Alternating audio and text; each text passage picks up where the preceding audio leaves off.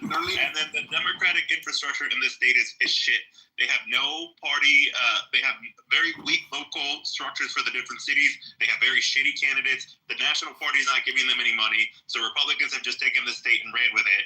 And the issue is that the electoral college map is now tilting towards Republicans, right? So Florida's getting 2 more electoral votes.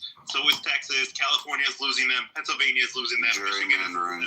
Illinois. Right? If you look at the presidential map, it's actually favoring more Republicans next time. No, Gemini, that's gerrymandering. In Texas, it was. In Texas, it wasn't. Hold on. Electoral votes are based on population. Oh, okay. Got you. My point is basically part of the issue is a weak party infrastructure in the state. They can't even find good candidates to run for certain election. But when they did, they actually the first election with Andrew Gillum, obviously up until a certain point, was very close. And here's another one with the Latino vote in Florida. So y'all don't listen to the radio down here. It is all of the Latin Spanish channels are heavily Republican. All that's going on the news and the Latin channels on here is there is no Democratic counter in the Latin media down here. That's why so many Cubans vote Republican. Y'all don't have. There's nobody saying the Democratic. I don't know about that. I think he's not a lot of those Cubans. A lot of those Cubans vote Republican for a different reason. We don't have to flush that out. But there's a different reason why they vote Republican, and it has very little to do with the political influence. Is it to be close to whiteness? That is exactly the reason why. Okay, so that's part of it. I'll give you that. But there is also a piece of it that the language media down here, or the Spanish media down here, so everything y'all want to do and run it into, we're going to turn this into Cuba. And because there is no counter to that, the Cubans are down here thinking y'all are about to turn the country into the socialist hellhole they just left. So that is part of the problem. No, it's not just the racial. I will give you the racial piece, but I don't think that's all. That's there's also a part of it that is community. No, I just want to say real quick, if I could, guys. I appreciate the convo, but I just want to see if we can hear from some new voices like Go, Pink Pill, Mike, or Mimi. You can keep it going, but just in an effort to move the mic around a bit. But I do appreciate the convo. All right, I'm gonna ask a question, then I'm gonna mute up. CEO, are you telling me that electoral votes can't be gerrymandered if they do a winner takes all approach? That's not what I'm saying.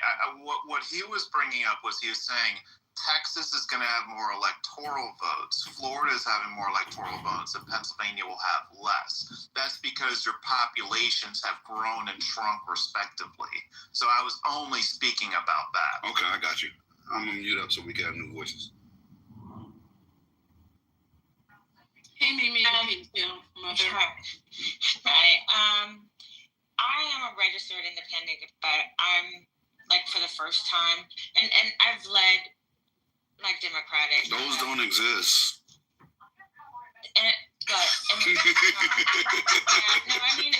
That's an inside joke. Keep telling them. That's absolutely do not exist.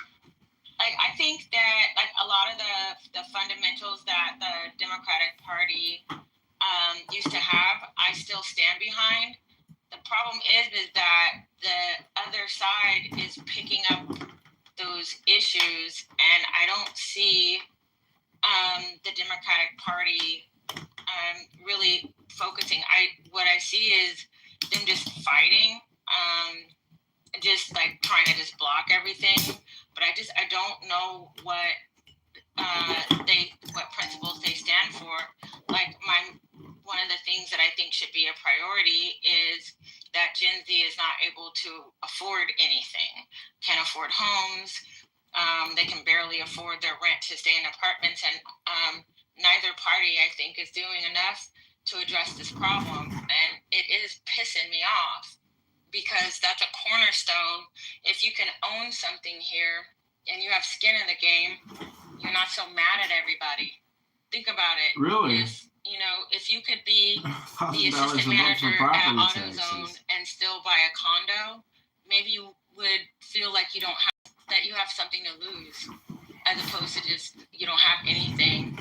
And if you can have something that you own, then you can feel, and you have a decent salary, then you might feel more free to find a partner and get married source of all of it is just that people are not able to have the things that they have seen other generations have, and it makes them feel really hopeless. I don't think it's helpful that both sides call each other names. It's not productive. I feel like we're not getting anything done. And it just, the rhetoric is coming to the point where people are talking about civil war. So it's very upsetting. But I just want to say too that like the lack of communication of like, the policies that like matter to Americans and not other people. I'll give you an example. I live in California. In Los Angeles, I couldn't believe it. It's still very, very Democratic, so I don't want to give the wrong impression. But I just saw some data reported that 30,000 people just registered as Republican in Los Angeles, and that's probably because of how Gavin Newsom handled the Palisades fire. So the Palisades fire. Let her land. I will. Could you just repeat what started that? She said how many people? 30,000. She said 30,000 left, and she thinks it's attributed to 30,000 left California. No. Registered, left the Democratic Party and became Republican. And she thinks it's attributed to the way Newsom handled the Palisade fires and the recovery process, and the way that the homes and the, I know what she's referencing, but go ahead. This is what I like, and I say this respectively. I want to say that this is what I don't like. Like, you don't even know what I said, and you're so ready to jump on me. And this is not me being a victim. This is just me pointing out behavior that I see. No, I'm not ready to jump on you. I was ready for you to repeat what you said, because I'm definitely looking it up. Okay, yeah. That's why I jumped in. You also have to forgive Lisa because she's in love with Gavin Newsom. So don't. That's her baby daddy. That has nothing to do with what's going on here right now. The man that destroyed California. That's her baby daddy. He did not destroy us. I love Gavin Newsom, and Gavin Newsom is gonna save us, Lisa. Oh my God. Okay, I want her to come back because I'm looking it up. I'm looking it up. Go ahead, ma'am. Yeah. So I just and what I'm also seeing, I also tracked the party affiliations and people switching. They're switching in the surrounding Southern California counties where I live. So I live in Riverside County, that just abuts San Diego. San Diego is really like the only county that Republicans haven't seen significant gains in California. And the reason why I bring it up, even though it's relatively small, people who registered Republican in Los Angeles were 30,000, and only 4,000 people registered as Democrat at the same window period of time.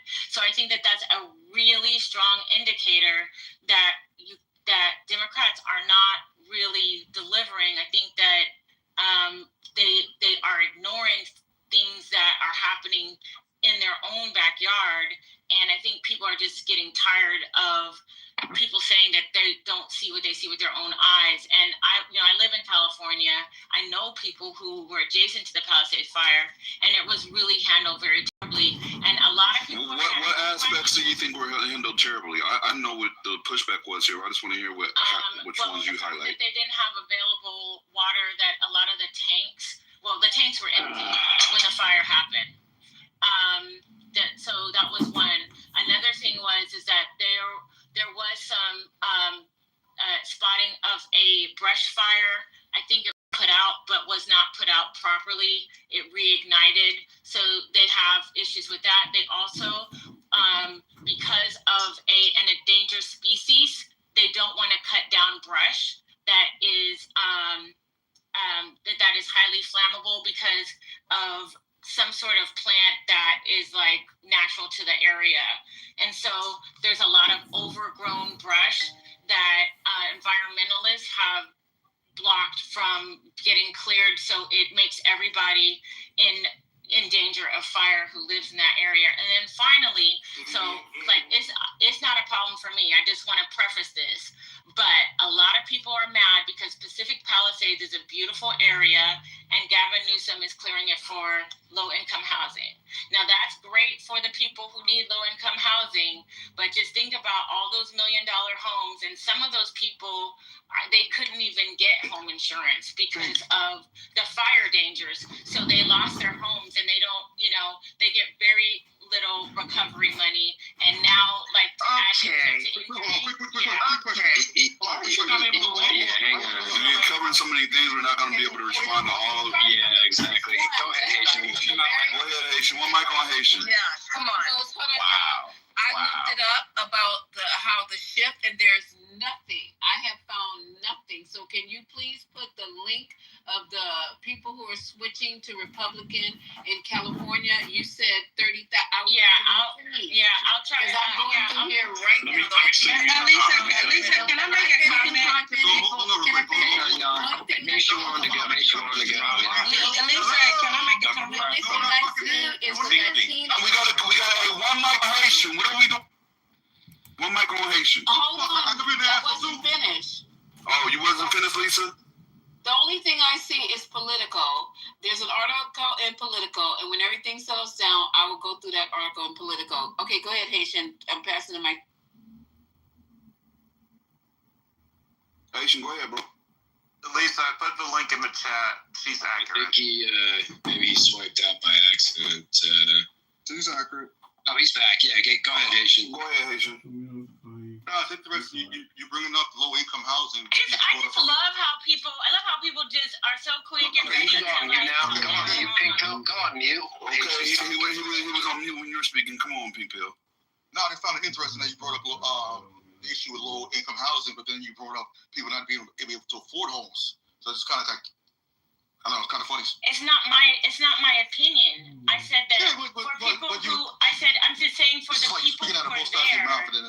No, listen, because I'm putting myself in the shoes of people who lost their homes from the fire, did not have insurance, and there's no way to recover it. I'm just telling you what their sentiment might be. I didn't give you what Can I ask you one real quick was. question, if I could? So I think you went over a whole laundry list while all the fires were Gavin Newsom's fault. In that list, I didn't hear. And that link has nothing to do with I didn't hear the D word. Very much. I didn't hear the drought. You just glazed over the fact that they were going California at the beginning of the year was going through a bad drought. Sir, it wasn't California. There was no drought, sir. I live in California. We weren't in a drought at the time. You can check if you don't believe me. I mean, we had a firestorm, and that there's not enough fire trucks, enough water to put that type of fire out. Like, I'm born and raised in Southern California. Me too. San Diego to be specific. And San Diego has always had a little public and hold. Like, when I'm right now at the beach, right now at PB. If I go into a t-shirt shop, it's going to be Trump shirts. They always had, on our bay, they always had Trump parades. That was when he first got it out the first time. So San Diego has always kind of been on the conservative side. They don't even have certain concerts here. We don't get any real concerts here because it's so conservative. So yeah, because San Diego is very conservative. We have Alpine, Clan T. You know what we call it, Clan T, Santee, because the Grand Wizard of the Ku Klux Klan used to live there for years. So San Diego is kind of a conservative city. So, but as far as that fire is concerned, we always we had those storms. There's no way he handled it the best way he could. There's no way. It's so many experts from even different cities, different firefighters from different cities has said there's no way that there's not enough water fire trucks that could control that type of fire with the winds that we were having. Right, that Santa Ana winds were hopping, and then we have people starting fires, all these people who hate California because they can't afford it. Get out, brokey. And is this setting stuff on fire? How can they control that? And you're gonna? It's the truth, though. No, she's not. She's so right. Many people here that are broke that don't want to leave. There's so many people that need to move to Texas because they can't afford California. That's here, and they hate California because they sit on their ass and then they take advantage of opportunity, and they're broke as hell, and they hate Cali, but they can't leave Cali. We have so many of those type of people, and I'm ending with that. Let me say this real quick. Hold on, one second. Before you do, can I just say there was no, Pink Pill, give me 1 second. You cannot. Pink Pill, give me 1 second. I'm gonna be brief though. First of all, there was a drought. 100% there was a drought. I don't like misinformation, right? California was experiencing drought conditions during the time of the Palisades fires in January 2025. They gave me the exact rating. It was considered a moderate drought, D1, or abnormally dry, D0, right? So we absolutely were experiencing a drought during that time period, one. Thank you, Gemini. Two, the Santa Ana winds were hitting during that time, which they do every year, right? The Santa Ana winds are an annual occurrence, right? But this time, it hit a little differently. We got winds up to 100 miles per hour, right? That doesn't normally happen. So that's why the fires were jumping so far. You have an ember from one location, jump to the next location, and it's unpredictable. And it makes it a lot harder for the helicopters that would normally be out to dump water or whatever fire retardant on top of those fires to be operable. There was a couple days where they couldn't even fucking move. Right, I lived out here. I got evacuated during that, right? So I can tell you right now, when you look at that, you cannot blame Gavin for what happened. You cannot blame Gavin for what happened. I'll be the first to do it. The fact. And I wanted to it's just not just. Hang on, Pinko. Hang on. I think Sue was talking. Thank you. I'm listening to people. Oh, go ahead, CEO. Yeah, I don't know. Just give me 7 seconds. So I just want to say that what Pink Pill is saying, all her points are debatable, so please don't treat them like conspiracy. I've heard them many times. People have argued about these things. I'm not saying she's right, but don't treat them like conspiracy. The drought is not debatable. The drought is not accurate. You said she was accurate, and that article doesn't say what you said. The uptick since 2021 wouldn't reference a fucking fire that just happened this year. Right. That's what I said, Clint. Thank you for wasting my fucking time reading that article. That's a stupid thing to contend. And it also says the very first thing that it says on the damn article, the very first one, it says, first section of the article says nearly half of independent registration has declined somewhat. That's exactly what it says. It's the very first section of the article. Yeah, thank you for wasting my time. Here's another one. Just a second. Hold on. This one. There you go. Okay, well, I read it. The data point right now is brand new. It's a data point that's very clear. Okay. Whatever. Okay, so let me tell you guys a real secret about California for all the Californians who live there. California is not Oregon, and it's not Seattle. It is not a green state. Southern California is a fucking desert. I went to a place they call San Jose yesterday. It is so fucking dry out there. I thought, good Lord. One side were the fields where they were planting shit. I don't know what kind of crops they were planting. And the other side was brittle, dry, the natural part that hadn't been farmed or touched or whatever. The hillsides where those windmilly things are, all those hills, all that grassland in California is fucking dry. It is not a green state. When is the last time it's rained in Southern California? Quickly. I can't even think about it. It wasn't a rain. It was a sprinkle. It was not rain. We don't get no rain out here. I'm in LA traffic right now. It is sunny as hell. You're right, Lisa. It's a desert. Lisa, you damn right. You are right. Everyone knows that. That's from here. I'm literally in LA traffic right now. It ain't no rain. It is not raining. What you call rain. We're talking about rain. The kind of rain they have in Seattle, the kind of rain they have in Washington State and Oregon. You guys don't get that kind of rain. The type that can be measured in inches. The fucking desert, okay? That's why there should not even be allowed to have lawns and shit in California where y'all niggas get out there and have these green ass fucking lawns back and front. Not too much on the green lawns. You done went too far. You done went too far. Come on, be I pay Jose a lot. What are you doing? It's not the lawn. It's the brush. And you wasting all that drinkable water. I pay Jose good money to keep my shit green. What are you It's really doing? not. It's not the lines. The lawn. It's the brush. And you know, people would like. Pink Pill was talking about them not cutting down stuff.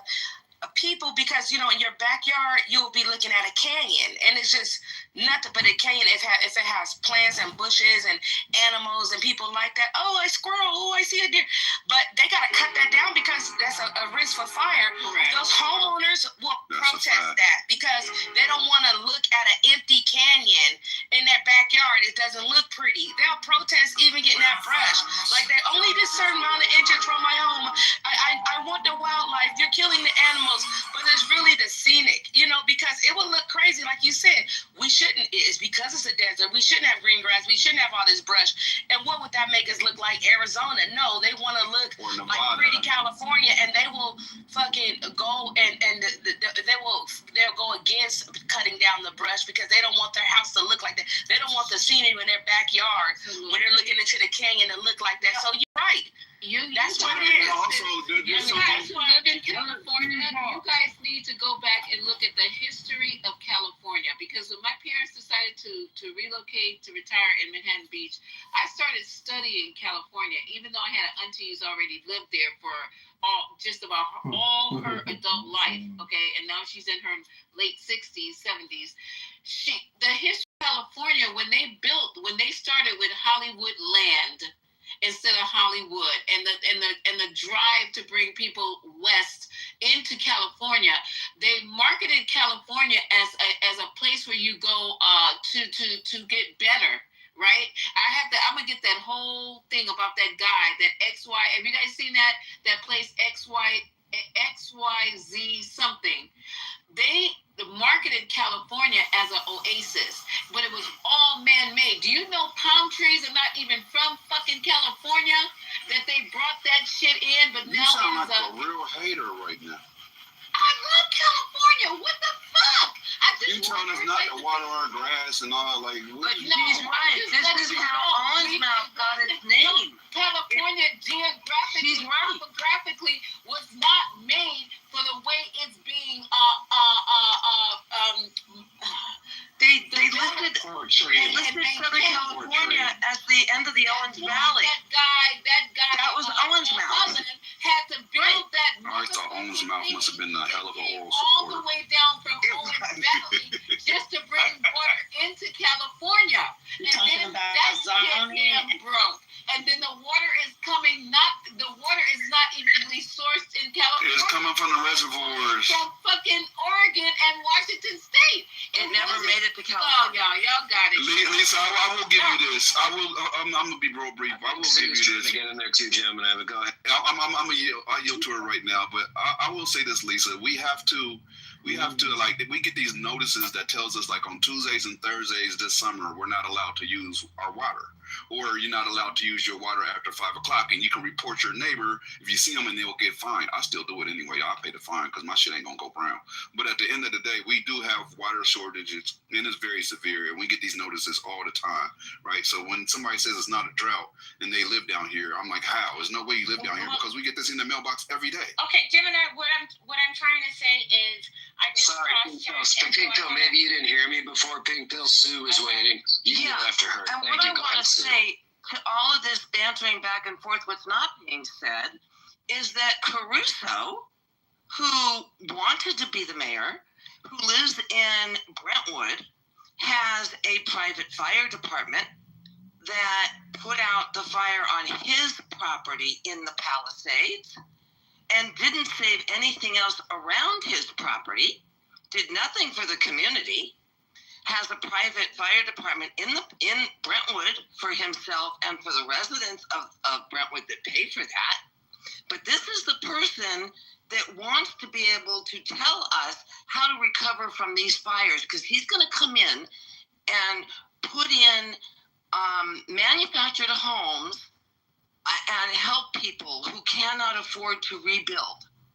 So I want to first put it out there for those of you that think you're going to tell those of us that live here how the fire is affecting us and how the rebuilding efforts are happening and how the monies are being allocated, who's getting it, who's not, where the insurance is happening, where it's not.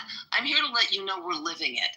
So before you go ahead and say what the decisions are that are being made, speak to those that live it on a daily basis. Because right now we have the largest construction project in the country going on.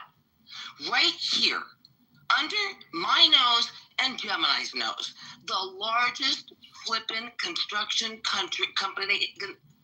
job in the country right now. And if you think that's being funded by nothing, come again.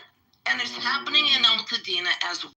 And if you think there's no insurance paying for it, if you don't think there's government assistance happening, think again.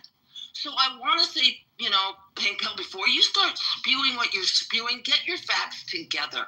I, too, am right here in LA County. Now, I agree. We've had a water drought for many years. It didn't start yesterday.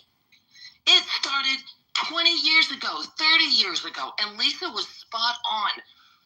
Southern California was sold as the end of the gold rush, and this is where the water was going to end. And if you come to the San Fernando Valley, there are streets that run right through here. One is called Owens Mouth, and it got its name by the people that founded it, and they said it was going to be the end of the Owens Valley. The water never made it here, ever. So all of this stuff is out there, but what I don't appreciate is false information from people that live in other counties trying to tell us the way in which things are being managed here. Okay, real quick. So, because I double checked at the beginning of the year, I double checked with my references. By early 2024, California was largely drought free. Last year, we didn't have rain. So prior to that, we had been in a very long drought. We'd gotten a lot of rain, and we had officially gotten out of the drought. So I will cede that point. The other thing that I want Can you show us those references? Because I've never heard of coming out of a 10-year drought. We always in drought. Okay, if I could, early 2024, between January and April, California was largely drought-free statewide, with 0% of the area in droughts as of late March. This followed strong winter rains and snowpack measuring 110% of historical averages by April 4th, ending in 1,000. Putting your link that you're referencing. Yeah, please put the link in, because I'll put in the link in that shows that we were in the D1 drought. Yeah, we don't. Yeah, I can definitely prove we're in the D1 drought. Wait, Thank you. Okay, if I could for a second, I don't know why you guys are getting angry. All I did was go into Brock and You were asking for facts. Thank you. Nobody's angry. I'm giving them to you. So I asked Brock, was California in a drought in 2024? So if somebody would go, listen, this is the No, she's right. She's right. I love you, but come on. Can I please finish? Like, this is my, I go on and on because you guys don't let me finish. I really only have 3 points. And if you just let me finish, then we can move on. So, like I said, we were not in a drought, but we had come out of a 1,332 day. Yes, correct. And so that is correct. That is a fact.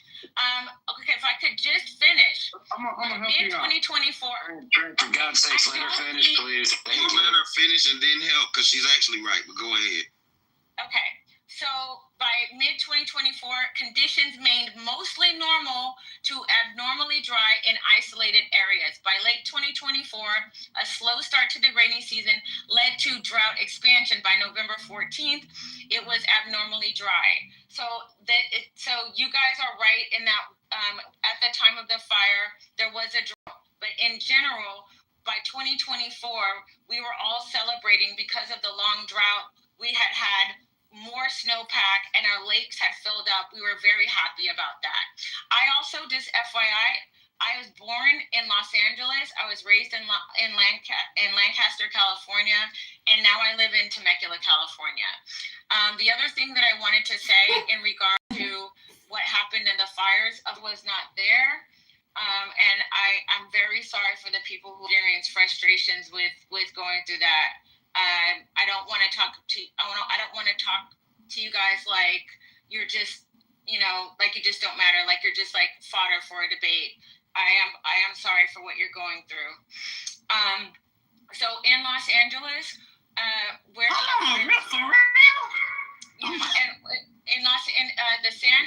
the Santa Ynez Reservoir in Pacific Palisades, with a capacity of 117 million gallons, was reportedly empty at the time, and that's according to CBS News 2. It was under repair. We knew about that. Okay, so, and then finally, in regards to Republican people registering for Republican in California counties, I just wanted to say, so for between February 24 and February 25, GOP registrants, because California has to report, it doesn't have to report, like, I don't think in real time, but they do have to report.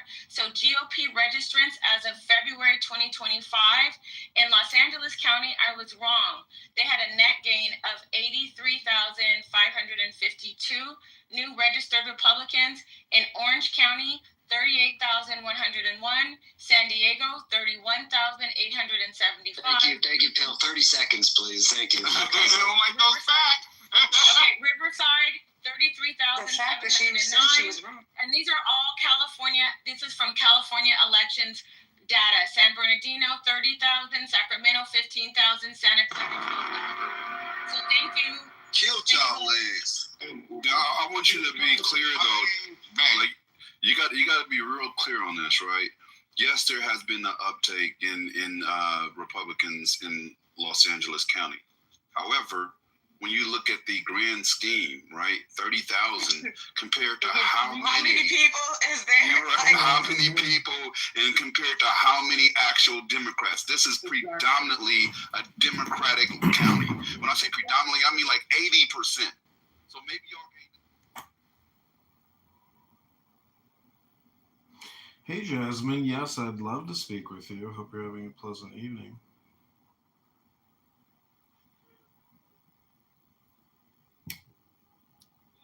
Instead of just being defensive, note the change and maybe look into it. No, Because we got a lot of people that need to move. And no. Right now, just so y'all know, right now, Los Angeles County is in a drought, and a severe drought. It's actually a D2 drought. We're always in a fucking drought. We're always in a drought, and there is a lot of Californians that hate living here, you guys, because they cannot afford it, and they need to move to Texas. Go ahead and move. Get out of here. Go ahead, Trent. I know you've been getting in there. Go ahead, man. Tell us about the aliens, friend. Tell us about the aliens. Hey, y'all want to talk about aliens?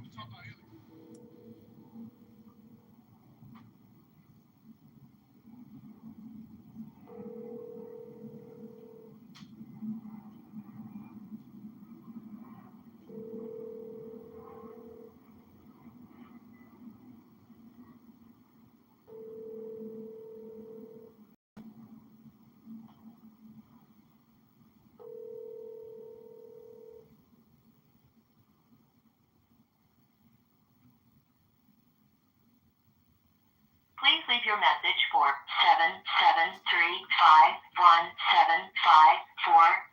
773-517-5431. Hey, Jasmine, it's John.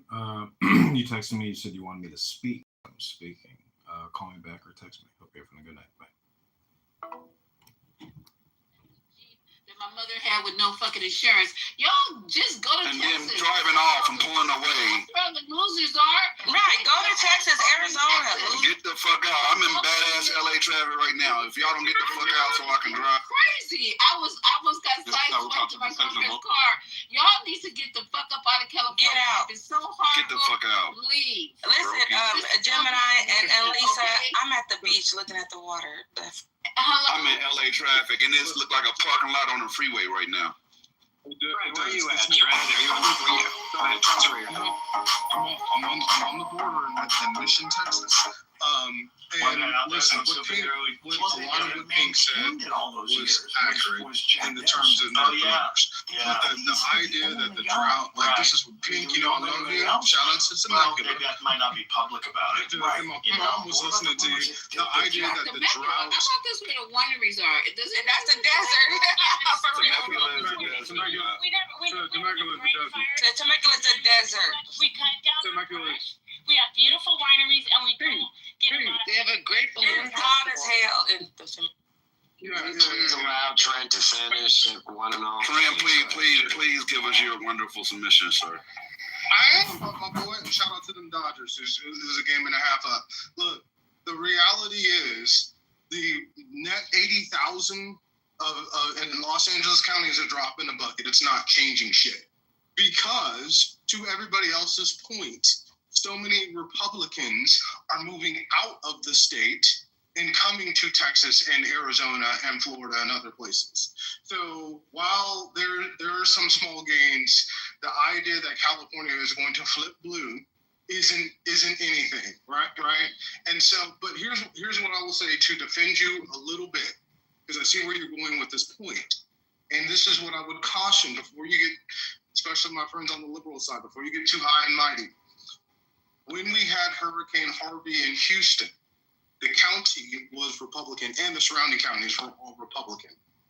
Post that disaster, and this happens a lot after major disasters, the county shift blue. Now we have Hidalgo, who's in Houston, who is a Democrat in charge. The county flipped because of the anger and the way the situation was handled. So can it happen in certain pockets? Absolutely. The entire state, highly unlikely. All I want to say, and let Sue talk shit. She knows more about California than most of y'all. Take care. Did he just leave again? That's why I'll be ready to throw his ass off the stage mid-sentence. I'm doing that next time just so he can't do that shit. Go ahead, jump in, Sue. We want to hear from you. Hey, Lisa, I'm telling you, I'm going to throw him off mid-sentence next time just so he can't do his little grand exit. Exactly. He does that in everybody's room. I was in a room with him the other day. That is so annoying. That shit annoying as fuck. Go ahead. Who was about to talk, Sue? No, I wasn't, but that is so annoying. Yeah, that shit is annoying as fuck. It's really annoying. Because we can't respond to anything that he says, so it just leaves us here trying to figure out what he meant was going with. Right. There's no explanation no further. Like, let's keep moving so we don't even center. Okay, so so how did we get on this? I don't even know how we got on California. But because Pink Pill left the left. Pink Pill came in here and gave us all those wonderful statistics. Yeah, she left the left. Do y'all know how many people is in LA County, just for a reference? Oh, millions. 9 million, almost 10 million. 9.6 million people. 30,000 is not shit. Right. Okay, so let's try to recenter ourselves here. I was trying to remember how we even got there. It's just really weird. I'm just blanked out completely. Okay. Can somebody bring up Aram? He's down here. Aram. Let me see. All right. So they're talking about shutting down the government. I think we have another till the 30th, I believe. And the conversation that Don Lemon was having with Cory Booker. Can somebody mod your honor? I'm driving. Can somebody mod your honor? You, please. Yeah, I didn't see you guys. I'm sorry. Hold on. No, I left, but I looked at shit. Okay, so there you go. So Cory Booker was saying that they won't even talk about, they won't even have discussions with the left. So I don't know how you guys feel about the government shutting down and the benefits or the disadvantages of it. We can talk about that if you want. Can you give us some details on that, please, if you don't mind? Oh, I can redo this clip because it's very interesting. Okay, and I was telling you guys to listen because it was very interesting what Don Lemon and Cory Booker were talking about. Cory Booker's gained a lot of weight. I don't know what's going on with him, but anyway, hold on. That's because he's engaged and happy. I'm saying the same thing. I'm engaged. Yep, he's engaged and happy. Wow. Well, he needs to get a little bit sadder. Oh, shit. I'm sorry. Hold on. Let me find it. He's just a little bit too plump for me. I agree. All right. So we were listening to. There we are. He gained that weight when he didn't pee for 3 days. That was funny, right? When he stood up there and we don't. Let me give Cory back his credit. Let me put my Cory. It takes a lot to sit up there and talk that long. Man, with an adult diaper on. Go ahead, bro. Damn. Okay, hold on, y'all. It's coming. YouTube, Cory, Don Lemon. Here we go. Hold on. And it's just a hot mess. And then we were going to go and listen to the critique that they had. Trump literally embarrassed y'all in front of the world. In front of the world. I mean, just literally 150 steps backwards.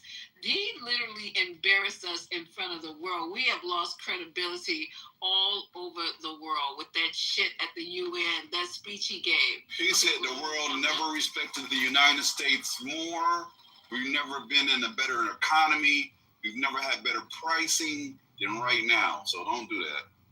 And then I got this article that I was reading yesterday, how the CEOs are even scared to speak up about how horrible the economy is. They're scared, literally saying words like fear. Okay, here it is. Let me turn it up.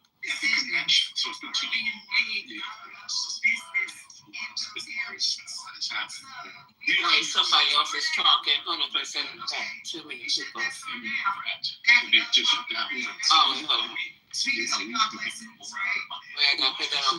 My understanding is that the president agreed to a meeting with Democratic leaders and then canceled it. Yeah, stunningly. Are we going to shut down? How do you? There's no way to get this bill done. They control the House, the Senate, and the White House. But the only way to get through the Senate is by getting at least 7 Democratic votes. I'm not going to give my vote away without them doing something in terms of negotiation or compromise. And what a Democrat's asking for is do something about the tens of millions of Americans who are seeing their costs go up, their health care become more expensive, who are losing their health care.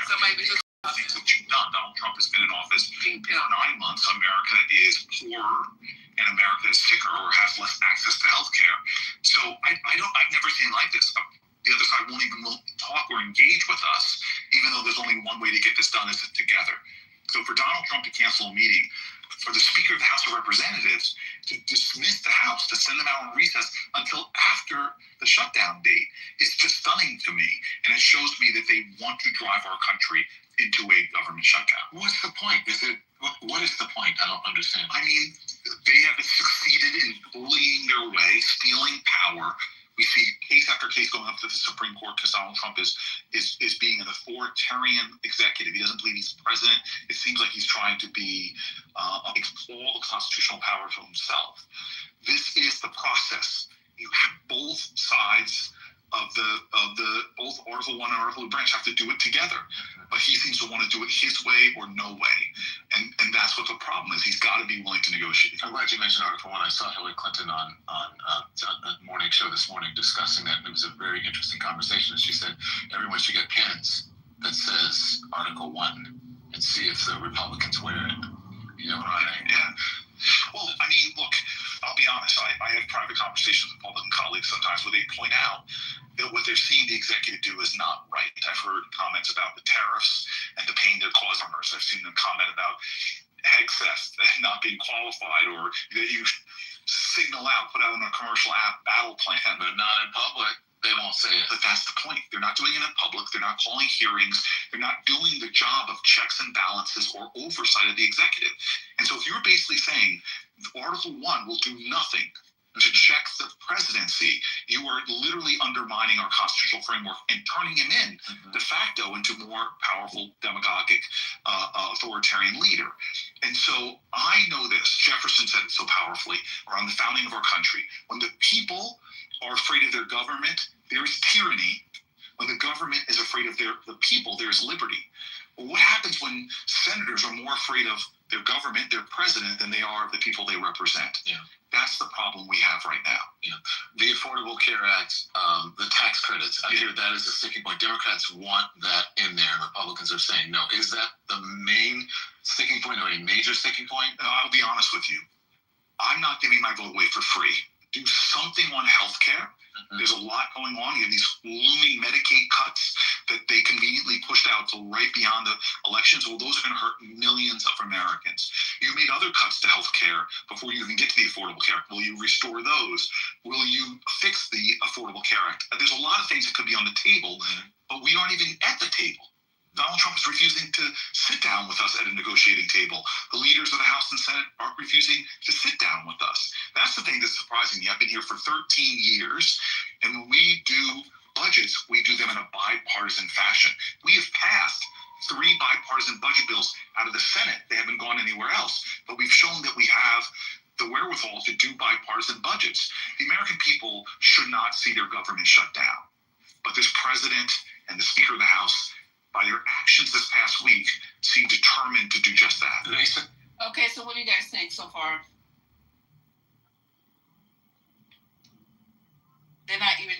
talk to the Democrats. So what do you guys think? So I have a thought related to his UN appearance, and I think it connects back to this story with not meeting with them. So there was a story that came out in the Times. Trump strikes radically different tones in public and in private. So we all know he said, at the United Nations, and he talked so tough, blah, blah, blah. But it says, in the decades since Trump burst onto the political scene, world leaders have gotten used to the two versions of the American president. There's the public one who shows up in speeches, social media, and the private in-person one who's often conflict averse, eager to accommodate in one-on-one or smaller conversations. So, wait, let me get to this quote of what he said. Okay. Hold on. One European diplomat with a seat at the Security Council said that colleagues were trying to engage with Mr. Trump on points where they spotted willingness to address various threats. They lined up afterward to secure one-on-one meetings with him. In the speech, he talked about, I've negotiated so many peace deals. So when he met with the UN Secretary General, what the Secretary General told him was, you've selected peace as a central objective, and you've been going north and south, east and west, in all possible situations, getting or trying to get ceasefires, alleviating tensions, making peace agreements, or building the blocks of peace agreements. So then he comes out of the meeting and he says, I may disagree with it sometimes, but I'm also so behind it, talking about behind the UN. And he came out saying, he was saying forever, the Ukraine has to give up land for peace. And then he came out of the UN saying, actually, no, they shouldn't give up any land and we have to respect their sovereignty. And so, when they met with different leaders, like one of the leaders was saying, Trump is absolutely right. We're on it. Okay. And then, he met with, and then in Kamala Harris's book, she talks about when she called him to, after he got shot in the ear, she called him to check on him. And in the book, she says, he told her, you've done a great job. You really have. My only problem is it makes it very hard for me to be angry at you. It's like, what am I going to do? How do I say bad things about you now? And she wrote in her book about this, he's a con man. He's really good at it. I'd readied myself for a phone conversation with Mr. Hyde, but Dr. Jekyll picked up instead. So anyway, my point in saying this is all these world leaders have figured out, and then they applauded his crazy UN speech. So these world leaders have all figured out, you've got to cozy up to his ego, tell him what he wants to hear. Oh yes, Mr. Trump. Absolutely, Mr. Trump. And that's how you kind of butter him up. And then if he feels like he's getting the respect he deserves, you can work with him, right? Whereas if you take a tougher approach, now he thinks you've disrespected him and you can't get anything out of him. But just to bring it back to what the topic, the difficulty here is that that's fine for world leaders, maybe even people in his own party. But the Democrats, by virtue of their job, they're literally the opposition party. They don't have the option to go out there and say, actually, Mr. Trump this, and he does care, and he's great. So they can't play that game. So therefore, with his fucking ego, they can't get anything from him because they can't play this game that other people are playing.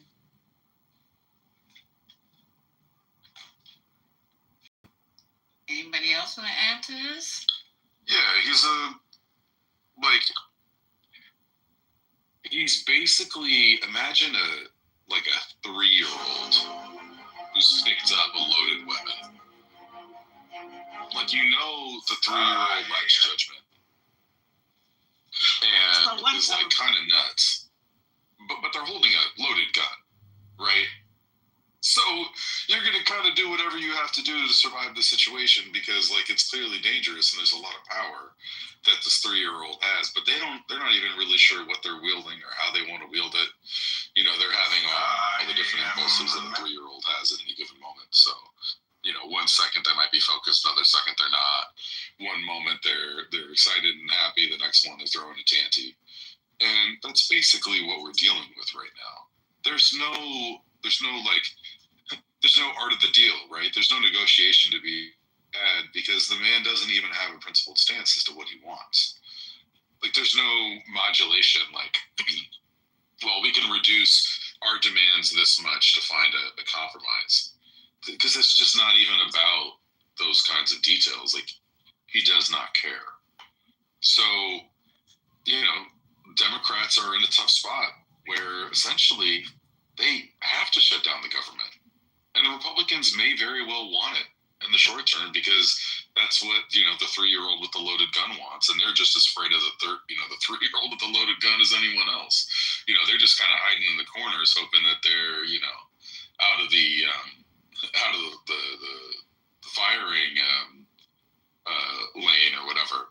Whereas the Democrats have to do something about it because, you know, their people are the ones who are most likely to get shot. And so, like, I think the government probably is going to shut down because I don't see any other off-ramp that could possibly happen. And the idea of the Democrats just capitulating for the second time, mind you, why would they do that? Like, so they can look even more feckless and weak? Like, it looked terrible the last time. And the other thing is the worst thing about last time, right, actually wasn't that they decided to not shut down the government. The worst thing that they did last time was they had no strategy until, like, it was like 48 hours before that Schumer started to shift his opinion from, oh, we're never going to give in, to, hey, everyone, we really got to give in. And so instead of the story being about the Republicans and, you know, their intransigence and their malfeasance and all this shit, it became about Schumer being a punk and this, like, Democrats in disarray argument. And once again, we're moving towards this moment, and there isn't clear messaging about what should happen. And, like, I almost care less about which choice they make than the fact that they make a strong, robust argument that stands up to scrutiny. And it looks like they actually know what they believe in and what they care about, and that they're going to make that principled stand, right? That people are going to have to contend with one way or the other. And it just feels like they endlessly surprise themselves by being in the middle, and it's crazy. I would say this: if the Democrats take your Honor's advice, and someone like Cory Booker, whose seat is always safe, I would say for those who are vulnerable, I think that's a bad idea. I think Ossoff and others should not go along and try to shut down the government. That wasn't even my advice. Did you just hear what I said? I said they should have a clear strategy and go with it. My opinion is, look, they should have a strategy. They should try to meet with the president if they could and work something out. If you do, you're gonna. I think again, your chances of winning the Senate is pretty low. I think at this point, but you're going to give a supermajority to the Senate? Is that, well, Deborah, I don't even know. Did you know that they tried to meet with the president and literally before it was supposed to take place, he canceled? Did you know that? So I know that Mike Johnson was on Fox News and he had a different opinion. He also had a press conference a few days that I posted. So I don't know. How do you have an opinion about a fact? Mike Johnson is lapdog. What's wrong with you? So Cory Booker is Spartacus, and he's very dramatic. So I don't really take Cory Booker very serious. Dude, the news reported it was shut down. If not Cory Booker. I don't trust Cory Booker. You don't have to. That's Deborah's point. There are lots of people who The news reported it. Clown. The news reported it, not the senators. The news reported it. What's wrong with you? The Democrats are not trying to have a serious conversation. Period. You have to be the dumbest. How do you know that? Because everybody knows that. Because everybody knows that. That's not an answer. Incredible. Because guess what? Because Don Lemon is crazy stuff. Don Lemon of all people. You a fool, boy. If this real, Don Lemon ain't the only one reporting it. Go to a credible news source, clown. You don't have to get it from Don Lemon. But you sure need to stay away from Fox News. But Don Lemon, that's why you're so ignorant now. They're going to keep you ignorant. I got it from the speaker. The speaker, I take the speaker Mike Johnson's word. I don't need the news when they got the speaker. So the speaker said the meeting wasn't canceled. Did he? Did the speaker wasn't he the same one? But wasn't he Donald talking Trump was to an Cory FBI Booker? informant? You were talking like Cory Booker. He was talking to an actual person who's in. Oh my God, he was talking to Cory Booker. He wasn't sitting up there like he was making this shit up. I don't understand. Cory Booker said the meeting was canceled. So you're saying that he's lying? And what would be the benefit of him lying about that? You want to play the video that I posted? You can play the 6-minute video. Mike Johnson is the same guy that said that. Apparently you can't keep your. Apparently you don't have 6 minutes worth of listening in your brain. I think we should hear a different side. Let me say that you got it wrong. You can't concentrate for 6 minutes. Let me just say this. Hold on a second. Let me say this, Omari, please. Mike Johnson told everybody that Donald Trump was an FBI informant, and that's why he hung out with Jeffrey Epstein so much. And then the lie was so overblown and ridiculous that the next day he had to backtrack on it. So yeah, he's not credible. Okay, so I was about to say, we can find Spartacus comments. We don't want to go there because he's a fool. Ms. Deborah was 100% accurate. The news reported that Donald canceled the meeting about reopening. However, even more importantly, Donald himself went on Truth Social, right, and said that he canceled it because he felt that the Democrats' demands were ridiculous and not worth talking to. Thank you. Yeah, but Gemini, So hold on. What do you mean, thank you? What do you mean, thank you? You just said that he didn't cancel it. Yeah, you were dead wrong. I said the word he didn't cancel. You definitely didn't hear the word that I said that. Boy, would you stop playing around with words? Which you missed. Ms. Deborah, you were right. Bottom line, you were right. What you misheard. Hold on. I can clarify. I'm a grown man. I can clarify what I was stating. What I was trying to tell you guys is they weren't trying to negotiate in good faith. Exactly what they're not trying to negotiate in good faith. It's ridiculous demand. The reason I came off mic is because you said they should try to have a meeting with him. That's why I came off mic to report that they tried to have a meeting and it was literally canceled when they were on their way to the meeting. It got canceled. That's why I came off mic. Again, Literally, that's why I came off mic as well. Meeting. They should try to do it like they're not trying to work with them. Stop the misinformation, Omari. I'm talking about the.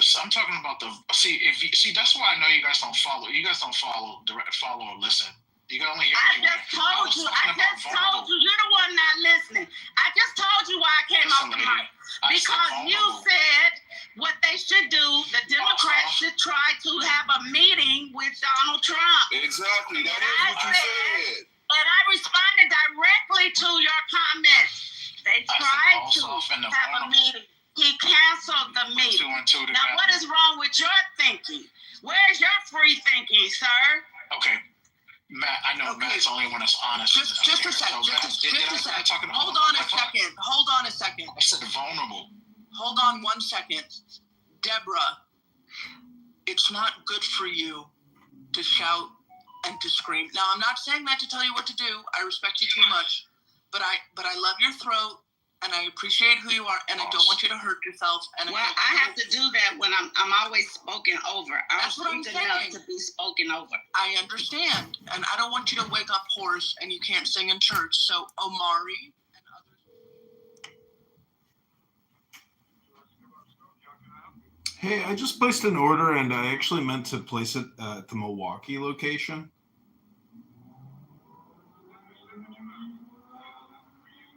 Yeah.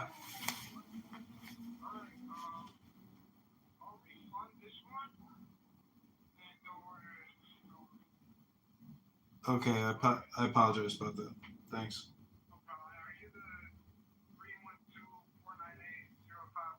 Yep, that's me.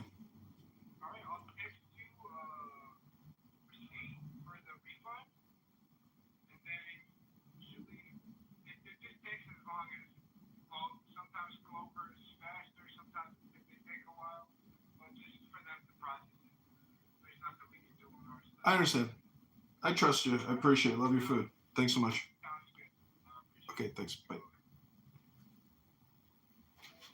Right now, you absolutely said they should try to have a meeting. Well, sometimes I don't put my words together correctly. So let me, can I redo it like Scrabble? So what I was trying to say, Deborah, is I was talking about the vulnerable one. So because maybe I might have jumped into like multiple conversations and that might have thrown me off, and I apologize if that was the case. I wasn't thrown off.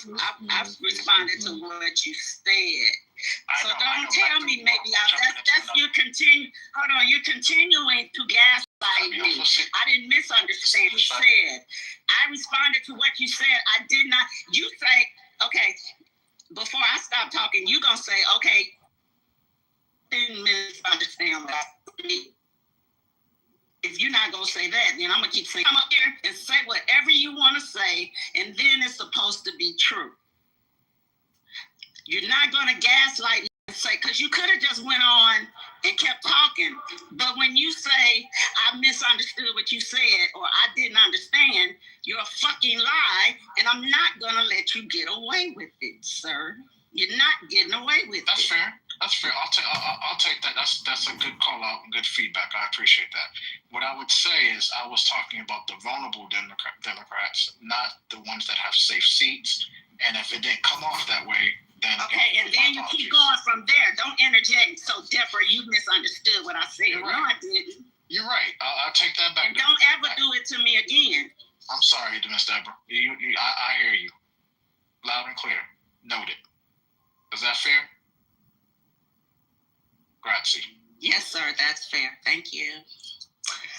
Maybe something else I'll say just in relation to the shutdown, because a question that I had was, why was the prospect of a shutdown so unacceptable to, Chuck Schumer and others in the first few months of his presidency, and now it's a more viable option? But someone made a really good point. I don't know if it was this room, about the context, which is that when the first prospect of the shutdown came up, it was in the context of Doge. And, they were trying to lay off people and shut down as many agencies and privatize and whatever. And so if the shutdown happened in the Doge context, then they could have done a lot more, a lot further, a lot faster. But now the Doge program has been scaled back and it's been absorbed into broader administrative, restructuring and whatever. And so because the heat has come down a little bit on the pressure that Doge was posing, it's a little less scary, the prospect of a government shutdown. Do people agree with that? Well, the problem is that they already did most of what was there to be done anyway. Like, all the NIH grants that they were going to be able to cancel, like, they did it. You know what I mean? Like, they sabotaged the government in so many ways. Like, basically anything they didn't like is sabotaged. So, what, are you going to sabotage it more? I mean, I guess it's possible, but a shutdown government or a not shutdown government isn't going to, like, make the Department of Education functional. Right. Like, it's already dysfunctional. So, my take on this is, personally, right? And again, I stand on what I said before. The best thing the Democrats can do is have a clear strategy, message it well, and stand on it. Whether they're going to shut it down or keep it open, strong strategy is absolutely the way. That I will go with either one. Just be strong on it. I'm a full-time Now, that said, finishing the end of a reality. I'm going to bring you guys along with this is called a rattlesnake. Yeah, I'm gonna but that's what they got to do. Because there's just no winning other than, like, winning the rhetorical battles.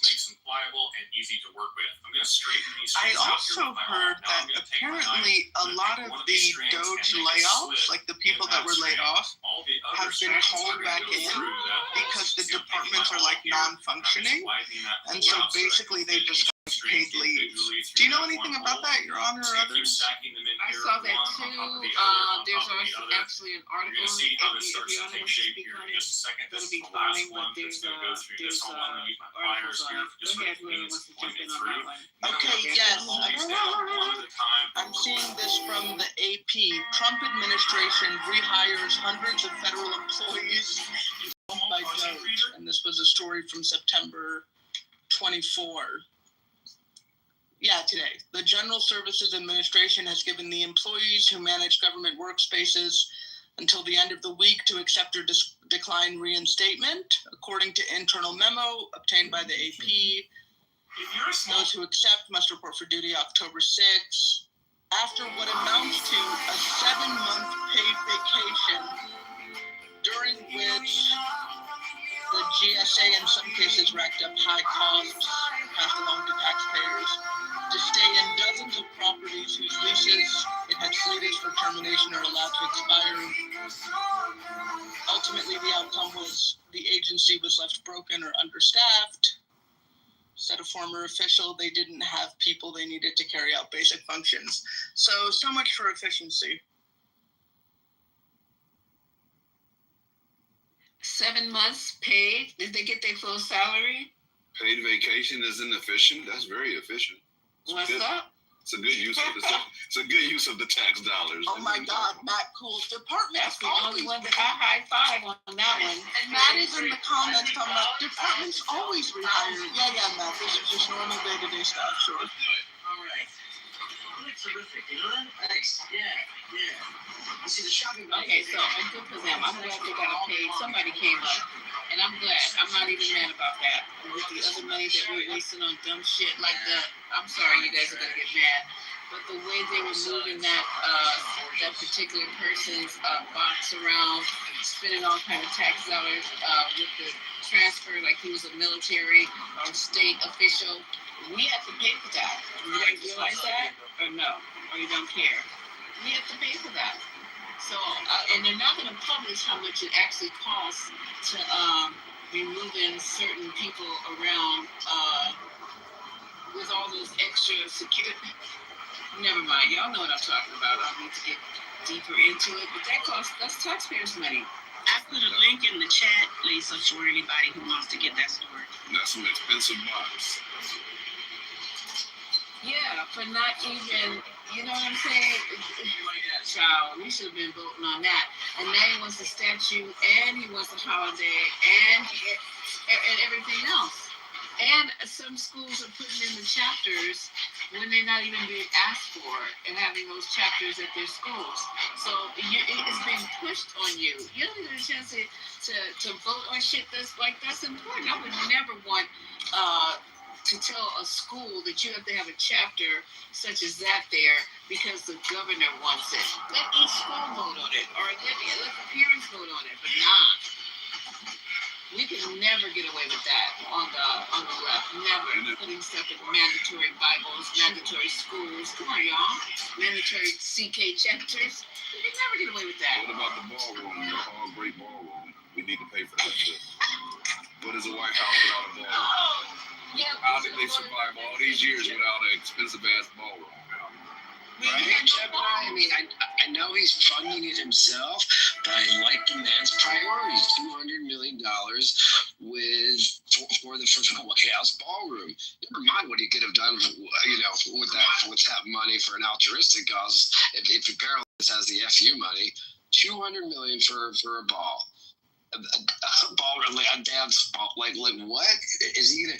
Maybe is that like foreshadowing for him? Maybe he'll return to reality TV and it'd be like a judge, like former presidents, can dance or something, or convicted felons who became presidents can dance or something. I don't know. That's a big picture. Or maybe that's where he's going to celebrate his 2028 re-election. There you go. That part. Oh, Lord help us. Go Oh God, this is scary. Okay, so do you guys want to listen to this Dr. Carr review the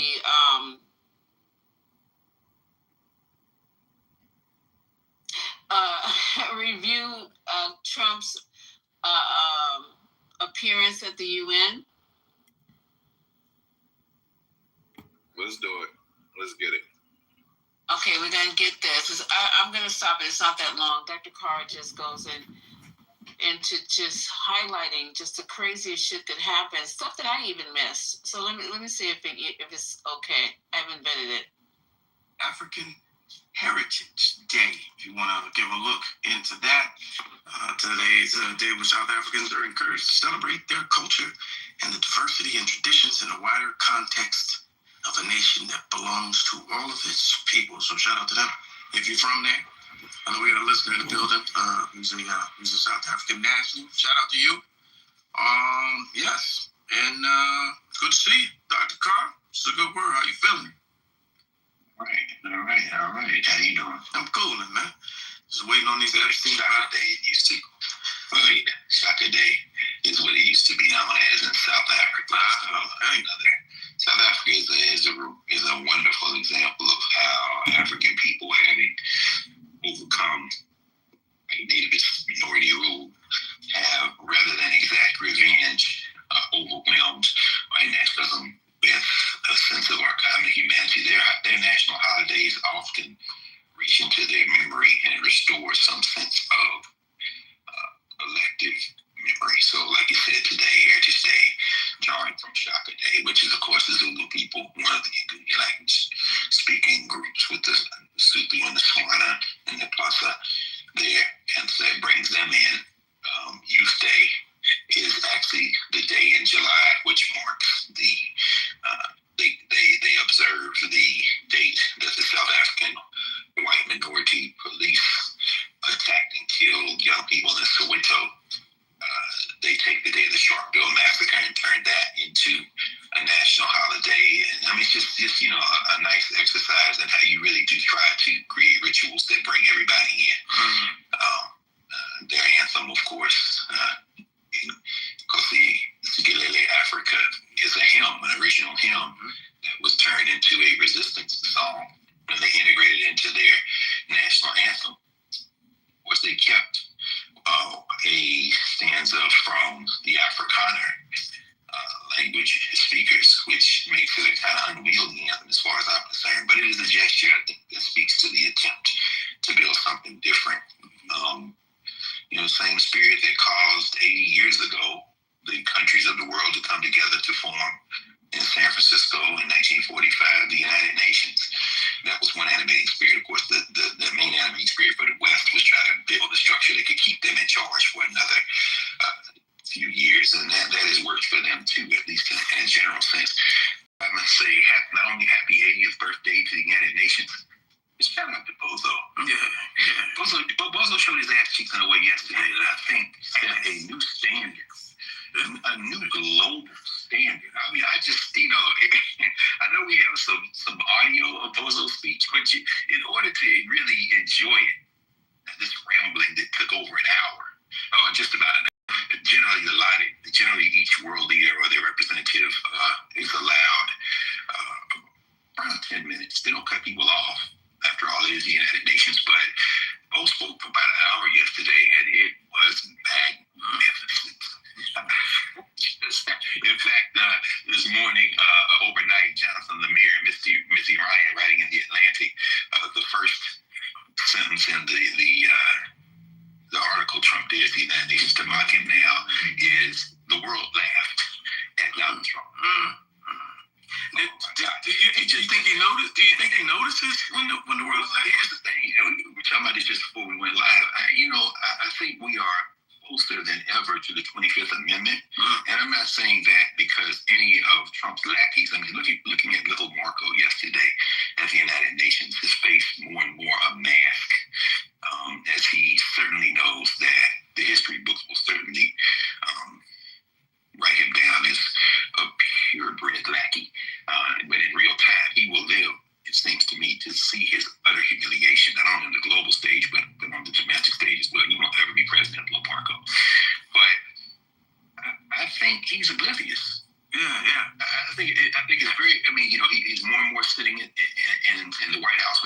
have meetings. He doesn't have many meetings. He's never had many meetings, but he has fewer than ever now. He can't walk in a straight line.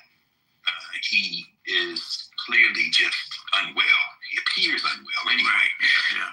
And this move against Jimmy Kimmel with his, how can you be a lapdog and a Lord and Master at the same time? But that nasty piece of work at the Federal Communications, Brendan Carr, is, I think this might have been the thing that tipped them over. Because even the hillbilly horde realizes that they could be next. In fact, they may be in the crosshairs. We saw Ted Cruz with his bad mob boss impressions, and Joe Rogan has finally crawled out of his spider hole to speak. Now that it appears that it might be safe to actually criticize this administration, at least around the First Amendment, but their signing pen is leaking ink. So I don't know. If you listen to the whole speech yesterday, you will hear a man who is not only unwell. This is a guy at this point you might have to, sit down to replace. Because this dude, man, if y'all, I know we got some sound. Yeah, we can jump sound. Yeah, we can jump in. Here he actually he's speaking to the people who he's questioning. Clip 4. I didn't think of it at the time because I was too busy working to save millions of lives. That is the saving and stopping of these wars. But later I realized that the United Nations wasn't there for us. They weren't there. I thought of it really after the fact, not during these negotiations, which were not easy. That being the case, what is the purpose of the United Nations? The UN has such tremendous potential. I've always said it. It has such tremendous potential. But it's not even coming close to living up to that potential. For the most part, at least for now, all they seem to do is write a really strongly worded letter and then never follow that letter up. It's empty words, and empty words don't solve war. Yeah, that was perhaps one of, if not the most coherent. Do we have clip 6? No, not clip 6. I'm sorry, Daryl. Let's go with clip 7. This was a particularly feisty moment for Bozo. When your prisons are filled with so-called asylum seekers who repaid kindness, and that's what they did. They repaid kindness with crime. It's time to end the failed experiment of open borders. You have to end now. See, I can tell you, I'm really good at this stuff. Your countries are going to hell. In America, we've taken bold action to swiftly shut down uncontrolled migration. Once we started detaining and deporting everyone who crossed the border and removing illegal aliens from the United States, they simply stopped coming. They're not coming anymore. We're getting a lot of credit, but they're not coming anymore. Yeah, Bo is off the chain. Yeah, he definitely told these people, all these sitting prime ministers and former, your country's going to hell. I love this line. It's really something that probably should be, it'll probably be on t-shirts or some, maybe even White House t-shirts. I'm really good at this stuff. Bozo said, in this ramble, Bozo said he stopped 7 wars. I mean, you can see people literally grimacing. And then there's he said his millions of lives. His poll numbers are the highest they've ever been. They're actually the lowest and going down. And by the way, parenthetically, about 32% of those eligible to vote in the United States of America voted for Donald Trump. 62% of those who were eligible to vote actually participated in the election. So y'all can stop talking about the Republicans won. The majority. Yeah. About a third of the people who could vote voted for MAGA. Okay, so y'all can stop that. But see, this was not the United States of America Bozo was talking to yesterday. It was the world. The world, yeah. And even as he denied visas to a number of people, and even as the rest of the speakers, and if you watch what they call the general debates, you can look at it on the UN website, you can find it on YouTube. Informal protocol suggests that Brazil speak first. And so Brazil, because they volunteered to speak first at one of the earliest General Assembly meetings, so they've been given pride of place. So Lula da Silva spoke first yesterday. If you all go into the UN website or YouTube or something, you can see Lula's remarks, which were about 13 minutes, if memory serves me correctly. It was very balanced. He snapped the issue out of the United States of America around the conviction of the previous president. He talked about trade and trying to use ththings. He stood up for Venezuela. So y'all out here patrolling, and you can't deny he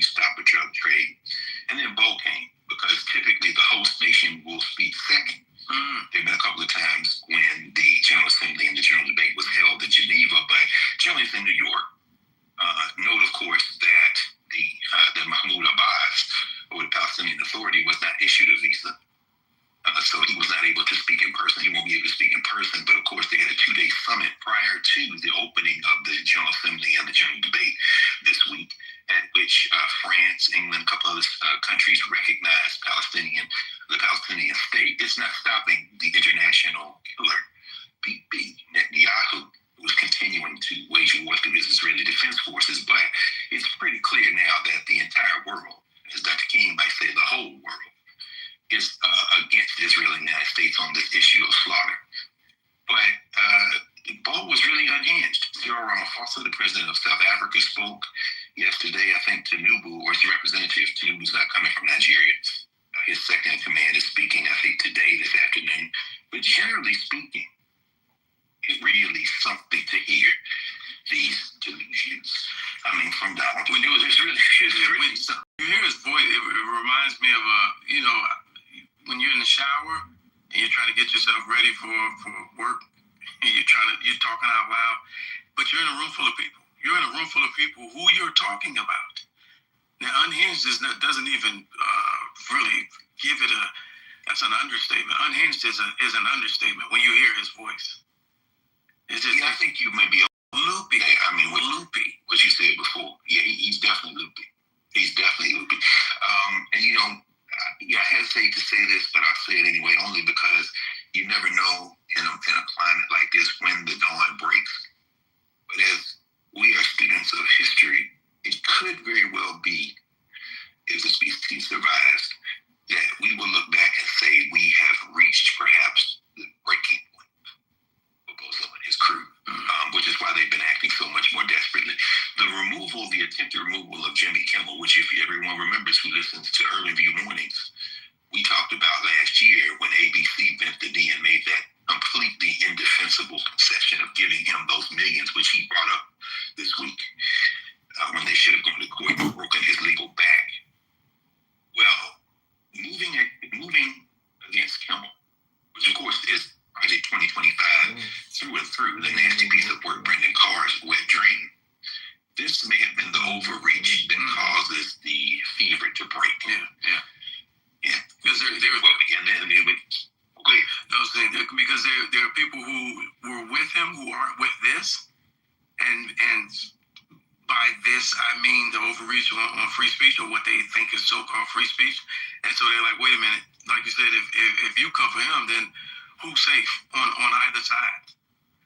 And so even with on any side, any side, I'm afraid that that's a duopoly. As a binary, they're crazy, and they've been crazy, and they've never had a majority of the people. And we back the F up, because the longer this remained an issue for Disney, and they're not out of the woods yet. Their stock dropped.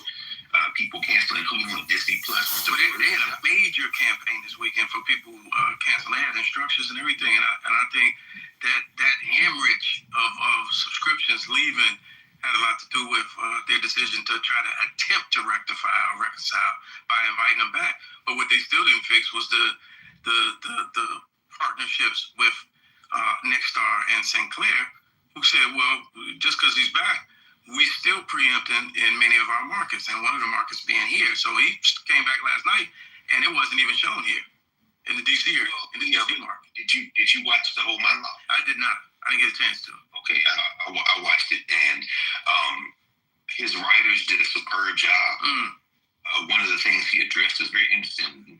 At the very end of the monologue, he said, well, Disney has a statement that they'd like me to read. He reaches into his pocket for a folded piece of paper, which may or may not have had anything on it. It was for a fact or anything.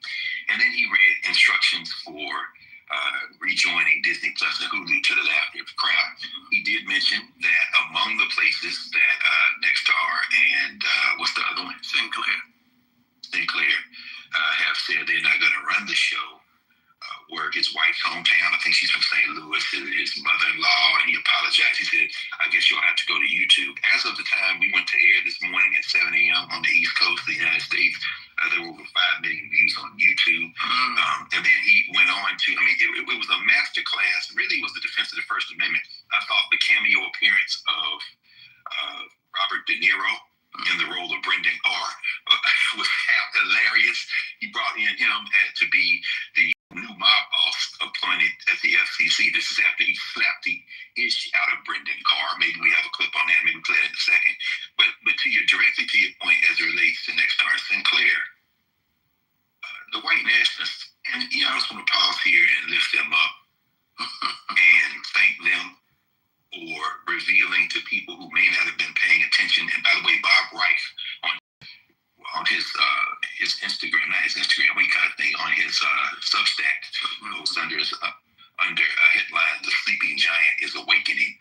I think may have it right when he says that he's been a professor and an academic and a policymaker for over 60 years, and he's saying this may be the moment when people start paying attention.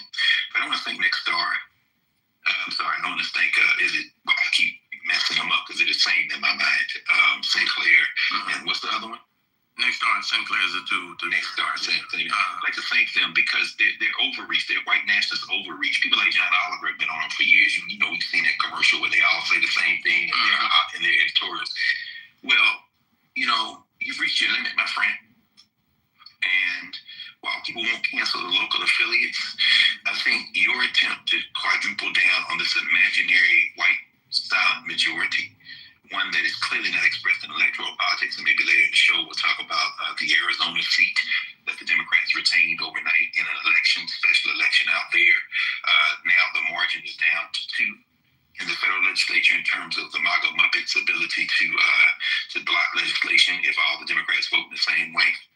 But they won't play their hands. And there is, after all, there are many other options other than watching your local television network. Yeah, that's true. And I think, as Kimmel said last night, the president, after playing a clip of Bozo saying his numbers are terrible, Kimmel replied, "Not tonight." Yeah, no, so all right, we got some friends. Let's play clip 10.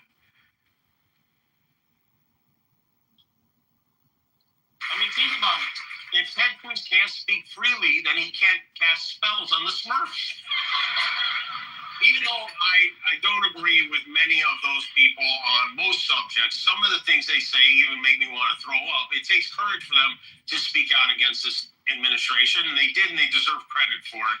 And to tell your followers that our government cannot be allowed to control what we do and do not say on television, and that we have to stand up to it. His writers. Oh, okay, I thought it was. His writers did. It was very interesting. I mean, he thanked obviously the people who stood for him first, of course, Colbert and them, and then he thanked a broader range of people, and then he thanked the people he with. He name checked Candace Owens. He name checked. It was very interesting to see. And then, of course, he thanked the general public. Basically, what Kimmel's writers did last night, was curate an army through the proxy of the First Amendment to slam these guys. This is the thing where I think the Project 2025 crowd, the religious ideologues, he name checked, of course, the Runt Rooster over at the Pentagon, talking quotes about Pete Hegseth, who is now telling people not to answer reporter questions about general information, not even declassified or unclassified information, not to give them information. Basically, what he did last night was curate people in a way to create a situation where you're revealing these people for exactly who they are. That's a collection of bigots, religious ideologues, and lustful billionaires.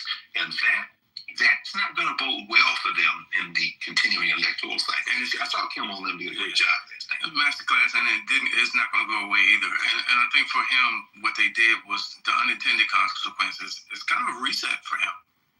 This is a starting point for if you weren't checking for Kimmel, now you are, or now you're back to, and it gives him a chance to I feel like push the envelope even more. Even though we got emotional and some of it was a bit of an apology regarding specifically the comments he made about the alleged shooter of Charlie Kirk. Can we play? I'm not sure it was an apology. You want to play that clip? Yeah, 13. Yeah, let's hear it. What I have to say is going to make much of a difference. If you like me, you like me. If you don't, you don't. I have no illusions about changing anyone's mind. But I do want to make something clear because it's important to me as a human, and that is, you understand that it was never my intention to make light of the murder of a young man.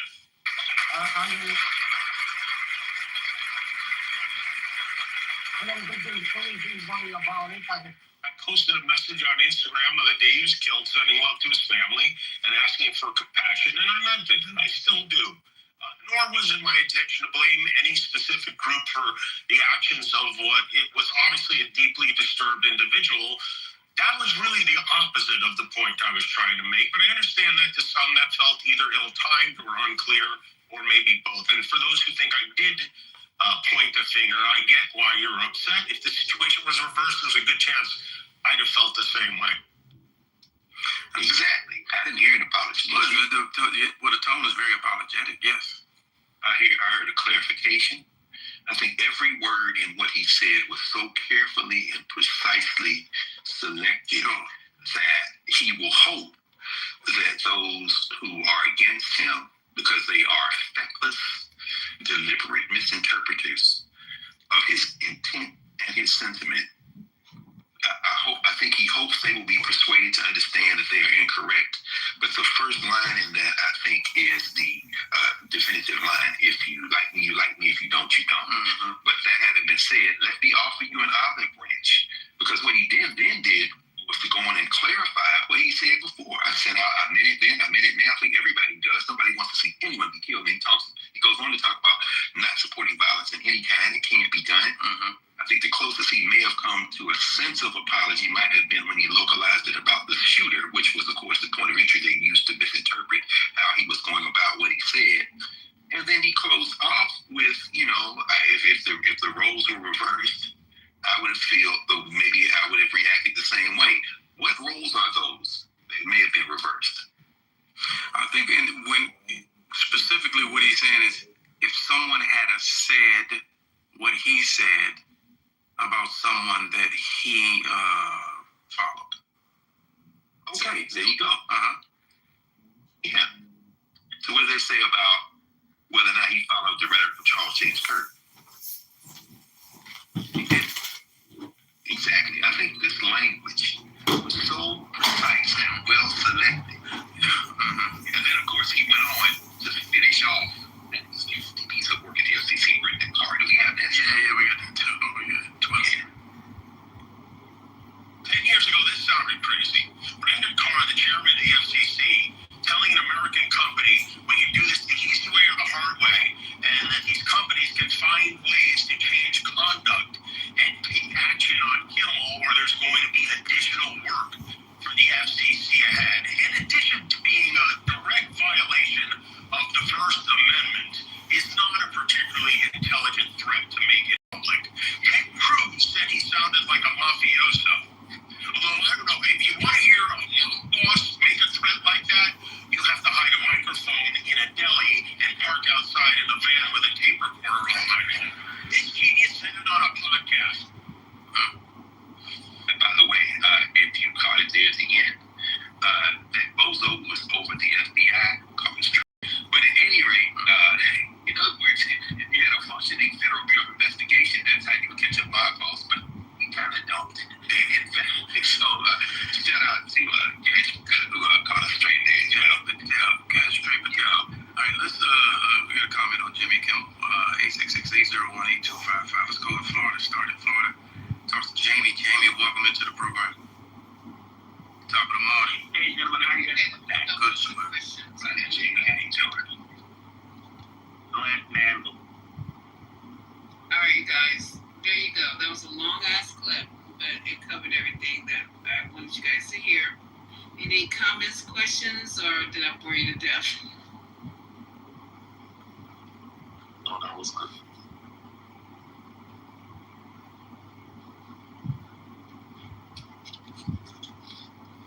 Come on, you guys. It's early. Jump in there.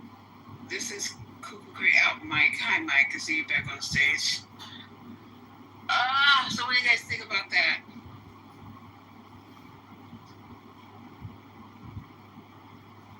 You loved it? Mike, you actually loved it? No, I just said hi, but I have nothing to say to it. Okay. All right. We can just move on to other news. Hi, everybody who's still left on the stage. That was a pretty big clip, but that pretty much was my whole sentiment about what happened at the UN with Donald Trump. And it also summarized what happened with Jimmy Kimmel.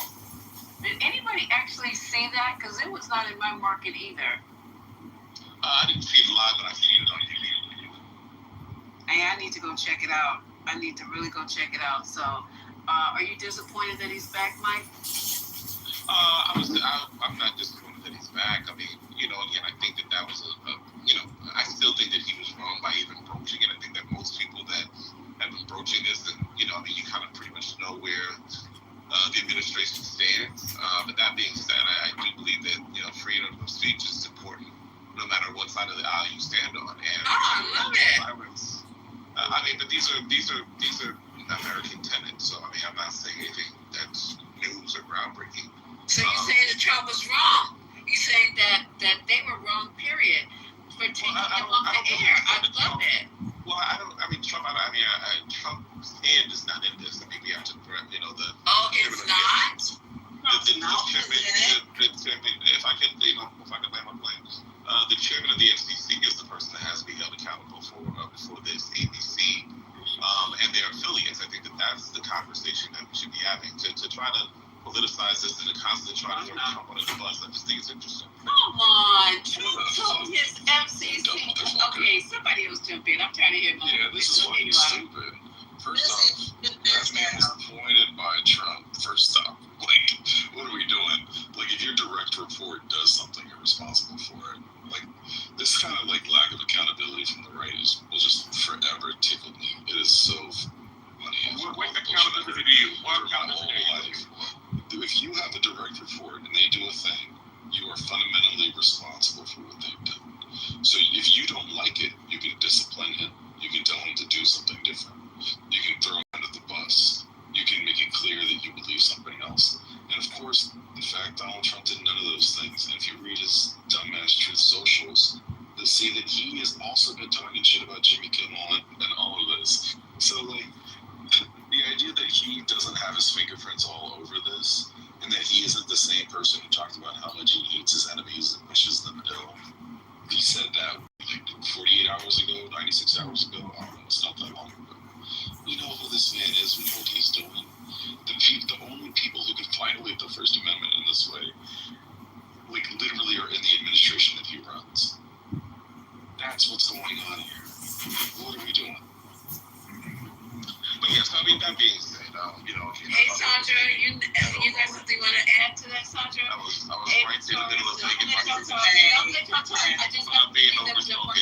You gotta love the censorship. You already spoke twice, Mike. You can wait a minute. But Sandra didn't even come off mic, and I was just I did come off mic. She didn't. You got it. You got it. And I yielded to you. You got it. Go ahead and then Mike, you go. That's not a bitch. That's not a bitch. But I had to Who called me a bitch?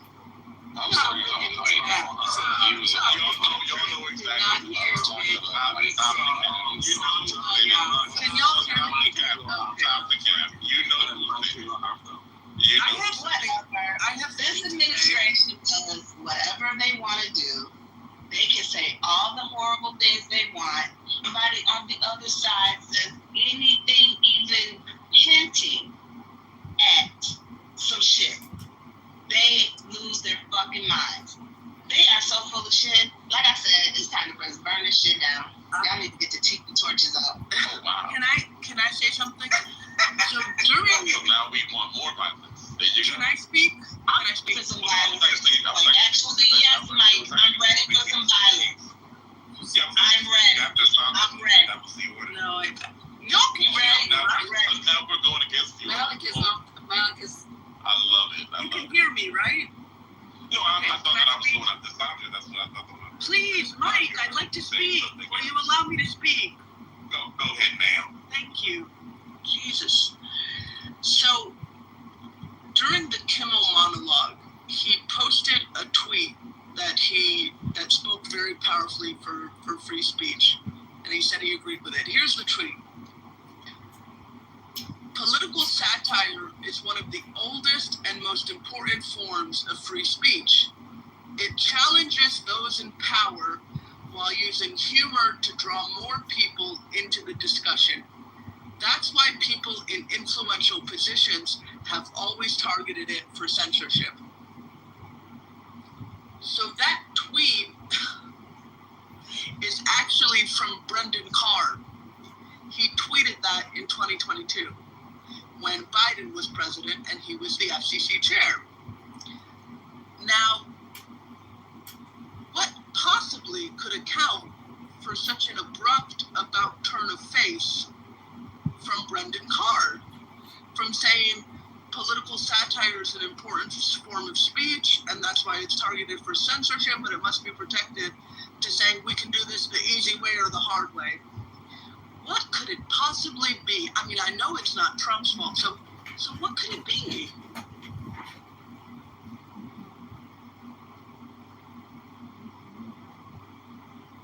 Well, I mean, at the end of the day, I mean, again, all of this, and of course, in this room, we will never be able to have a real conversation about it. But,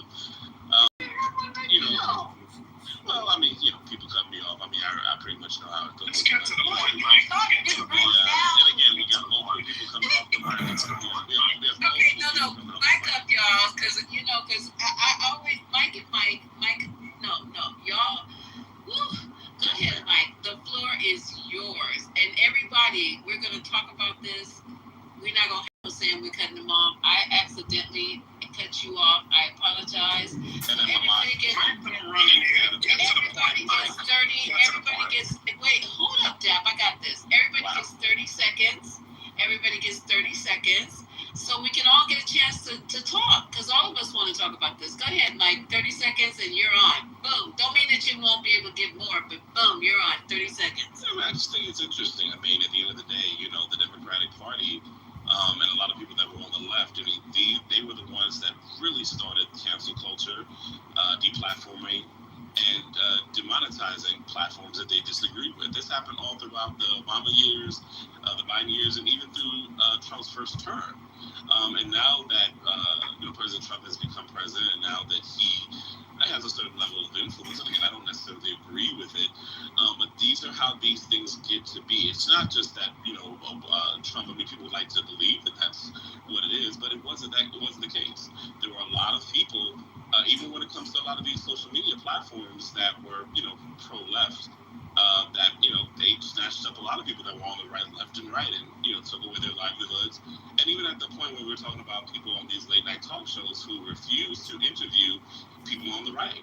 I mean, you just really don't see it. And so, from people that are from the far right, they're looking at this situation and they're saying, I mean, it's just drastically unfair that we continuously make fun of, mock, and ridicule and do hit jobs on the right, but we're never really pointing out the things that are happening with people on the left when their hands are caught in the cookie jar.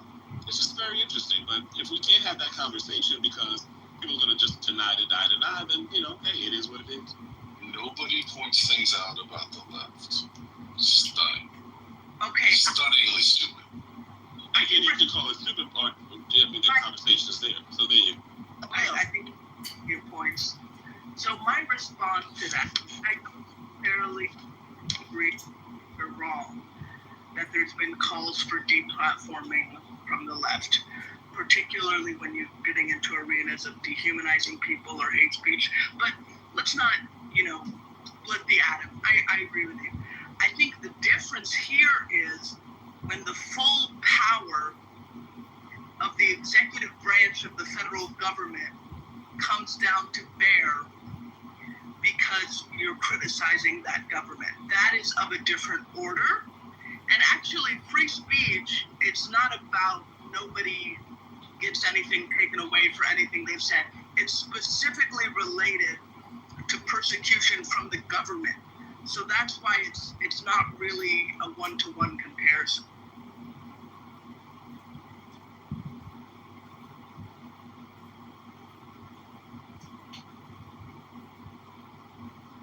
Okay. Mike? Anybody? Victoria? I think that really be quiet. Okay. No, I think that that's an interesting point, and I can receive that. But however, again, what I asked the Democrats, and this is rhetorical, what did you think was going to happen? And this is the thing that I think is very interesting, and I think that again, no one really wants to have these conversations. But you went around for many years. You went along for many years doing whatever you wanted to do,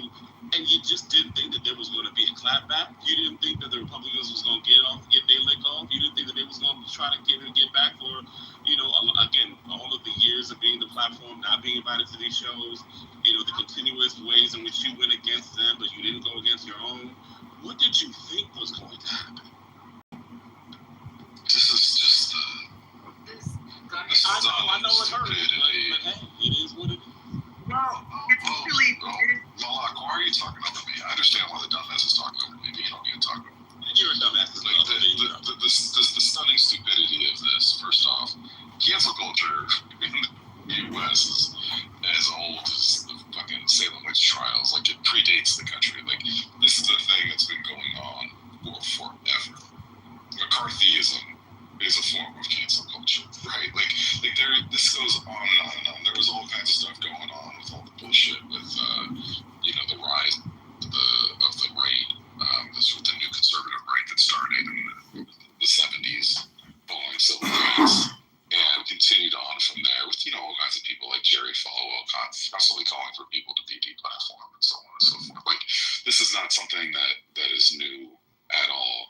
And frankly, at the end of the day, these are people saying, I don't believe this person should have a platform, which is a totally reasonable thing to say. I don't think Richard Spencer should have a platform. I don't think Charlie Kirk's best bud, Jack Posobiec, should be platforming white nationalists all the time and then palling it up with the rest of TP USA. I think it's weird. I think it's weird that Turning Point USA had both Jack Posobiec, who palled around with these virulent white nationalists, and also Candace Owens at the same time. Like, what a weird place that is. And the idea that these people have been given a platform as if they're part of certain normal society, I disagree with that. Do I think I'm going to go out of my way to try to cancel them? No. But I don't think they should have a platform at all. Absolutely not. That's not a big deal. There's people on the right who think that people who are too left-wing, shouldn't have a platform either. Okay, fine, whatever. Okay, we disagree. See who wins. Particularly in today's media environment, it doesn't even matter anyway, because there's so few shared platforms at this point, it doesn't even matter regardless. But this idea, once again, of the Republicans shirking all responsibility, because it's like, oh, we're not acting improperly. All we're doing is responding to the other side, is the most childish, dumb shit I've ever heard. Like, I see 8-year-olds and 6-year-olds have these kinds of fights. Well, I'm not responsible. He hit me first. What do you say to kids when they do that? That doesn't matter. You're responsible for yourself and your own reactions. Like, this is child shit. This is like literally stuff that you should have learned well by 4th or 5th grade. And they're out here trying to act like that's an actual political approach right now. It is embarrassing. It can't be childish, and again, I think we need to move the mics around. But I don't think honey. It can't be childish because again, it's when it serves your best interest, and when most of the media, especially on a national level, is left leaning, and again, you're not inviting people on the right. Once upon a time there was a point where that was happening, but it ended, especially with the emergence of Trump. Then all of a sudden, it's childish when that party decides when they have power that they're going to squeeze it. They're going to squeeze it to you the same way that you guys stuck it to them. And see, but again, if we're not willing to have that conversation and we don't want to be fair and balanced, and when you want to just invite all of your political friends, but none of your political detractors, that's where the censorship, that's where the cancel culture, that's where the deplatforming, and where the lack of freedom of speech sort of, comes into play. And so I just don't understand how people are convincing themselves that you can kind of go along and do all of that, and that you don't expect your political detractors, especially once they have power, to not respond in any way, shape, or form. Not that I'm saying that I agree with it, but what did you expect when you set that narrative? I don't agree with it, but I'm here to defend it vehemently. I'm not defending it vehemently. Man, wait, no, okay, I'm not defending it. Don't. Please, I don't want you to lie. I don't want you to lie on that. Well, then you can respond when I'm finished. Yeah. Right, but don't put it out with lies. Why are we starting with lies? You can respond when I'm done. Okay, well, don't lie. No. Come on, Mike, be fair, because I allowed you to speak. But she's lying. I don't like when people start lying. Also, you're not defending their behavior. But when she's done, I mean, really, because I want to jump in too, but I'm going to allow. Go ahead. Okay, I'll keep it brief. Thank you. No, you don't have to keep it brief because he's supposed to listen here. Okay, thank you. The thing is you cannot compare the behavior of a talk show host, a a late night talk show host to the behavior of the President of the United States and his lackeys, there are different orders of responsibility there. So the comparison didn't work. If you want to make a comparison of, well, the left did it, then you should be talking about how the Obama administration went after Fox News. But oh wait, that didn't happen.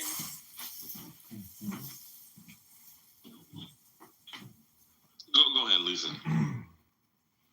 Okay, and when did a sitting president wrangle to try to get a talk show host off the air? Literally, Never. Because you keep saying now it's gonna happen to you because it happened to us, and y'all should have known that we were gonna clap back. I mean, the things that this guy is doing in the name of vengeance and retribution is absolute. When was the last time we had a president who's just set up and just started going after everybody who didn't like him?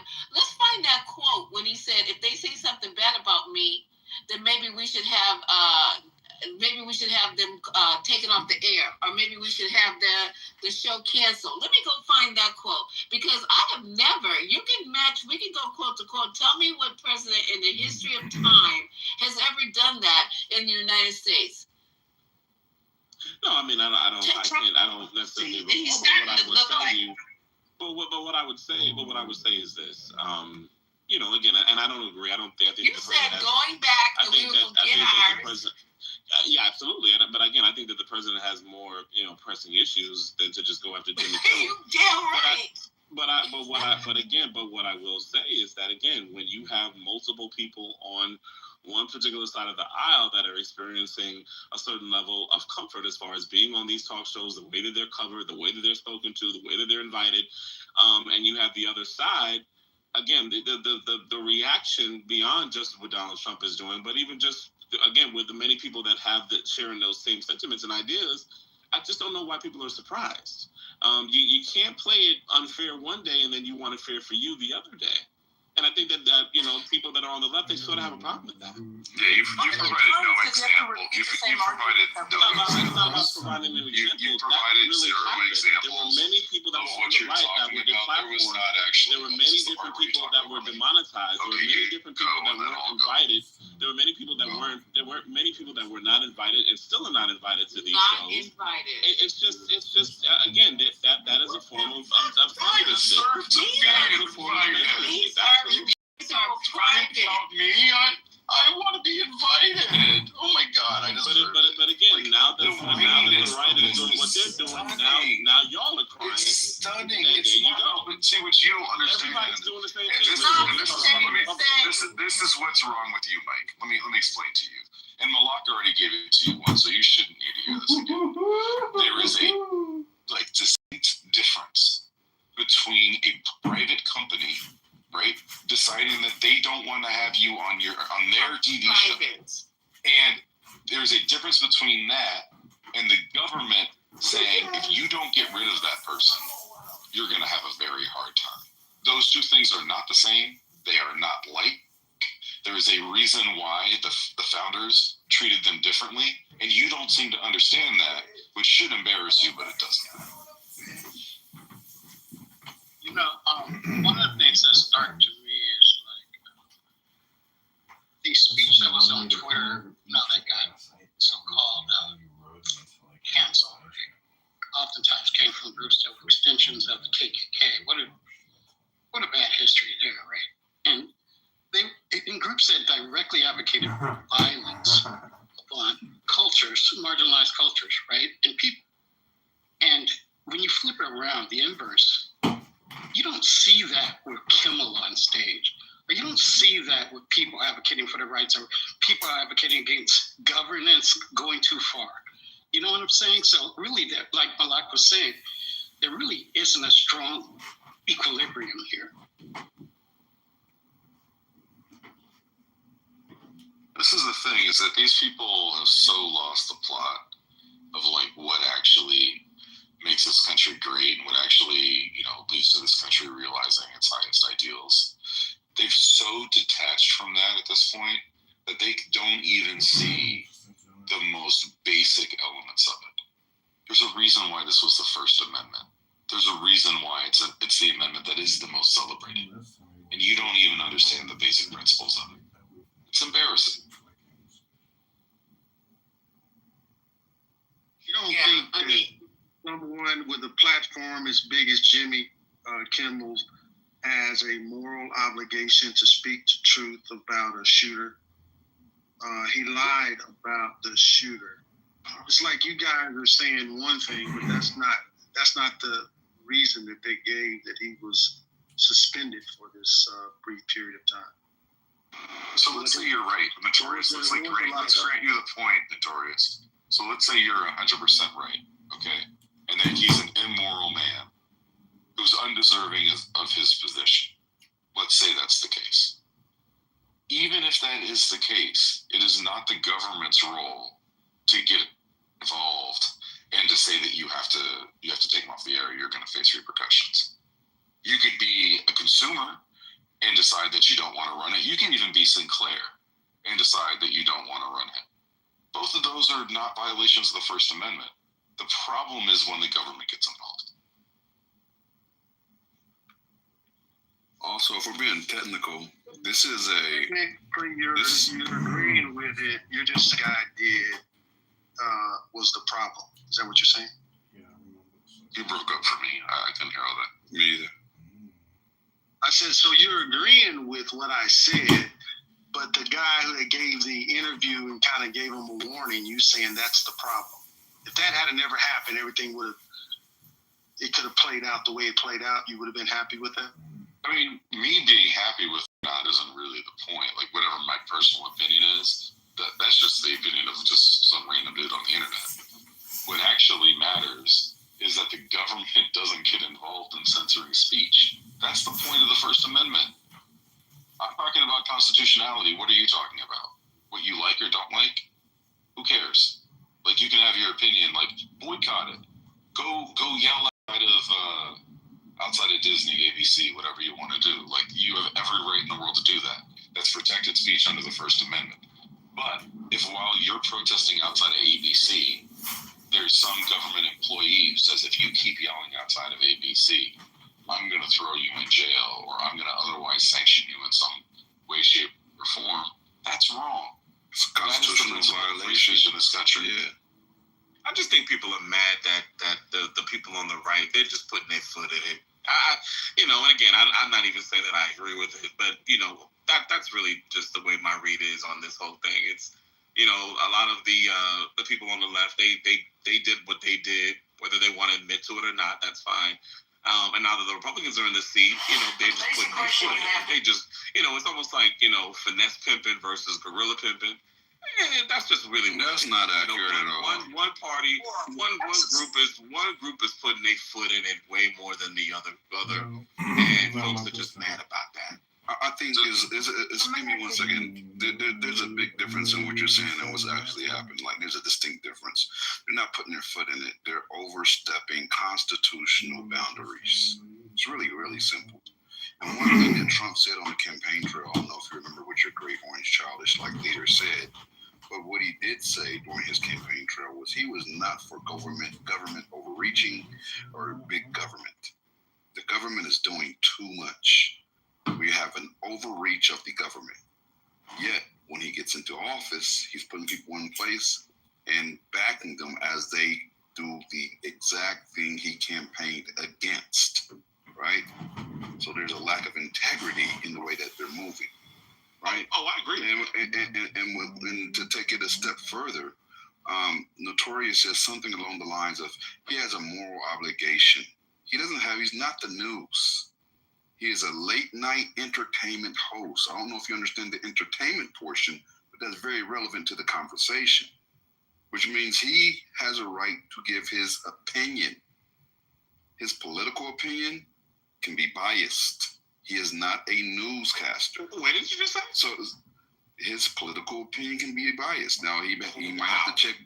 It is. Let me say I hate that person, right? You have the right to say that. Right, he has a right to say that. That's the First Amendment. That's not wild. If the wild to me lets me know that you don't understand. You don't understand that the First Amendment right still applies to a late night All these Republicans and folks that sit up here and try to strip away people's rights, you wouldn't like it if somebody stripped away your rights and all this other kind of stuff. I told a dude one time, if you're throwing rocks at my glass house, you wouldn't want me to throw rocks at yours. Go sit down somewhere. And these Republicans, they need to sit down somewhere, and I hope they have the same energy when the tables are flipped on you. Remember, y'all keep talking about tables flipped. The good Lord says things will catch up to you, including the ugly. So when you continue to be ugly, eventually ugly will hit you in the face like the door swings on the way out. At the end of the day, you can't do this kind of stuff and sit here and do this, man. It is, trying to hold people to a moral standard that y'all don't live up to either. You got a president that talks about inappropriate stuff, touching women in inappropriate areas and all that other kind of stuff.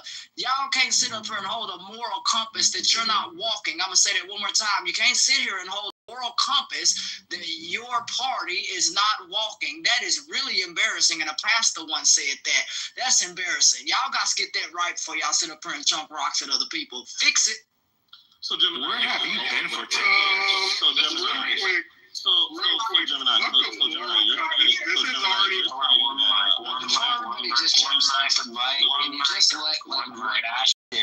Can we just let that breathe for a second? Yeah, so Gemini, you're saying that it's okay for a platform to be biased? Is that what you're saying? I just want to make sure it's clear. There are a lot of biased platforms. Now he has to comply with his private company and in the contract that he signed with this private company, and by the regulations set forth there. Right? Those are the only regulations that he has to abide by. Other than that, First Amendment applies. Which is why they brought him back, because he did not violate his contract. And that's why they were worried about the lawsuit, because they know legally they had no standing. So they had to concede, as you should in this moment. I mean, fuck all this shit. Yeah, real quick. Let me hop in here for 1 second, please, Your Honor. Let me hop in here real quick for 1 second. This already also been discussed in Neer versus Missouri and in New York Times Co. versus, I believe, what was that? Hold on, I have it right here. I'm sorry. I'm thinking of Moody v. Net Choice. I don't know why I was thinking New York Times. Both have been decided 2 times, really 5 times to be exact, by the Supreme Court. The government cannot intervene inside of any type of news publication or any forms of media to suppress or get rid of anything that they disagree with or find harmful. It's already been ruled as a direct violation of the First Amendment and to the freedoms of press and to the media. So, I mean, fuck the moral standing. The government quite literally cannot intervene. And also, just around this question of that there would be oh my God, Ashton, like the idea that we'd be shocked that there's bias in media. Bias is inherent. Like, I don't know if we understand this. Like, just the editorials that you make about what you include or don't include is a form of bias. The way you talk about something has bias to it. Now, if you're trying to present something as just pure reporting and you're not aspiring to some level of objectivity, you can be judged for that, for being a bad reporter or a bad journalist or something like that. Like, fair enough. Like, that's okay. But of course there's bias. I don't think Fox News should be taken off the air because they've got a clear bias, or that MSNBC or whatever it's called now should be taken off the air because there's clear bias. That bias is okay. And I think in an ideal world, they're honest about the bias, which frankly, both of those channels are honest about their bias. So, like, why are you surprised that there would be bias in media? Thank you, Your Honor. But let's say this real quick, right? ABC is regulated. They're regulated by the FCC, right? And this is the ways they're regulated by the FCC. If it comes to indecency, obscenity, equal time rules as far as political candidates during debates, during elections, and fairness in advertising, right? But not editorial content. What the FCC does not regulate legally is bias or opinions. So legally, when they started to threaten based on an opinion, they were outside of what they're legally capable of doing.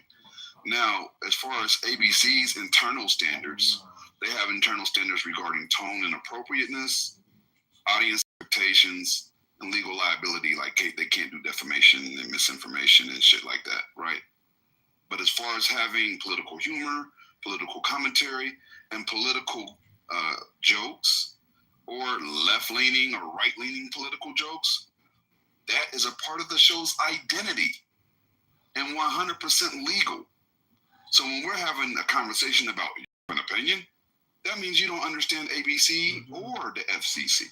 Like, there's no 3 letters in a row that you completely comprehend, or you wouldn't be shocked at the fact that he can have an opinion legally and according to ABC standards. Also, Gemini, you mentioned. Remember that and said that the FCC was essentially stepping over its bounds. Ted Cruz called that out here on the news. That is embarrassing when a Republican is saying that the FCC is overreaching and overbearing. That is embarrassing. Republicans, y'all got to fix that. When you got Republicans sitting up here and saying that you're doing bad, y'all voted for this man. So when you have the blowback that you do, now you understand lawsuits matter. And I'm glad that Jimmy Kimmel, I'm glad that they're back on the air, because you shouldn't be ripped off the air simply because of what you say based on an opinion. We're not in Dubai or Qatar or someplace where it like that. So we got to make sure that people have the right to stay on the air and speak their opinion. He didn't threaten to kill nobody, harm nobody, or nothing like that. And as long as that kind of stuff is within the bounds of his contract, those kinds of things, and he's following his contract like that gentleman said, ain't nothing wrong with that. But y'all got to stop trying to cancel people and take them off the air for what they say. This is America, and y'all better know that. People have rights under the Constitution, and hopefully folks understand that too. Republicans, fix it. Why don't you fix the shit that you did? Go ahead, Can I Malak. speak, Go ahead, please, and then I'll pass it to you. Wait, can Amari? I hear somebody trying to get in there. Who is that? Malak. Okay, Malak. I let them always bow down to the mods. Malak, go ahead, sis. Was that Malak? Okay, you don't need to bow down, but I appreciate that. And then I'll pass it to Amari. And Jay, did you want to speak as well? Oh no, I've already said the Supreme Court cases that would rule over this. I mean, this whole conversation is about him being taken off the air. It's stupid based on the Supreme Court cases. Okay, got you. So Gemini mentioned the equal time rule. We talked about this in the room the other night. Some of you might remember. The equal time rule, so the things people are mentioning, well, you keep inviting people from the left. Why don't you invite people from the right? The equal time rule does not apply to entertainment programming. So as a late night show, it's an entertainment program. The equal time rule doesn't apply to it. As for the timing of, what he said about Charlie Kirk or whatever, Trump tweeted when the announcement was made in the summer about Stephen Colbert. I guess he wasn't tweeting because he's off that site now. But anyway, posted. When the announcement was made about Stephen Colbert and Trump was celebrating, like, yes, I hate Colbert. This is amazing. I don't know if these were his exact words, but basically the sentiment. He said, quote, Jimmy Kimmel is next, unquote. Obviously months and months before anything ever happened or was said about Charlie Kirk. He also said, they played a clip and he said it to the cameras. He said, these late night shows or these shows, all they do is hit Trump. That's all they do. You can't do that. Well, obviously you can do that. And that's exactly what late night shows do. If you remember a little story called Monica Lewinsky, they hit Clinton a lot. They hit remember how they called Bush stupid every single day? Clinton hit Monica. They hit all of these people. That is what late night shows do. So it's just to show that, okay, thanks, Mike. It's just to show that that's bad context. That's all. Okay. In terms of the context, it's not simply about the comments about Charlie Kirk. He's been gunning for this show. And then when they announced the suspension, he said, this is great. Jimmy Fallon, Seth Meyers, you're next. So this is his thing. He wants to go after all you guys. The only reason why I said it that way. I think Omari wanted to speak. I'm just trying to respond to that. And Mike, I'm not Omari was next. Let's come after that, Mike. Right, I know. Omari was next. Come on, mute up. Mute up. Go ahead, Mari. Mike, if you want to be put in front of people in the line, maybe you shouldn't say that I'm babbling in the chat. Go ahead. No, what we'll do is this. Lisa's going to put her Cash App up, and if you want to skip the line, you have to hit her Cash App, and then you can go ahead and do it. Lisa don't have no Cash App. People, Man, foot down the trunk. I really don't. I I want can a use somebody refund. else's Cash App though, and I'm Can I also get a refund? Cash App up if you want to knock people down off the stage and all that kind of shit like Don't do that, Lisa. This It is a $5. We'll start at $5. This is not Homeboy's room. It'll be a $5 a shoot and a $10 recovery fee paid directly to the owner of the room. Stop blocking my coins, Amari. Lisa ain't dark side. Please don't go there, please. Off the stage. There's a $5 to shoot fee and a $10 recovery fee paid directly to Lisa. I've been I'll get in the queue after Amari. Lisa does plus users, VIP, get one badge also. Oh, definitely plus members. Yeah, I'll get in the queue after Amari because I want to respond. You gotta pay to be a plus member of this room, so you have to pay a fee directly to Lisa. Then you're considered a actual 420 plus member. There's a difference. Okay, go ahead, Amari. All right, so there's a couple of points I was taking notes on because I don't want to do. Ashton, one, what you're seeing right now is something that was going on a decade ago almost. So I think possibly, Ted Cruz, the senator that you mentioned, has talked about the Russian collusion hoax. I think you might want to go back and listen to his videos. 600 days plus, a man was under investigation, which basically destroyed almost the first 2 years of his first term. Think about that. He was told that he was a Russian. Not anyone on this stage. I don't think anyone on this stage had it. They had you guys were putting beer cans of something called molar time. Everybody had molar time. Like FBI is gonna come and take this man in handcuffs from the White House, and you pushing that, and everybody believed that bullshit. ABC, CBS, NBC, MSNBC. 2 years. He lost the midterms because of that. Because he was a Russian asset. So please don't tell us about what's going on now, because we don't want to hear that shit. It's over. What happened 10 years ago. I'm talking about here recently. It ain't no fun when the rabbit got the you know what. Right? Yeah, that's right. And so now that's not what I'm talking about, brother. You missaid stuff. Hold on, can I finish? I took notes. You can take notes and respond back when I finish, respectfully. All right. So I don't want to hear about again on the whole show. Jimmy Kimmel. I don't care. I don't care that Jimmy Kimmel was back on. I don't care when he was off. I just don't care. I don't care that President Trump also has the First Amendment right to also tweet what the fuck he want to tweet. If he want to say the motherfucker should be gone, he has that same First Amendment right. His First Amendment rights don't go away. His Second Amendment rights don't go away.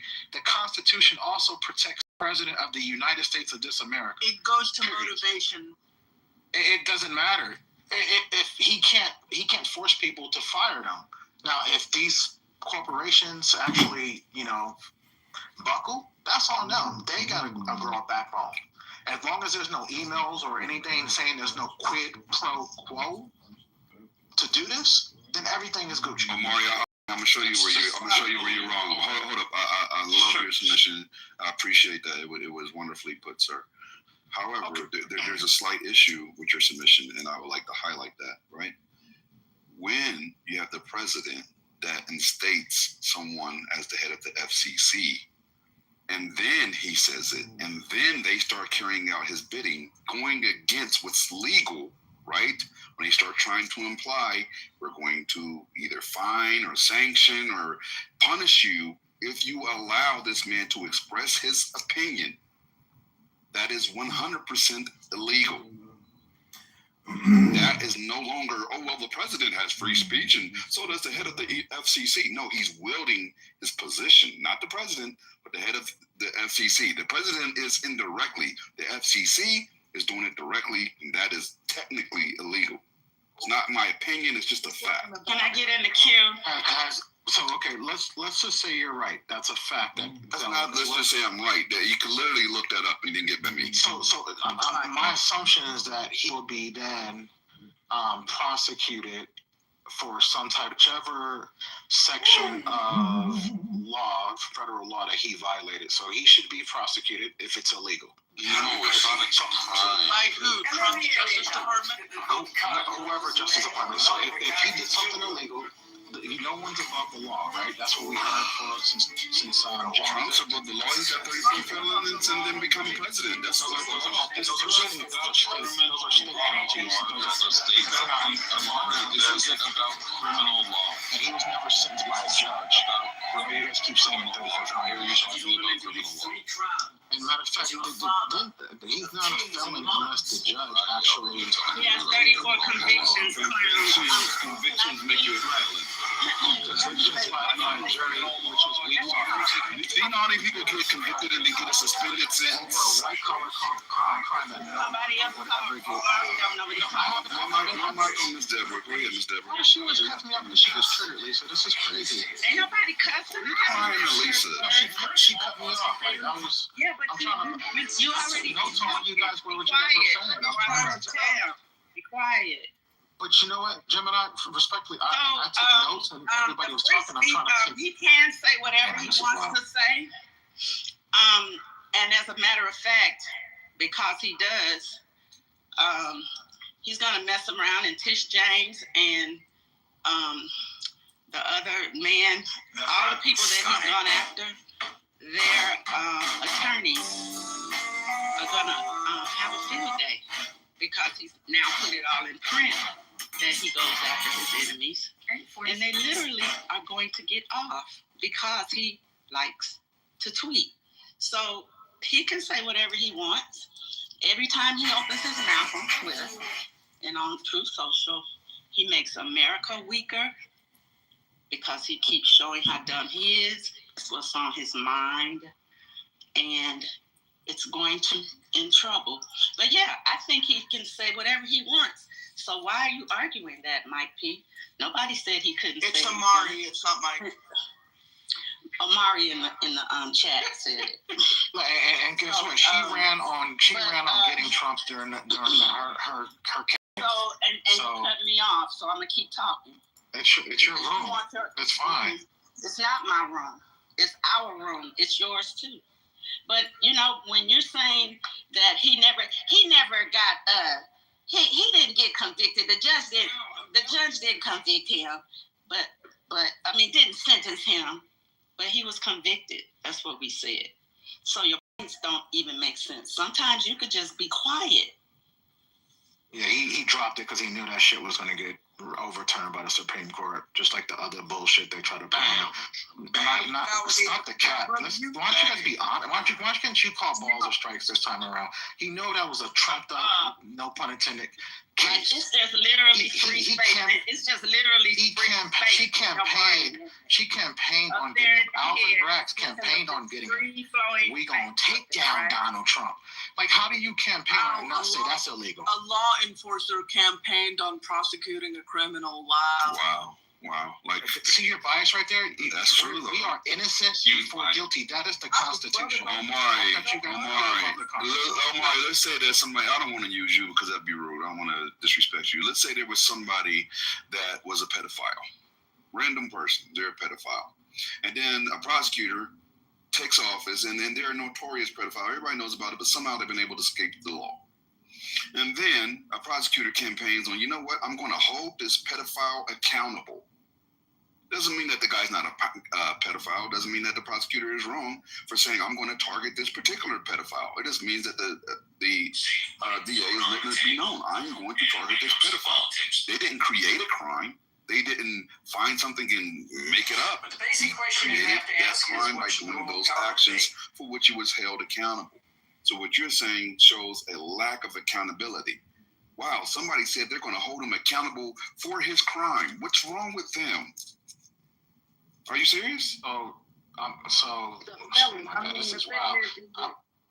This is wow. This is a really strong. I mean, I don't even know why you guys bring this up. This is a strategy by Omari in the first place, because what we were actually talking about. I responded to Ashton. And when the government violates free speech, what doesn't happen is like the government official doesn't go to prison.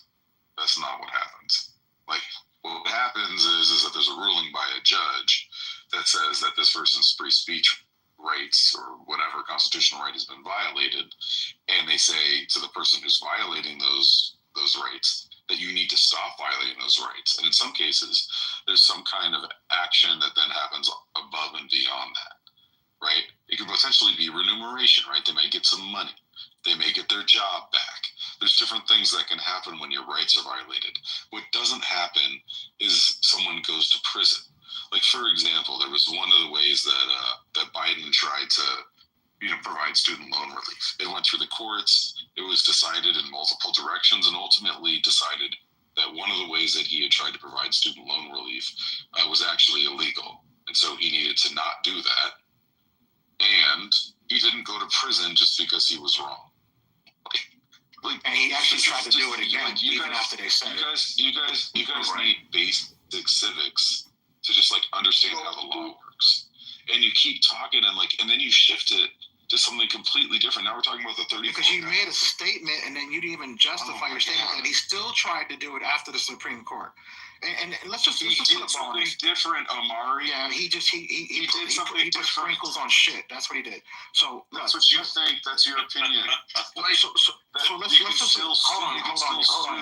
Let's put a ball on shit. And the thing that you're doing is you're pretending like the law isn't complicated. So it is often complicated. However, that's not complicated. What is it? The Supreme Court said you can't do it.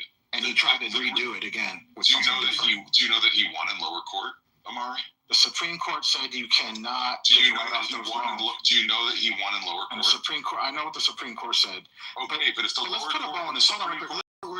Stop. No, you're gonna stop for a second. Okay, go ahead and finish what you're gonna say. If a lower court ruled one way and a higher court rules another way, that's almost the definition of it being complicated. If judges who are trained in the law, who are literally in their positions to adjudicate, disagree, then there is complexity. What there is not complexity in is the government shutting down speech. It's cut and dried. There's no question about it. There's no gray area here.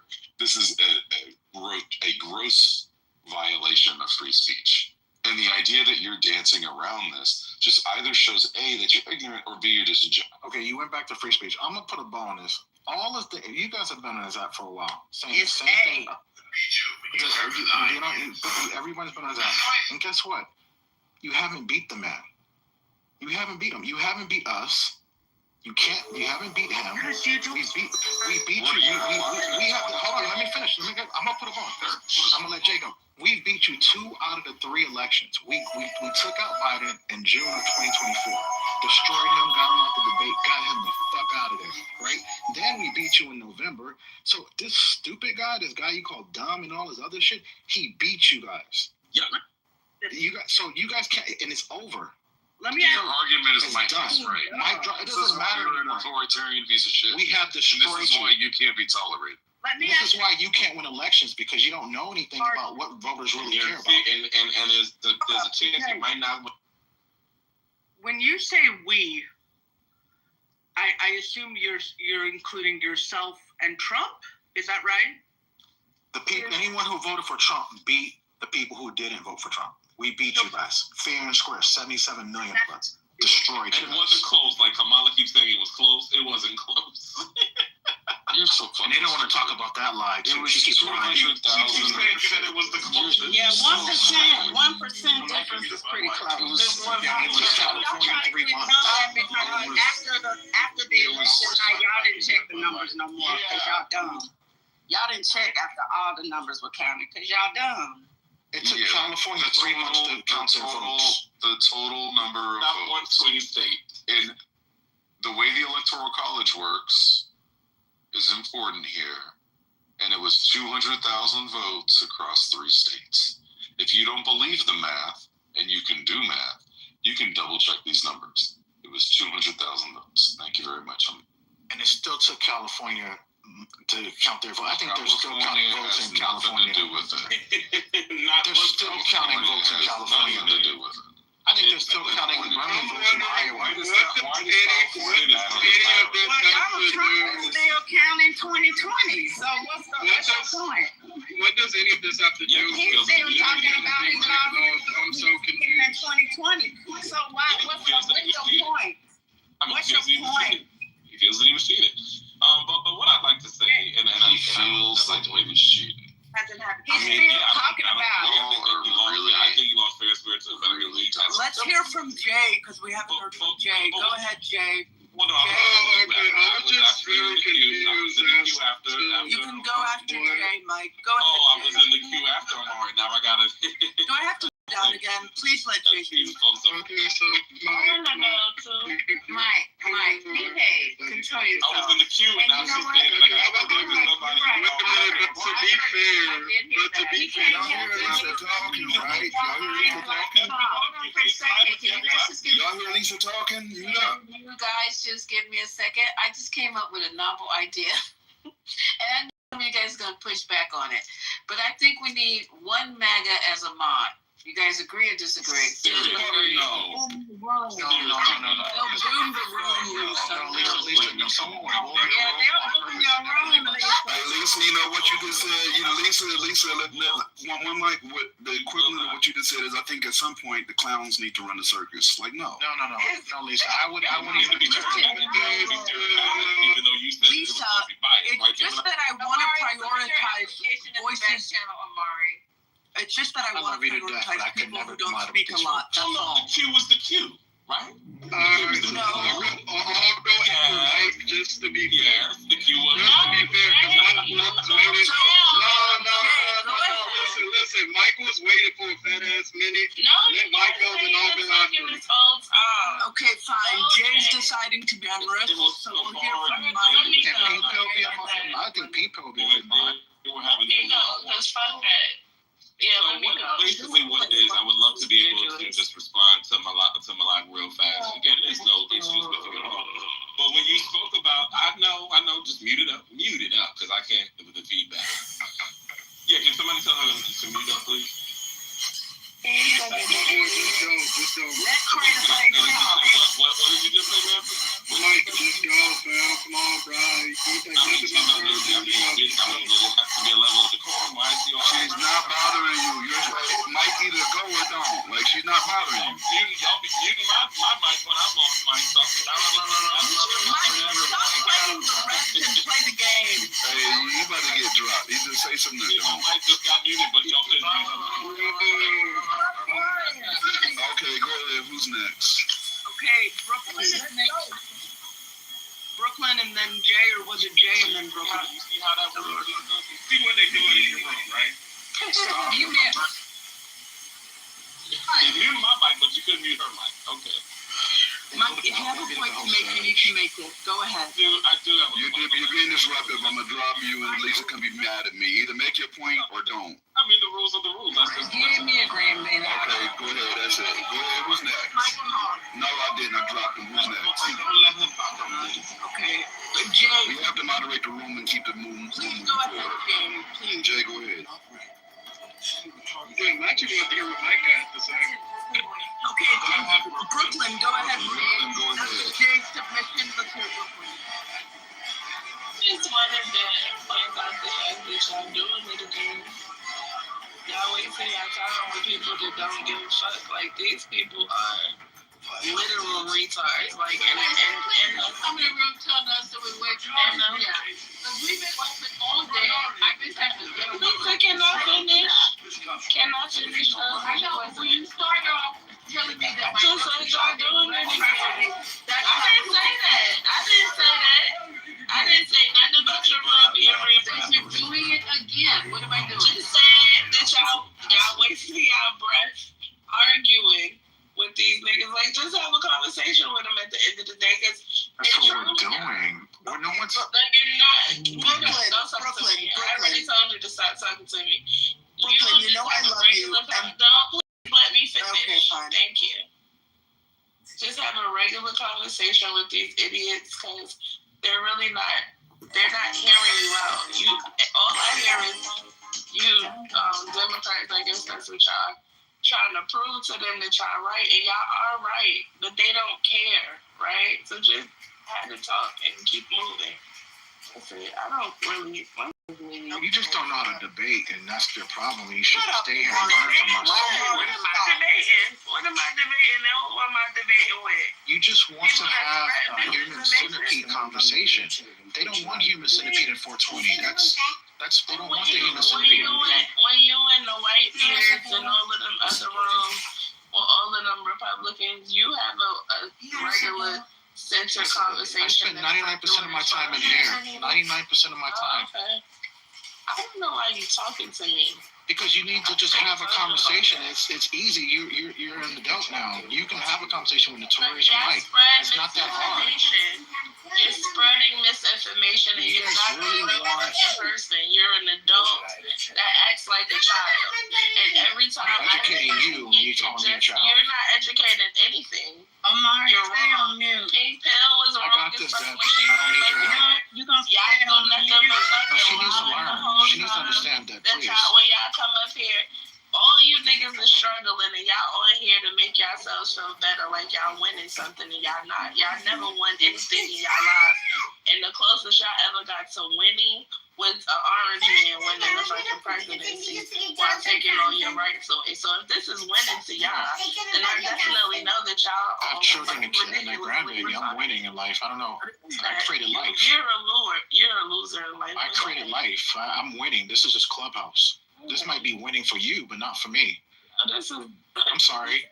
Okay, we're not here to insult each other. No, we're not going to bring personality into it. I will really let you have it. Don't do No, it's not about that. It's not about us getting personal.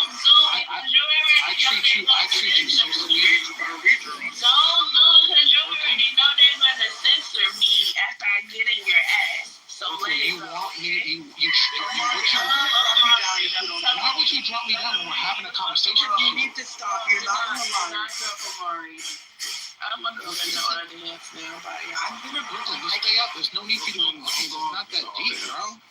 Like, why are you running? 1 second. 1 second. Hold on. No, I want her to stay on stage and talk to us. That's my point. So just give me a second. Brooklyn, come back up. Finish saying what you're saying.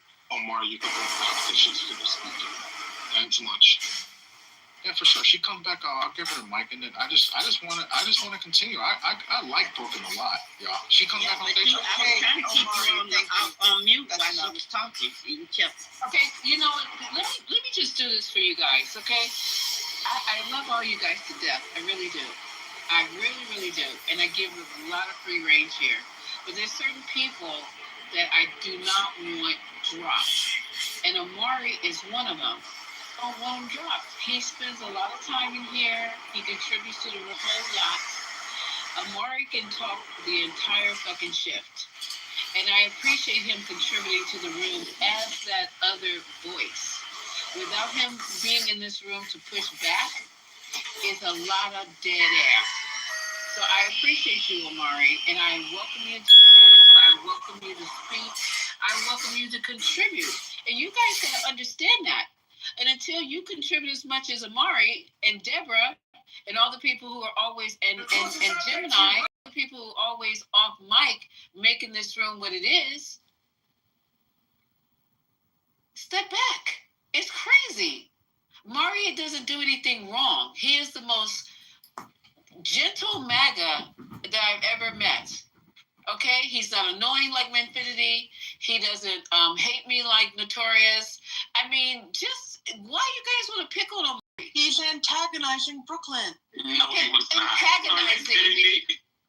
antagonizing? Have you guys heard antagonizing? When people come on stage and call me a bitch and talk about my vagina and talk about my kids? That's what I call antagonizing. I would call that worse than antagonizing. Well, I'm just saying. So Amari's done none of that. He just has a different opinion. So okay. I'm good. I mean, I don't know if you guys are not good, but I'm pretty good. Brooklyn, I sent you an invite. You don't want to come back up, Brooklyn. Okay, so on that note, I'm not done talking. Okay, I'm sorry. Mike, we got Matt on the stage now. We got you. We got Amari. We got Notorious. Let's just have this conversation. It's getting late. So let's just have it. I was enjoying the hell out of it. I got people over here listening to you guys. We're enjoying it. Yes, indeed. No, I wanted to respond to what Malak had said some time ago. I mean, we got a little bit disengaged by all that babble. Shout out to Amari, because he's way more patient than I am. But, when Malak brought up the whole thing, because we were talking about Jimmy Kimmel, and again, I don't agree with him being taken off the air, just for the record. But the difference in this country, when you bring up Bill Clinton and his improprieties and how they were spoken about on late night TV, and also with Bush, the country was at a different time. It was a different tone. It was a different energy. It was a lot more balanced. If you did something, no matter who did it, they fried you up. And we're cool with that. What has happened with the emergence of Donald Trump is that it has tilted dramatically to the point now where you hardly talk about he's the constantly Wait, doing no. It has tilted, and we can see that it's tilted. There were many more Republicans that were being invited, and people and conservatives back in those days that you spoke to, that were invited on those shows, that were allowed to speak, that were allowed to promote their books, that were allowed to, pontificate and say all sorts of things. It was just a different time. It was way more balanced. Today it is not. And that has a lot to do with the emergence of Donald Trump. If I could just... And so when you do things like that, and when people are seeing this, and they're seeing the disproportionate way in which one side is being serviced versus the other side is being attacked, or one side is able to be accepted versus the other side isn't necessarily, or one side is being, you're handling with kid gloves, but the other side you're going extra in. Again, I don't have a problem with anybody going extra in on Donald Trump, it's fine. But when you're not doing that to the other side, you gotta get, at some point, you can't be God. You're not God. Like, you can't believe that your side is so right and so progressive and so a bastion for excellence that you just get to do whatever you want to do. And then when they start doing things to you, then all of a sudden, what's the hold up? And that's the problem. Undesired. Which show? Who was not invited to go on the show? What show that you were talking about? Because you can say that all day long. You have no proof of what you just said. None whatsoever. None. We see a lot of conservatives every day. None. Boy, you just talking. You have I never any evidence to any submission that you make. You just talk, run your mouth. Okay, so then put something in the damn phone. Give us one. Give us one. I have an example. There was a. Yeah, you might have an example, but Mike don't have one. Conservative on these shows. Let's stop. No, wait a minute. Can we not act like that? Can we not act like that? The MAGAs are the same as conservatives, please? Because they're not. MAGAs of today. No, let me finish, please. When you're talking about the gas, I'm assuming we're talking about like around between 2000 and 2016 about when Republicans and Democrats can all go on these little podcast interviews, shows, so like that promote themselves, promote their books, promote their works.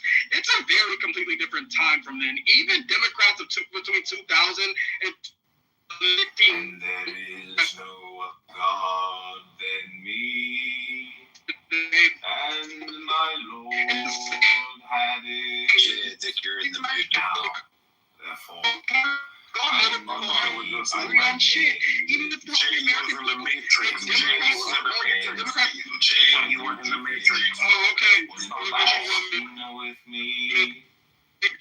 Since I am infinite. Fucked up, man. We can't hear you. Infinite stars.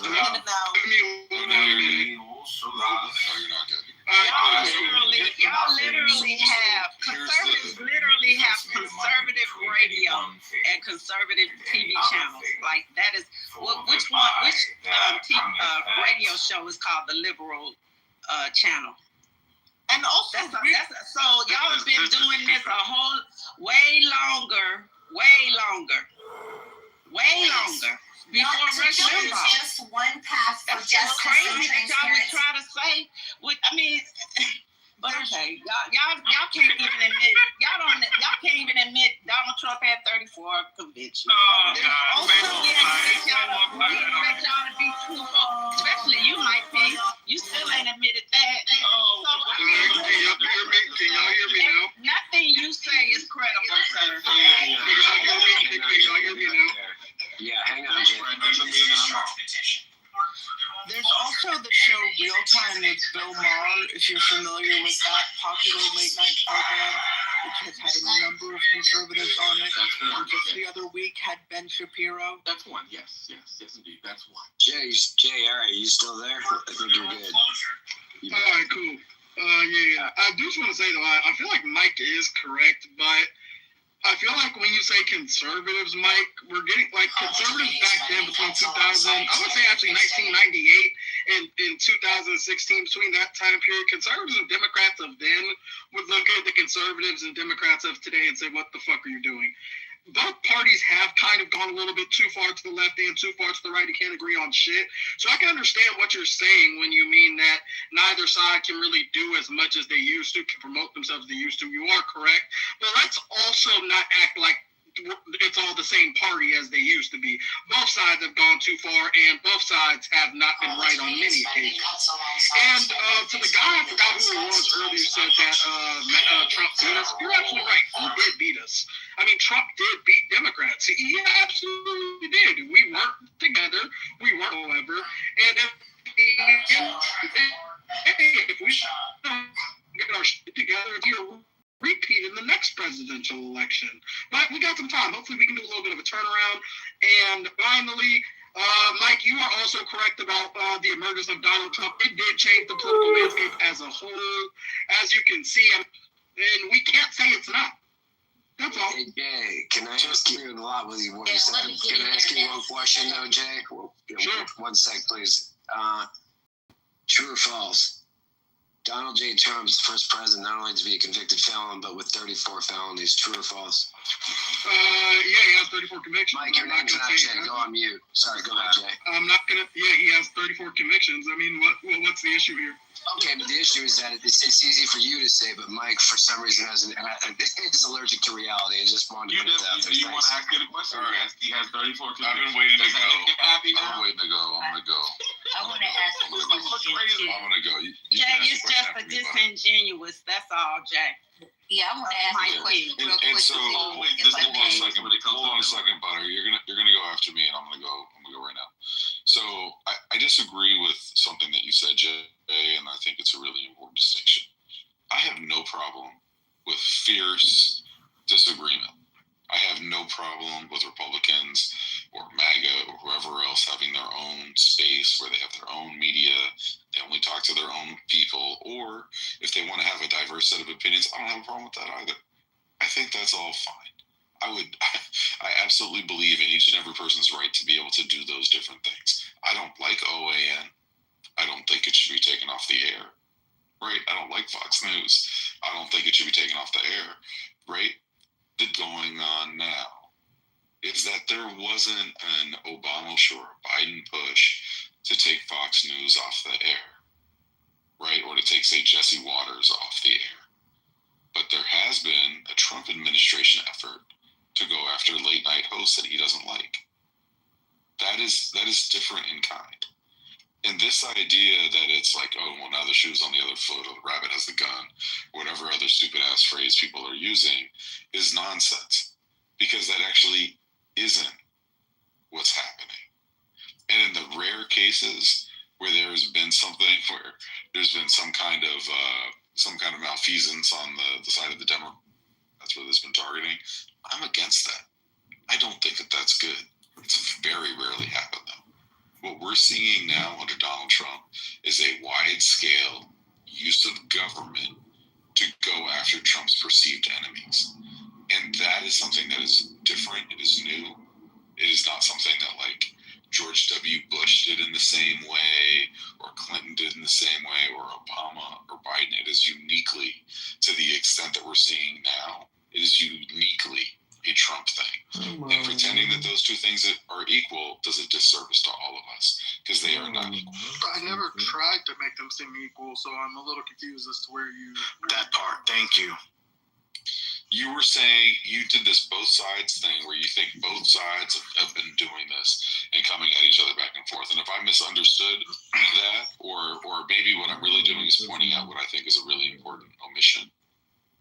Maybe that's what's going on here. I'm pointing out what I think is an extremely important omission. That the thing that we've been talking about around free speech is really about the use of government power, about using offices that belong to the people for personal or political gain, as opposed to using them in service of the pop and the popular good. The other Can we bring up Christian? They just punish in different ways. No lady punchers allowed on stage. Can we? Butter has been waiting to talk. Yeah, I've been trying to. I'm going to be super quick. The only thing I wanted to add was that there were all kinds of changes as far as election integrity. In Georgia in particular, during that election, that really affected certain groups of people, certain counties. The primary election when Trump and before that actually, it was I think 2021 when they started the reforms in Georgia. They had some kind of a election integrity act, I believe it was called. Right, where they lost the state and then they tried to make it harder for everyone to vote. Go ahead. Exactly. So that's the only thing I wanted to add is that there was, I think, if you want to make changes like that, just so that you can make it difficult for people to vote or be confused about where they're going to vote now or make their polls so far away that it deters them from voting, I think you could say that's manipulative. That's all I want to say. Thanks, Butter. So I did a little research, and there have been a number of conservatives on these late night shows. Now, it's important to point out that the Bill Maher show, for example, which I named, that's an explicitly political show. Most of these shows are not explicitly political. The only really political part is the monologue. They joke about current events and politics. But after the monologue is finished, in terms of the guests, as I said, they mainly have actors, comedians, musicians. They don't have politicians a lot. Usually, in order to be a politician that can get on these shows, you have to have a very high profile, i.e. be quite famous. But that being said, they have had a number of conservative guests. They had Jimmy Kimmel in 2021 and 23, had Mike Lindell, the MyPillow CEO. They've had Orrin on The Daily Show. This is all in the past few years. Orrin Cass, conservative policy thinker. They've had Meghan McCain. They've had Ted Cruz, Liz Cheney, Adam Kinzinger. Now, I think part of the problem, by the way, in terms of the liberals, it's not like they've had that many more. They've had, like I said, big names, Bernie Sanders, Cory Booker, Tammy Duckworth, Joe Biden, Elizabeth Warren. But if you're using the same time period, it's not that many more politicians. But I think the difference between someone was saying MAGA and conservatives, it's not really the same thing. I think part of the problem is these network late night shows, they're within the mainstream. So first of all, not all the late night shows have guests like that, but of the ones they do, the network shows are very much in the mainstream, and a lot of the MAGA policy positions and the things that they say, they're very far outside of the mainstream. So they're trying to move, they want to move the mainstream, but it's in the process. They haven't fully moved it yet. So if you want to go so far outside of the mainstream in terms of the things that you back and the views that you have, yeah, you probably won't be brought up on mainstream media as much. That's all I wanted to say. I would say this again, and again, thank you, Lisa, for what you stated. It's frustrating because all we do, I know Mike does a little bit more trolling than most of us. I know TC comes on, he's Mike, you do have to chill out just a little bit. But other than that, we all try to come in. Like, I respect Brooklyn. I think she's smart. I think everybody here is smart. We have, like, for example, Aaron just said one thing, and then I posted an article. where we know that they tried to stop Fox News. Don't hold on before you come off mic. We know that when Jimmy Kimmel, when Tucker Carlson got kicked off, he was laughing. He thought it was funny. So again, let's not act like Jimmy Kimmel has not been Kimmel. I did the B again, right? Malak, sorry. Let's not act like he did not make fun when Tucker lost his job. Was that a result of the interference of the federal government? I don't know why Tucker got. I don't know why. I don't know why. We make an argument and you don't respond to the argument. You ignore it. You call it a nothing burger, and then you just repeat yourself. I definitely called it a nothing burger. I did. Oh, but hold on. But real quick, why? I mean, we're just talking. You named about 5 or 6 names. Right. When Bill O'Reilly got kicked off, people were excited. What I'm telling you is that there is parity. That is what I'm saying. It's nothing. And if there's a lack of representatives, I'm explaining to you why. Now, if you want to disagree with that, go ahead. But if you're here to just insult me, well, I guess I have to take it because it's. I didn't insult you. I just said that whole thing. You said I'm babbling, and I said nothing. I said that statement wasn't a nothing burger. I didn't say that you weren't smart. I never said that you were unintelligent. I never said that you weren't smart. I said that particular thing just didn't really, because again, at the end of the day, it doesn't usurp my point, which is there is a disproportionate amount of people that are on the left and are invited on the platform. No, it wasn't him, Debbie. It was Malik. He didn't say nothing about me. But I'm just saying, I'm not. I haven't even said nothing, and you guys are calling me out. I'm just over here sitting down doing what I gotta do. You guys are having a good time. You run the room. Lisa, never you mind that. You do your homework. Never do your homework. But Malak, you just went over what I just said. You went straight to Mike, right? Let me respond to you, Amari. No. Can she? You can go. Can you go after her? What you said was Jimmy Kimmel when Tucker Carlson was taken off the air. Is that right? Yes, he did. Yes. So what I'm telling you is, you're saying, see, it's the same thing. It's not the same thing because that wasn't because of the federal government. If Jimmy Kimmel got bad ratings or there was a petition from the public to take him or under any other circumstance and everyone on the right laughed about it, that would be one thing. That would be fine. I mean, maybe some of us wouldn't like it, but whatever. The difference is the government went after him. That is what you have to deal with. After an assassination, you're trying to talk about something where it's an assassin. A person got killed in front of millions of people. You're more upset about Jimmy Kimmel than you are than someone got assassinated. I'm not upset about Jimmy Kimmel. I'm upset about the First Amendment. That is wild. That's stop the First Amendment because somebody got killed.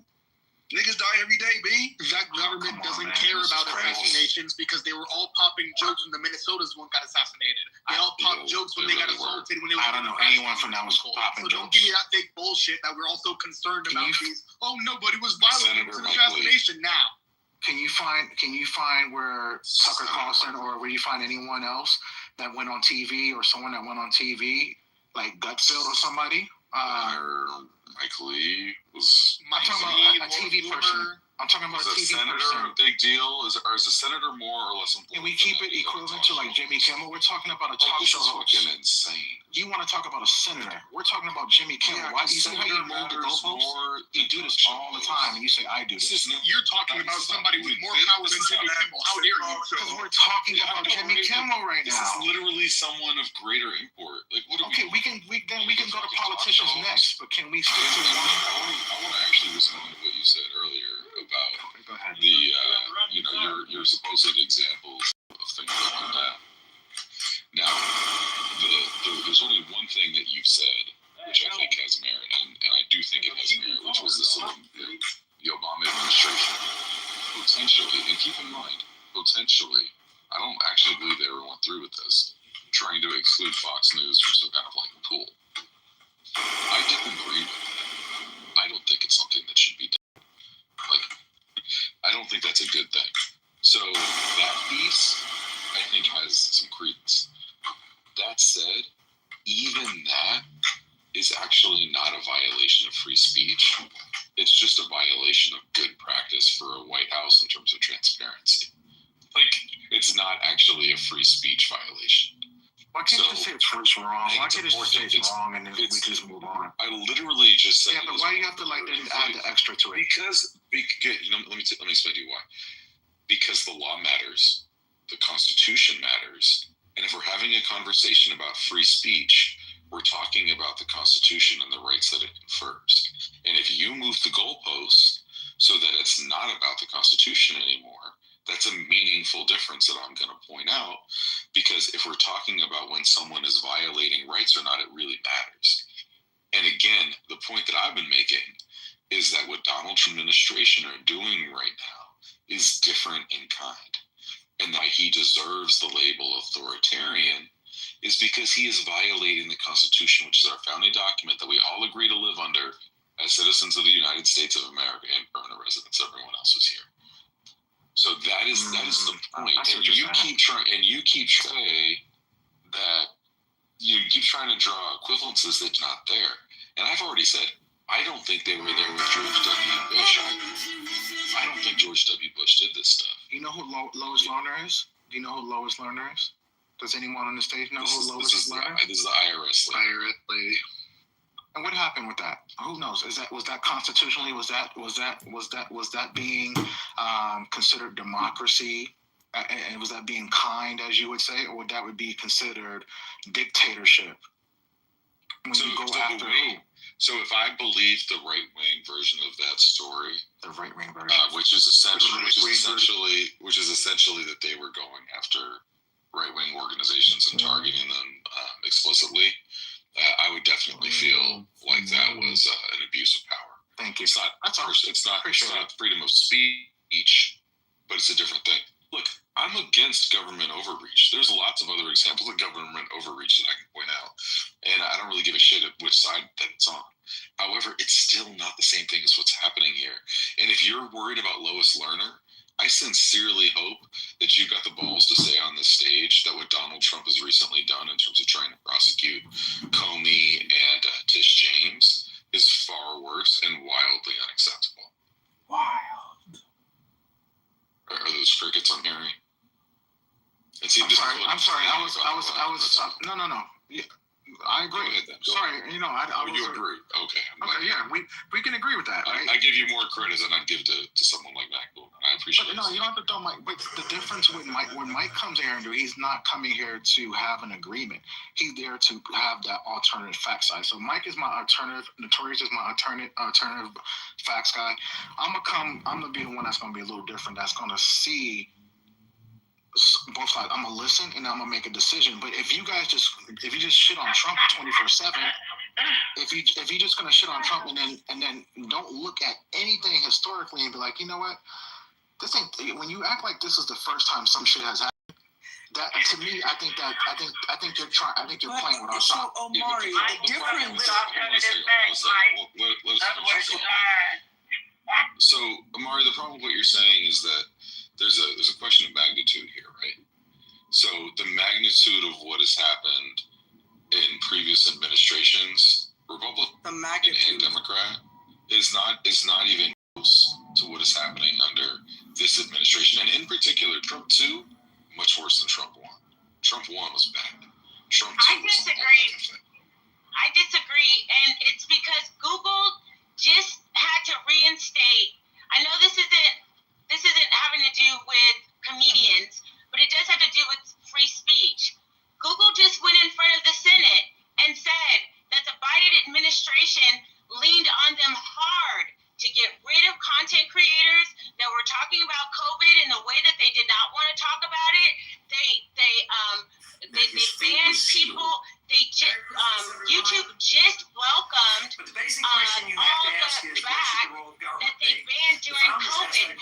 That, in terms of magnitude, is huge. I would argue more huge than Kimmel, more huge, bigger than taxes. You actively work to suppress speech for years. And it lives. And you guys just act like, look it up. It just happened yesterday. Just yesterday. Why do you guys act like you were born today and you don't remember what you did yesterday? Hold up. You can give your opinion without the personal attacks. Now, with that said, let me respond to this. We're not acting like we were born yesterday. You are by saying that. But in response to what you just as far as what Biden did. I'm not familiar with that. I heard bits and pieces, and I don't agree with it. If he was suppressing voices in the interest of trying to further his cause or further his opinion or agenda, I don't agree with it on either side. So there you go. That was But about. I don't know if it is or not. But I will say this: what about? We're talking about what is currently impacting the economy. The rights of people right now that have platforms right now. Biden is not doing that. Biden is sick and trying to take care of himself. Right now, we have a current president that are doing things that are currently impacting us, which is why we're currently speaking about. If you could stay in the present instead of redirecting the conversation to Biden, which is what the typical Republican does, because they don't know how to actually verbalize what's happening now or contextualize what's happening now. But so you can't let that lie just lay there. Yeah, go for it. He was trying to stop misinformation. Right, but they're gonna just try to lean on Biden. Let's take what's doing right now. What'd she say? Go ahead.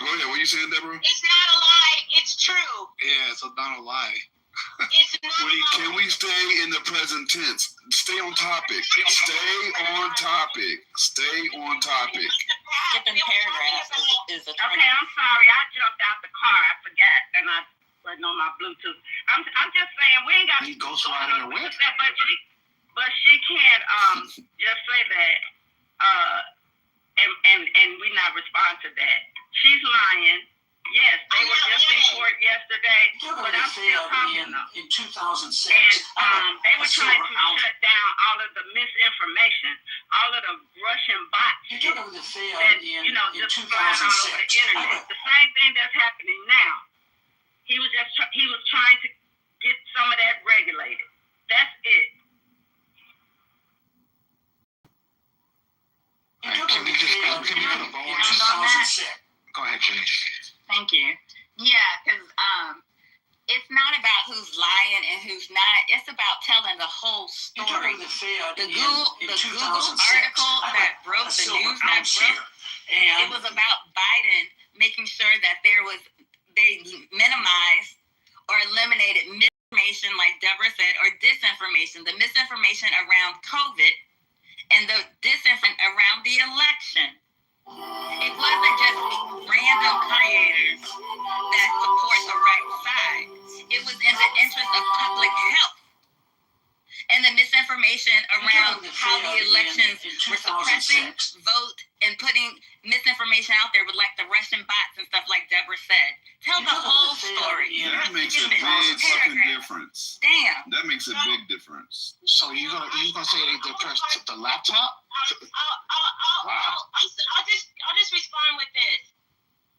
You always think that you are in the right and justified in what you do when you have the power to do it. You will always convince yourself that you are more right than the other side. It was in the interest of public health.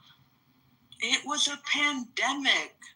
And there's a difference between pressuring and coercion. Charlie, I don't know if you can see us What now, the but it FCC has a did window. I sure was hope you're looking coercion. down. They said, do what we're telling you to do, I don't know or if these are the consequences that we will bring to bear that have nothing to do with our actual work, but are purely about getting you to do what we want you to do. There's no evidence that the Biden administration said there's going to be grave consequences on Facebook, and we're going to bring the full weight of the federal government to bear if you don't do what we're telling you to do. There's a difference between coercion and pressure. And they didn't. And they added fact checking. They added fact checking. They didn't remove everybody. Mark Zuckerberg went in front of Senate and admitted that they were pressured, that they suppressed. Like, just look it up. You don't have to. I know. Okay, but all of these suppressed. Tell the whole story. Too many people talking.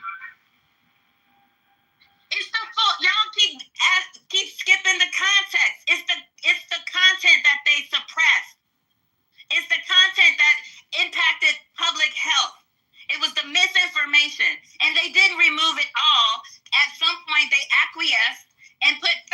putting in place. That is correct. That's exactly what they did. It's useless to actually talk to these people about these things because they're always going to try to draw equivalences to what you're doing because they pre-rationalize that what you're doing is as bad as what they're doing. The nuance or the context doesn't matter because that takes your actual brain, using your actual brain to decipher out the information or actually knowing the information in order to make a fair comparison. But damn that. I pre-rationalize that you do wrong stuff too. So I'm going to say that this is wrong stuff without any of the context, without explaining the entirety of what you're talking about, just so that I can draw an equivalence and say you do stuff too. That is the simplicity of this degeneracy. Yeah, you never take. And there's something there's something else that's important to point out here. There is a difference between having an or else attached to things and not having them attached to things. If a public health official calls you and says, we believe that, you're a vector for misinformation that's leading to the deaths of people or the potential deaths of people, we think you should take this down. That's very, very different than someone saying, you need to take this down or else you're going to face sanctions. That's what I said. There's some other business. Oh my God. It is different when the government wields its power to force you to be coercive. I have not seen any evidence that they have been coercive. If you have that evidence, that it's not just them saying, we think you should do this, but actually, if you don't do this, we're going to take X action, please provide that evidence. Oh my God, that's crazy what he just said. Can you believe he just said that? If they went into the Senate and said they felt pressure, if they said they felt pressure, wow, this is the greatest thing I've ever heard. Feeling pressure is not coercion. What the fuck? What are we doing? When the American government tells you to do something, you do it. By the way, they didn't do that. These are all Listen to the damn Senate. Can I speak?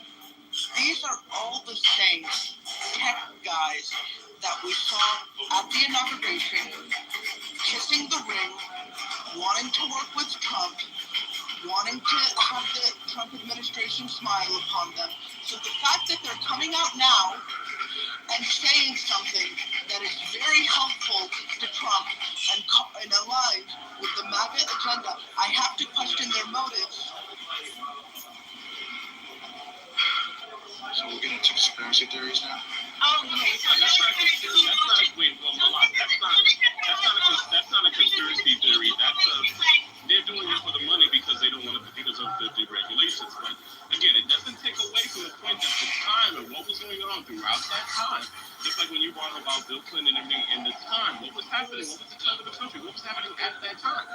But again, if we're going to... It was a pandemic where millions of lives were at stake. Millions of lives at stake. Every single time that we bring something about the Democratic side, you just want to sweep it under the rug and you just want to say, oh, well, And then you want to be emotional and say, like, you guys did things too. Yeah, you see, that's the whole point. Like, not that's exactly what you just said. We're the ones that don't take accountability. You guys have not one since none of you guys have come to accountability. None of you. So they do. The cancel culture the few guys started. Let Quinn speak. You guys said that one Mike on Quinn. There you go. It's very obvious. I mean, to anybody with half a brain. This is what you're doing. You're trying to draw equivalences instead of actually addressing what's being said. I've heard Janice, I've heard Aaron say twice that this was about a pandemic. This was about information trying to make it so that disinformation and misinformation didn't enter the sphere. This is a false equivalence to what you are talking about. Yet, you are still trying to draw equivalences because you don't want to address the actual information, the context of what's being said. It's very easy to dismiss context, A, when you don't know it, and B, when you don't care, because it doesn't matter. The whole point of it is to say that you do wrong stuff too. And I'm going to do that so that I don't seem like I'm the only one, or I'm endorsing the only team that does fucked up shit. And no one here has said that there's not equivalences, that there aren't some. We're saying that this isn't one of them. And you keep trying to draw equivalences, which makes you look less credible for every other argument you make, because you can't even admit when this is not that. So stop blaming Trump for everything. Stop saying this is a crisis. Stop using words like that. Don't use crisis word. So he doesn't understand the difference between equivalencies. I don't think he does. Don't use words like dictatorship. Don't use those words, because we have evidence to show that you guys do crazy things too. Exactly. Here's the problem. You can still use them in both contexts, Amari. That's your problem. If something rises to the level of someone doing something doing something to achieve autocracy, or if it's doing something that is aligned with a dictator, then you can call it that. No, that isn't for you to decide. Yes, There's no evidence of it. No, it is an observation. That doesn't mean it's right. It can be proven that they are in alignment. I'm not saying that simply. That's called rhetoric. I'm saying that if you can draw equivalences between the two, where they are alike, then yes, you can call it that. And what most people are asserting is that what most people are asserting that it is online. It is online. It is in the same vein as that thing. So Quinn, I agree. And they're actually pointing it out. So Quinn, I agree with you that yes, there was disinformation. I agree with you there. But again, to try to make it seem as if that was the only thing that was happening at that time, to try to make it seem as if there were people that walked away that were deplatformed, that people that were their voices were silenced, and that there were people that and the disproportionate idea of it, that one side was there was more people on one side that were being deplatformed, that were being demonetized, versus another side. And that there was people one who voice, were trying to kill people. There was one voice or one tone that was being, no matter what it was, especially if you were online with somebody, that was what happened. And again, for you guys to sit up here and act like all of that was right, and just to try to hang it under the umbrella of disinformation, it's absolutely wrong. That's what they were talking about. What is he talking about? What is he talking? Can somebody? Are you still ghost riding the whip? I can explain it. So what he's doing is trying to equate misinformation about the pandemic with a political side, which is fascinating. It's interesting. And it wasn't just during the pandemic, but it's actually nuts. What is he talking about? So when we're talking about people lying, read it and you'll find out. When we're talking about people lying about medical treatments that aren't actually medical treatments, they're just like grifts. That's something that I don't think it's unreasonable for a public health official to go to Google and say, this is dangerous. We request that you do something about it. In fact, I would encourage that, because part of what we see right now is a lot of people are following bullshit, grifty pseudoscience around their health, and people are getting take Tylenol. Like, don't take Tylenol. Tylenol said don't take Tylenol. Or that measles. Or like vaccines are. I wouldn't have been able to go read what you're saying, because what you're saying is it's not going to be anywhere. That's in your head. So that's why I asked what it was you were trying to say, because it's more misinformation, and I wouldn't know where to go find misinformation. I wanted to know what the truth is. So thank you very much. Herein lies the rub. You just did exactly what Aaron just said, and what I've been referencing, Amari. Tylenol did not say don't take Tylenol. Tylenol has never said that. They tweeted that out in 2017. Yes, for pregnant people. They did. They said for pregnant people. You tell me that for pregnant people. Context matters. Every time you say something to a Democrat, they tell you it's free. Well, no one said don't take Tylenol if you're not pregnant, so that's a Captain Obvious. What?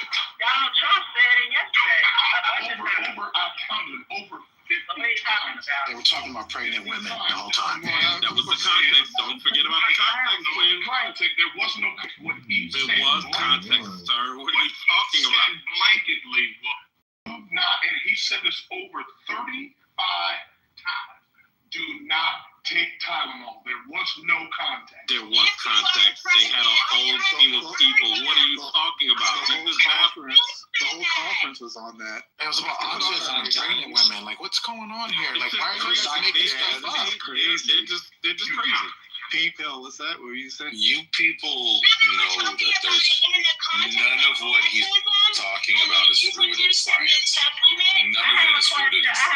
He's saying what they're You're hard to doing. hear, Pink Pill. Just let you know. Anybody ever know? Can anybody name any other president besides Trump that has been on stage to talk about medicine and what I mean, there was a whole ACA passed. I don't know. Is there? Sure. Did you hear my question? But did you hear my question? Oh, we heard it. So that's your problem, Omari. That's why Lisa like you on stage. You content, but right now you terrible content. Anyway, Let's ride the whip. what I said, my question was, can you name another president besides Trump that has, acted in the stead of a doctor or an authority, although RFK is not one, but do what he did. Can you name another president who's done that? That's my question. I think probably Reagan and George Clinton during the AIDS era. They did that a lot. George Clinton? Okay, what did they say? Tell me what they, because so you name one. What did he say? Because I don't want, that's what y'all do. You can throw out any president. What did he say? Ma'am, go on mute and find what he said and come back and tell me, please. I'm driving. I can't do that right now. Yeah, I know you can't. So drive and be quiet. So you know what? I don't know. Yeah, be quiet though, because you don't have a real answer. I've literally been right the whole time, but okay, lady. But you literally need to be quiet and drive. Didn't you say that? Thank you. I don't know if you all are aware too that RFK, the FDA in 2006 for autism, and that's the new thing that's for autism, and that company that produces it is owned by Dr. Oz. So we got on this conversation initially talking about Jimmy Kimmel and the First Amendment and how we're supposed to, be a democracy, not an authoritarian state, punishing people for what they say. So I just want to say one thing on that, which is that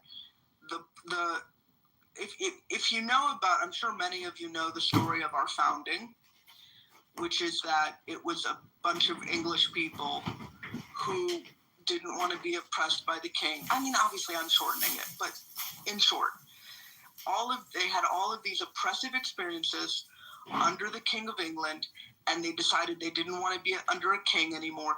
They wanted to do something different.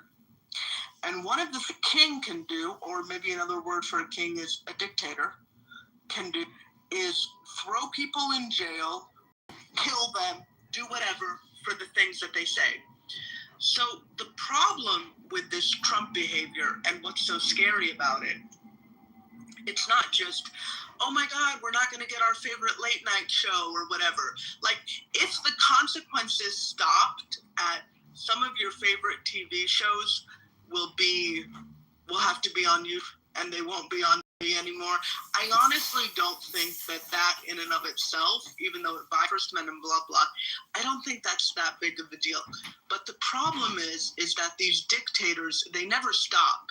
They don't stop at taking the TV show off the air. If you've ever heard the phrase, give them an inch, they take a mile.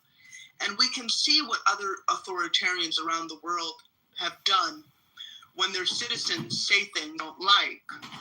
They put them in jail. They detain them for awful conditions. They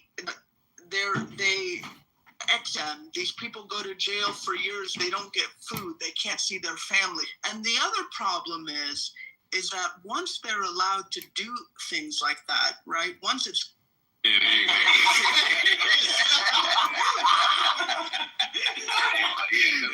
he's not lying. Yo, lying. You hit that on the nail, nigga. I said I did my part. You got to do the rest. But nah, I did. I 3D printed one, but I ain't for buying shit I could make for real. Oh, you a 3D printer? Yeah, I think I got a vase somewhere around here. But y'all right, I'm gonna go buy a vase. Y'all right, I shouldn't have made fun. Brother, you go up to one, you go take the. It's alright, bro. No, but that is a problem. Every time I buy flowers, I say, "Damn, I gotta buy a vase." I put it in a fucking thermos. I should have left this little nigga out on the street. But cats gotta go. Bro. You didn't talk about your Yeah, I got two cats and a Doberman. Damn, I ain't gonna lie, bro. Having cats in the house is unhygienic, bro. they stink, bro. But I ain't gonna lie, I can't talk. I can't talk, Eric. I had a fucking rabbit. Nah, and I had an alligator when I was young. That's dope. Wait, rabbit is gay? Y'all want to see what my pig looks like? A rabbit is gay, Trini?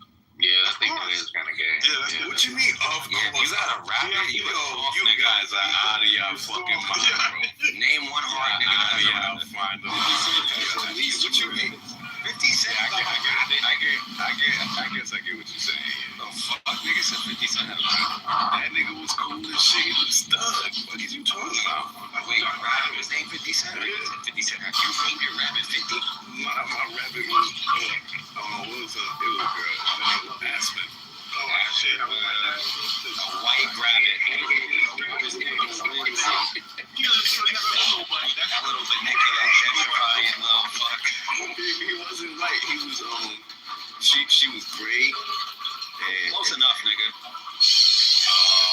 That's on the spectrum of white. That nigga I buried her early this year, man. That nigga had a white bunny. For sure had a mixed rabbit. You crying, nigga? I know you was. I ain't cried, boy. My kid cried. I'm glad he dealt with that. What did you say when the rabbit died? I said he dead. He going here and coming. We got dinner tonight. Y'all don't remember when I came in here and I told y'all, I said one person was like, oh, I shouldn't have did that. I shouldn't have told him that, right? Because the motherfucker was like, oh, he's sleeping. I was like, what? I do remember that. I said, you remember that? Yeah. And I said, nah, he's not sleeping. He cool.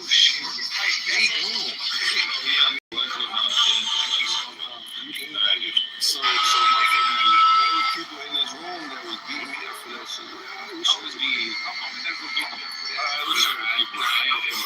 It was all the girls. I think some of the women,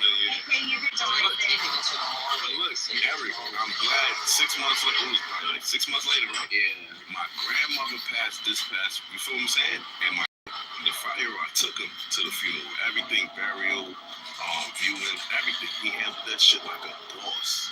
Because he lived in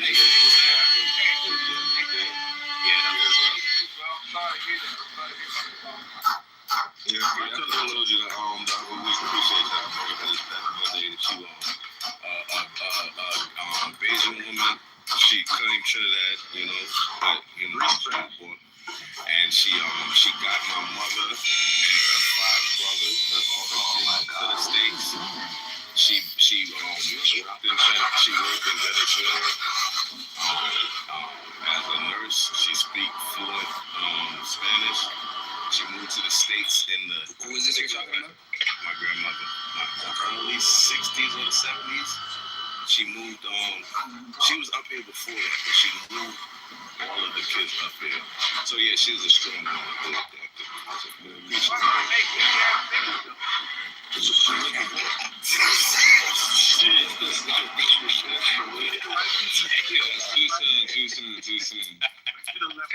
Nah, she would have laughed at that for sure. She up there with her sister. It was her and my aunt was highly anticipated document. You just want to get all the crazy shit back in the day, huh? IRS finally provided some much needed clarification regarding what President. She said, why you don't eat that thing? She Jamaican? I could even say Charlie Kirk at one point until he cut her off, and then you had Brandon Tatum, you had Bryson, whatever his name is, Gray, whatever. Tatum, the biggest fucking fanboy clown. You brought up Tatum. You ever respect Tatum? No, I don't like his wife. I think his wife is always trying to target black women. See, you don't know me. Well, you associated with them, bro. You associated with them. They invited me to one event. Let me tell you something. I saw the game for what it is. And Omar, let me say something. I have somebody that I used to rock with, right? And he allowed Trump to use him as a fucking guinea pig, right?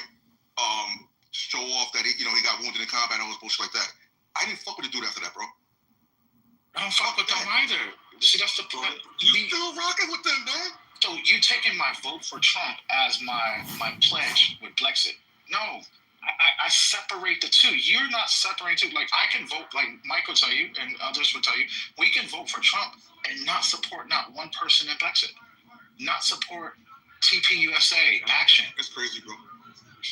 That's like me. That's like me. If you work for CBC, but you voted for Brexit was to get black people to move over to fucking Trump. You know, you guys, please let him.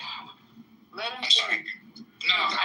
We're just talking back and forth. No, I'm not running back and forth. I'm gonna let you guys have your back and forth. I really am gonna let you guys have your back and forth. I promise. Good. I would say this, Haitian. I would say, and I'm trying to find like how to tie. Let's say for your side. Okay, I was supposed to be at the Congressional Black Caucus. You're independent. I get it, but I'm gonna say for the Congressional Black Caucus, they had their convention this week. I was supposed to be there. I couldn't make it. If you could write it down, but let's say, you know what, but you're not going to support Biden, I'm not going to say, okay, you know, I'm not going to hold that against you. You like the people in the Congressional Black Caucus, you like their message. I didn't like the message of Brexit, but I still supported the policies under President Trump. Brexit was not America first. They were on some other type of shit. And me, so I could pick up on bullshit right away. I bowed out. Like, I don't want to be part of this. So you could pick up on bullshit, but you still rocking with Trump all these years later? You don't like Trump. I don't like the policies of the Democratic parties.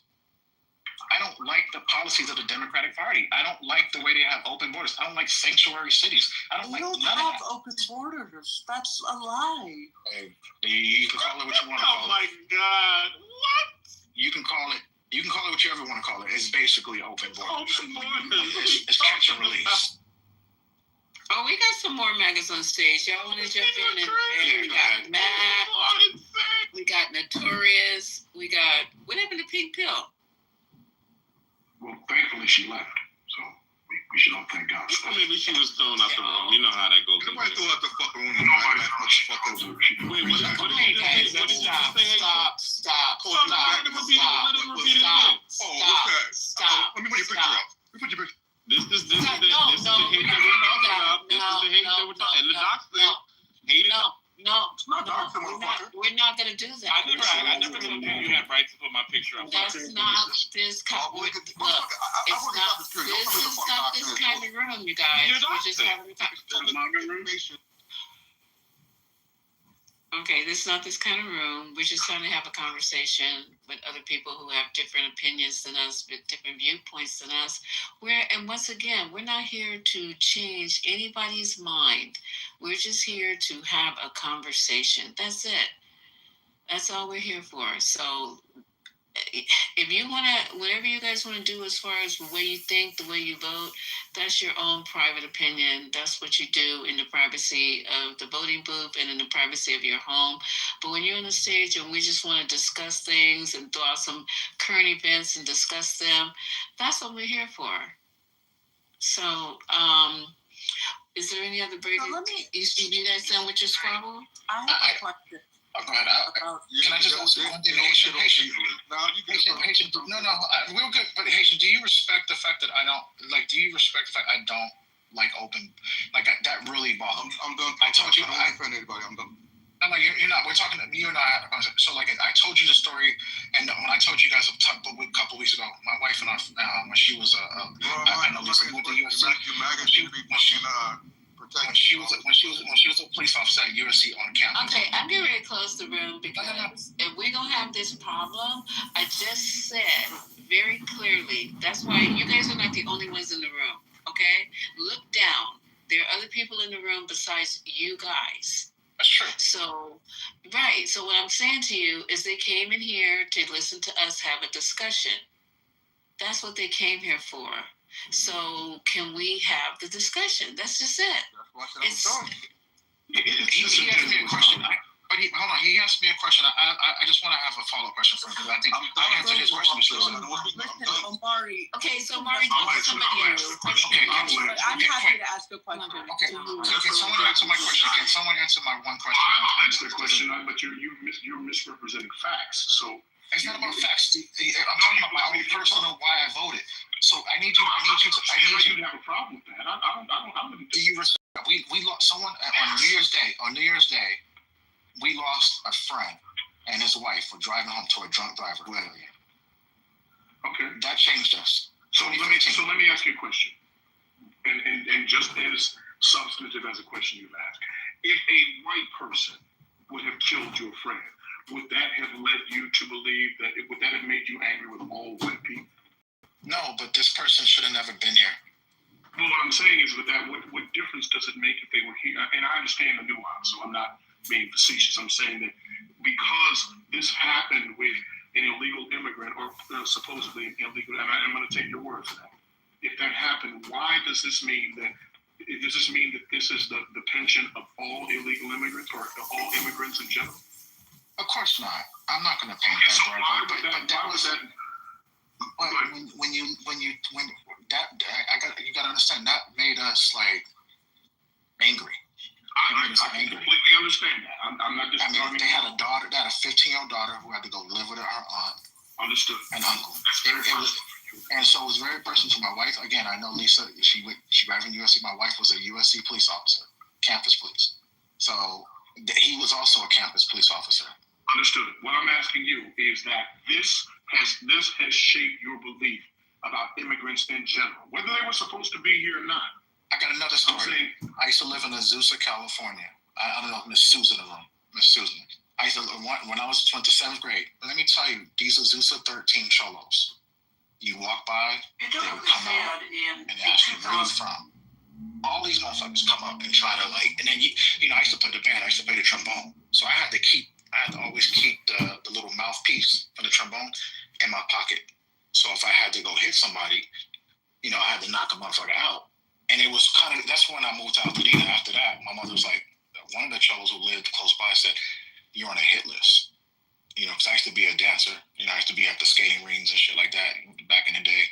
Yeah, it was called the Bozak Tribe. That's another story. I used to be a good dancer back in the day. But yeah, we used to battle. And then so I beat this guy in the battle at the skating rink, and they wanted to fight. Now I was on this list to get killed by these cholos. All that shit all adds up to people while we're sick of this shit. You know what I'm saying? Like, we're black people, and here we're being targeted by these essays. But Omari, you sound like when white people talk about harm that's come to them or their communities vis-a-vis someone who was black, and now they think that there's, the cops are just so easy on these black people, and we need more policing of black communities, and these people should have been in jail, and that's what you sound like to me. Or you don't think that? When you're being called Mayante, you're being called the N-word, my daughter, my little girl, and I could get her on the mic, she was called gorilla by these Mexicans. And yeah, this is the truth. So I mean, this is the same thing, bro. So you're advocating for collective punishment. It made me feel like, what is the Democrat? Like, if I'm dealing with this as a black man, and because your emotions, your emotional reaction. That's how people vote. People vote personally. Your emotional reaction is 100% valid. And it's also valid for you to vote on your emotions. That is your right. You have the right to vote based on anything you want to vote on. But we cannot run our entire government policy based on the emotions that people feel after something bad has happened to them by a member of a particular group. We can't make our whole government policy based on that. Okay. All right. I said, I went with my vote. It was definitely more or less about immigration. I've made that clear 100 million times on the stage. Yeah. I get some of you guys. I want to understand something, and I want to understand. When you say open border, I think I'm missing something. Because to me, when I hear open border, I'm hearing there's no restrictions or protections. There's border enforcement. There's no immigration law. Is that what you mean? Or what does open border really mean? To me, go ahead, Thank you. In comparison, being really honest, In comparison to No, what please, happened, I will hear from you, Trent, but I really would like Omari to answer my question first, if that's okay. And then I'm happy to hear from Trent. But Omari, can you answer that? I really want to know. Can you repeat the question again? I'm sorry. Trent. What is an open border? When you say that, what do you mean? What is that?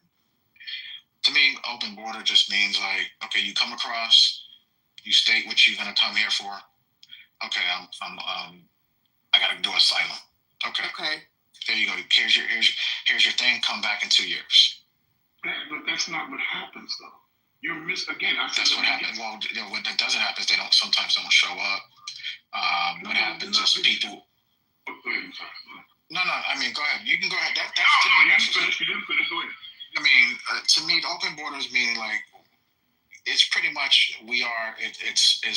We are the world. You know, everybody needs to come in, kumbaya. There's no sovereignty. That's open borders to me. I think what Malak was looking for was an actual, like how do you think that process actually takes place? Like, what do you think is open border? What are people just coming in as they will? No checks and balances. That's normally what people mean or suggesting when they say open borders. But that's not what was happening. Not even Biden's time. That was not what was happening. in comparison from 2020, or it's really 2022 after COVID to 2024 to today, it would, the term open borders would be accurate. Now, it is a bad term to use because it wasn't like you could just go across, but we were having 150 to 200,000 encounters a month on the border. Encounters are not people coming over. When that is correct. That is correct. That does not mean that everybody just came across. But last month, I believe we had 5,000. So the difference between and the people, even the encounters, to my knowledge, the Trump administration says nobody was admitted, which I believe. I don't think they have admitted anybody. So in comparison, while it's a bad term, it is accurate to say that things on the border are night and day different between the Biden administration and Trump. But you think that's a good thing? No. That we're having less encounters. Oh, that we're having less encounters, absolutely. You think that's a good thing? Yes, absolutely, without a doubt. So you acknowledge what that actually means, even though we don't have people trying, because that's what encounters mean. People are trying to get through. It's just that they were getting through. It just means that they were trying to. So that less people are actually trying, because we have a lunatic who's in office who's making the country less attractive anyway. At least in certain regards, that is. So that's better to you. Encounters means can mean caught horribly, so it could mean they walked up to the border and turned it asylum. And what was happening is the cartels were exploiting our asylum law. That's what was happening. And so that now that and Biden at the end tried to close that loophole as well. They should have done it sooner than they did. And so yes, the border is now 100,000% safer now than it used to be. It is now. Quinn, I will completely agree with you.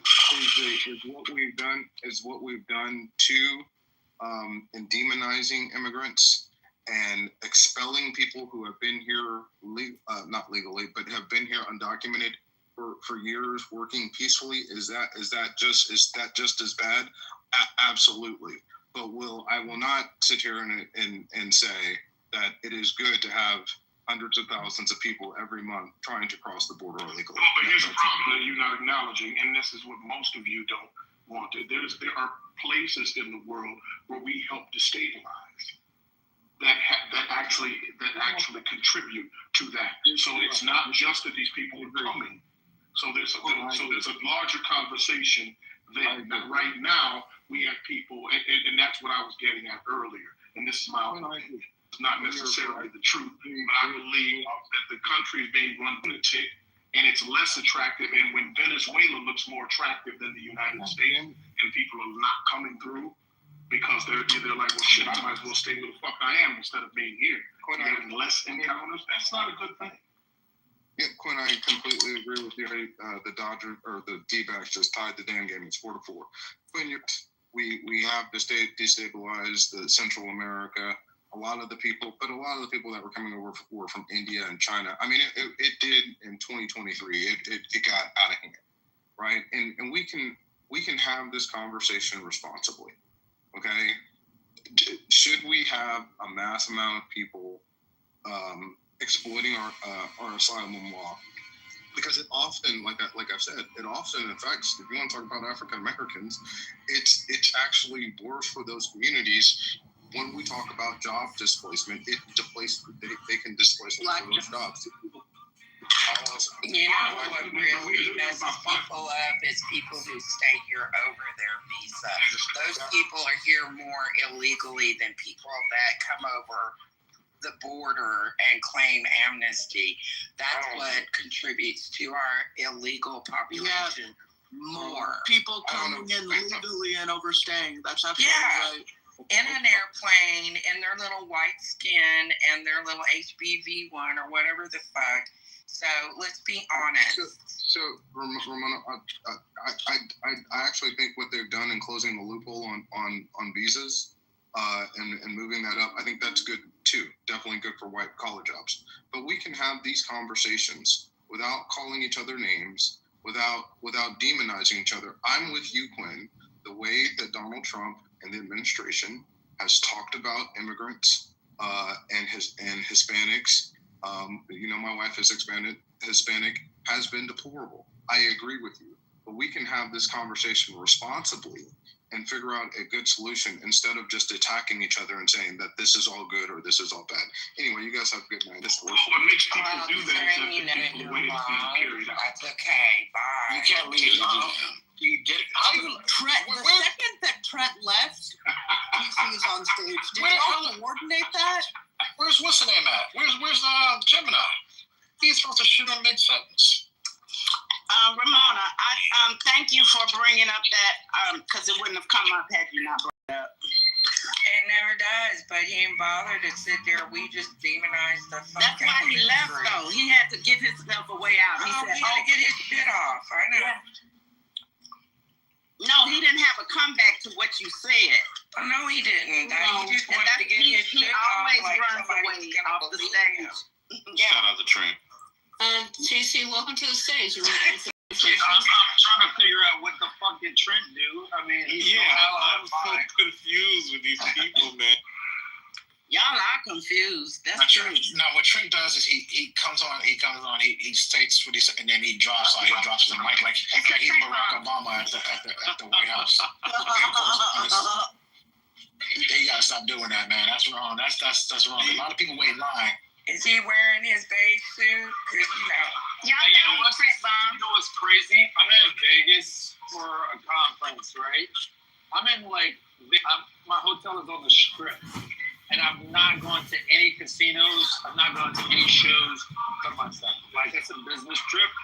And I've decided I'm just going to do business. I'm not going to go check out any hotels or casinos or shows or anything like that. I'm just going to go back to my hotel room. Productive and constructive. That's how you got to do it, brother. Congratulations. Good job, TC. Good job. What's his name? That's talking scared. What's his name has a residency in Vegas. Yeah, apparently Eddie, what's his name? Griffin he's doing a stand-up show. Oh, I love Eddie Griffin. You should go check him out. He's pretty funny. Yeah. Why did Eddie go MAGA? When did Eddie Griffin go so MAGA? Remember he went MAGA during this year? Like, what was that about? That was weird. I wasn't expecting MAGA, Lisa. It went bad. Oh, I didn't know that. I have to check. Get some clips from him. But you should enjoy Vegas. You're there for business. At least one show. Help the there. They seem to be struggling. I might check out one show tomorrow. They got a magic show at 4 o'clock. Isn't Bruno Mars in residency there? Yes, Chris Brown. That would be a good Bruno. Now come on now. I would go check out at least one of those shows. Go see Bruno. The only show I would check out, you guys are going to laugh at me, but the only show I would go to if he was in residency is Andre Bocelli. The only show. If you guys ever get a chance to see Andre Bocelli in concert, you will cry. I took my wife to see Andre Bocelli in Philadelphia, and he did his thing. And then, but guess what? He brought his daughter out, and he did a duo with his daughter. His daughter's like 12 years old. She sings just like him. She has the voice of an angel. My wife started bawling, crying. Oh, wow. I would love to see her as well. So I was like, yeah, I'm glad I took my wife out to this, because at least she had an impression on my wife, because she started crying and everything. Oh my God, it's so beautiful. And I'm not a big opera. Angel. Yeah, I'm not a big opera person, but you have to be into music, or you have to be a singer, or you have to be a person that plays an instrument to be able to really appreciate somebody like him. And I've never heard his daughter. I'll see if I can see her on YouTube. But you should. The economy is really suffering in Vegas now. I have a good friend who lives in Vegas, and she's an attorney, and she's like, man, it's a lot of people are not going to Vegas. So since you're there, support the economy, support the place where you are, support not the artist so much, but Bocelli sounds like a great option. Yeah, but is he there, or you said No, he's not. He's in New York, actually. I think he's in New York tonight, actually. Really? I think he's playing. Okay. Oh, he sucks. Pop Rock was better. But listen, Bocelli's good. Bocelli's good. TC. I think he's in the Matrix. I was gonna tell him if there's someone playing at the Sphere, he should catch one of those shows. God, I hear they're awesome. Yeah, definitely. Ooh, the Harry Potter show at the Sphere. Yeah, and then tickets to a show, don't get them from like those hotel offers, because you get put on a list and they'll constantly keep calling you and selling you vacations. I accidentally did that to get show tickets in 2017, and they called me once a month. I cannot get off that list, so be careful. Let him do it so he can get harassed at least once a month. I would take so much comfort in knowing that I started something that harasses TC once a month. Enjoy your stay, TC. We're just chopping it up tonight. Nothing really serious. Just talking about, I forgot what you guys were talking about. We're just talking about just saying, don't get too comfortable donating money to the casino, because that's what you're doing. Keep that in mind. Just go watch the shows, dude.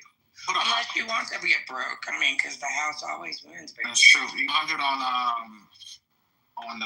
from craps. Just put it on the pass line. You're good. Mm-hmm. And they have great restaurants in Vegas. I don't know what it is now. It's time since I've eaten on the Strip. But if you go off the Strip, they have some great restaurants. And they're like in the weirdest places, like strip malls and shit. But they have some really good food.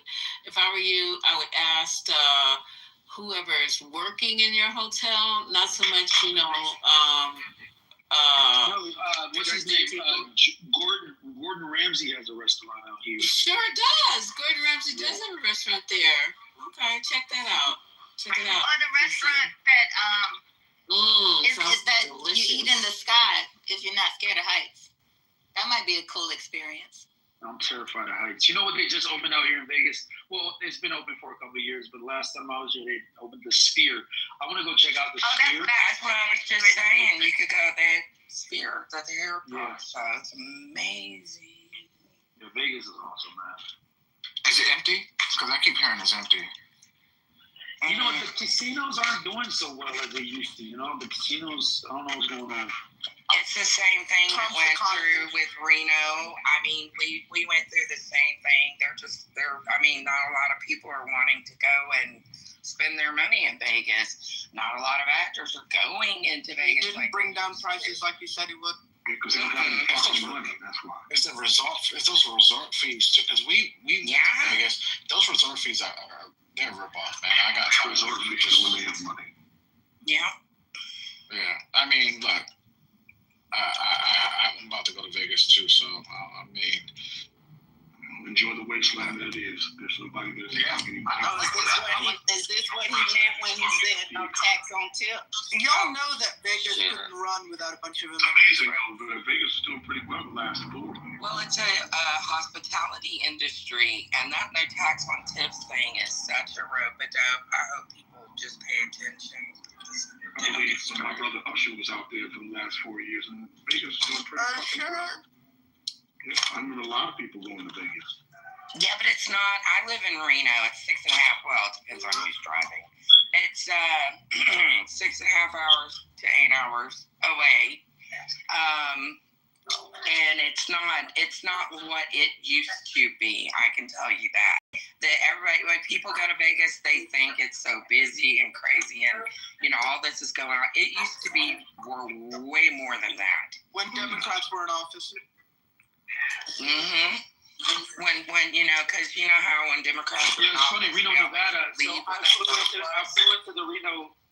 Yeah, I flew into the Reno, Nevada airport. They got a casino right. Hold on, sir, you cut Ramona off. Ramona was speaking. Oh, my bad. My signal's not great. That's okay. You're right. They got casinos. They even got them in 7-Eleven machines. So you get used to it. It ain't no big deal.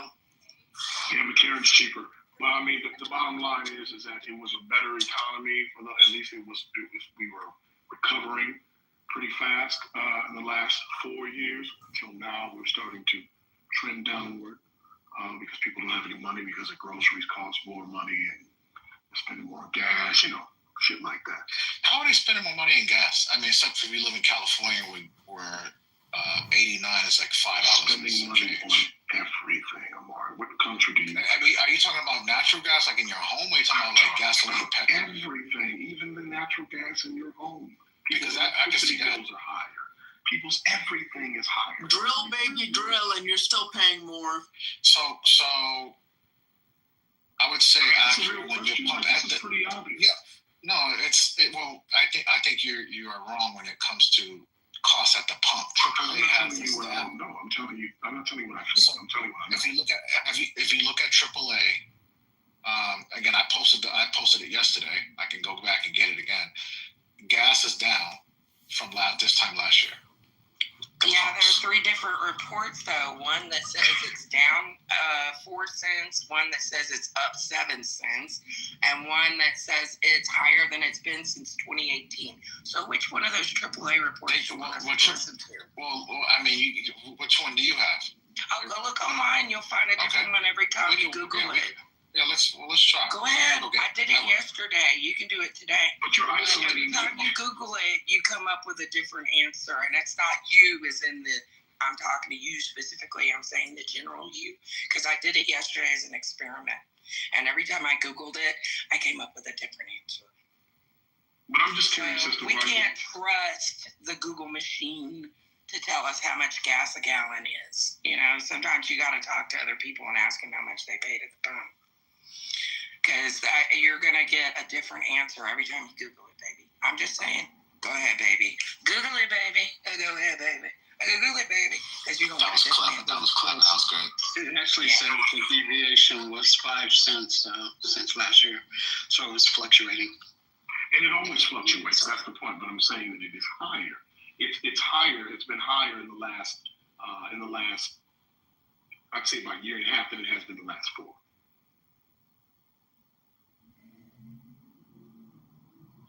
It always baffles me, this shit, but it always baffles me. Ramona always has so much good information, and I know Ramona's blind, so Ramona, how do you get your, do you read, papers, or you get your information from, NPR? You're funny, I'm blind. What is this paper that you speak of? You know what I mean, like Braille or whatever. So I don't read Braille. Jesus. You just keep getting dumber every time you say something. Ramona's funny. She got you. Damn, son.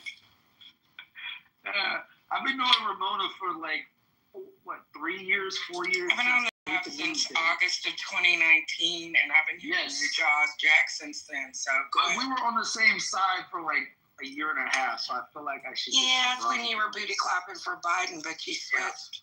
Yeah, I switched. Not booty. You used to booty clap for Biden, TC? We're friends. Ramona and I used to tag team. Oh my God. No, listen, let me tell you. Ramona and I used to tag team when the Trumpers used to come in the room. We tag team. Yeah, but you fucked it up. And Giraffe, me, Ramona, Giraffe, we would hold it down, man. Alexandra, we would hold it down. Make good side TC. Juice and everything. I'm just saying. Who red pilled you then? That's funny. TC, who red pilled you? Man, listen, again, I just had a premonition when I started to see how people were being treated for having opinions that I shared. Because I didn't agree 100% with everything on the left. I was always kind of centered. And then one of the things that I'm centered on is choice-based education, because my background, I'm a product of choice-based education, right? So I'm a big proponent of it. But then it started to get really crazy. Like the liberals started like demonizing people that were pro schools of choice. I was like, wait a minute, I'm school of choice. Are you guys gonna demonize me too? And then I got ran through the rabbit. And then it was a couple other issues. Like, wait a minute, I think we should have secure the borders. I'm down with like a wall. It just makes practical sense. It's not anything political. It's just practically, it's better to have a physical barrier between the southern and northern borders to prevent the flow of fentanyl and to prevent crimes and the cartels. Like we all knew about the Sinaloa, all this stuff. And I'm like, and then I'm like, wait a minute, I don't think I necessarily want to continue to proliferate wars with,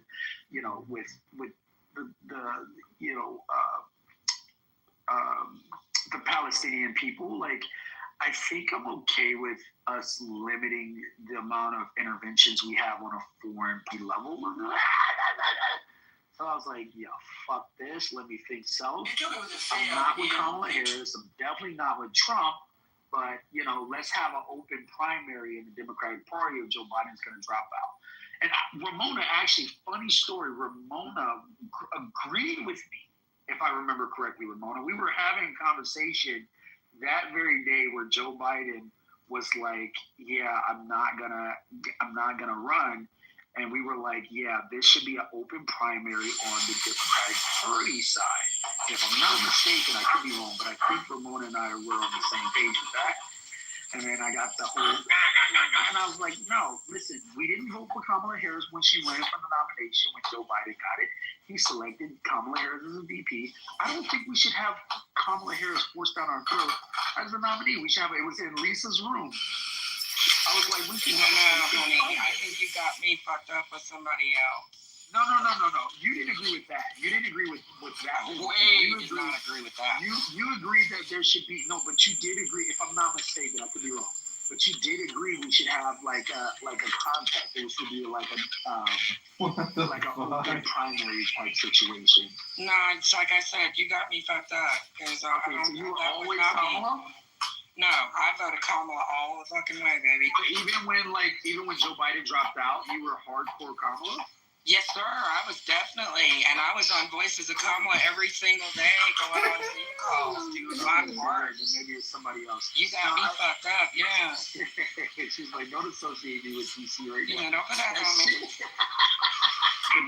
What about the virtual roll call that Kamala Harris had from all of the delegates? It was all planned. It was pre-packaged. It was performative.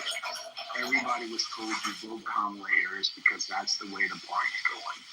I really think that if you had an open primary, you could have had some other candidates that could have rose to the top. Who told the delegates to do that?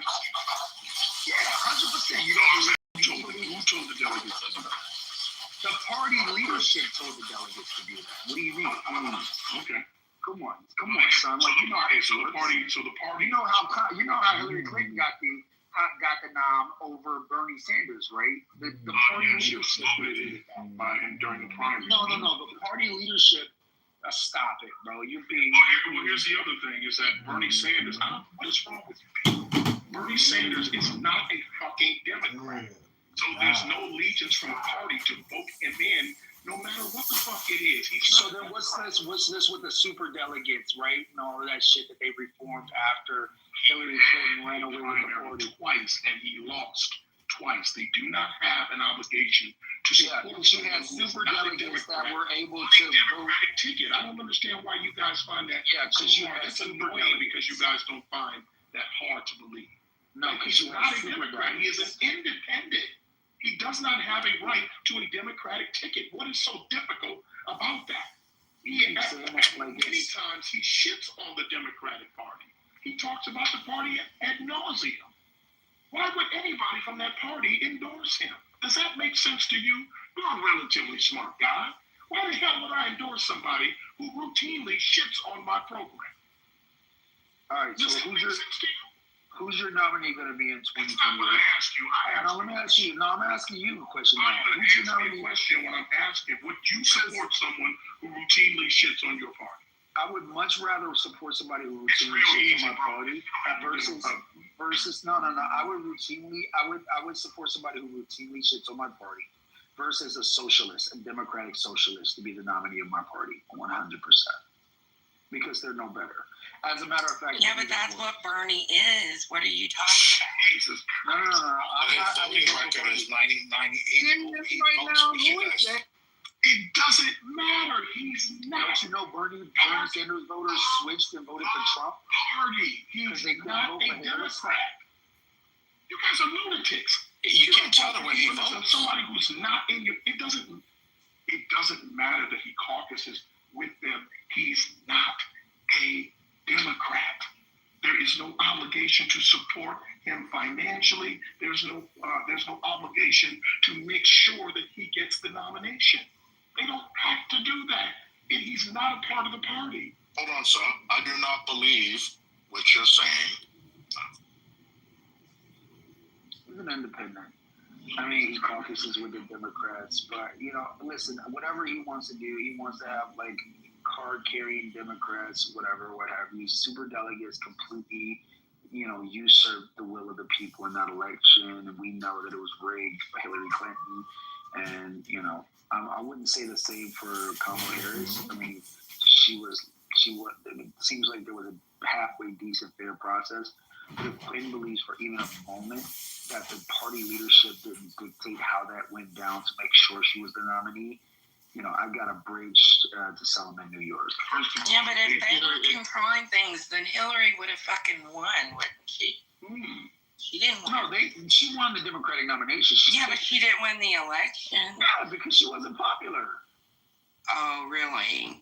She was not popular. How you a Democrat in Reno? I thought Reno was red. Nevada's purple. Well, how about Reno? Is that Reno pretty red? Reno's only slightly red. Because Ramona is a it's been getting disabled more person, and she knows that the Trump administration. Oh shit, we lost you. The Trump administration, what? Her mic went out. I know. Reno's Never mind. Reno's close. No, there you are. There you go. Believes in eugenics.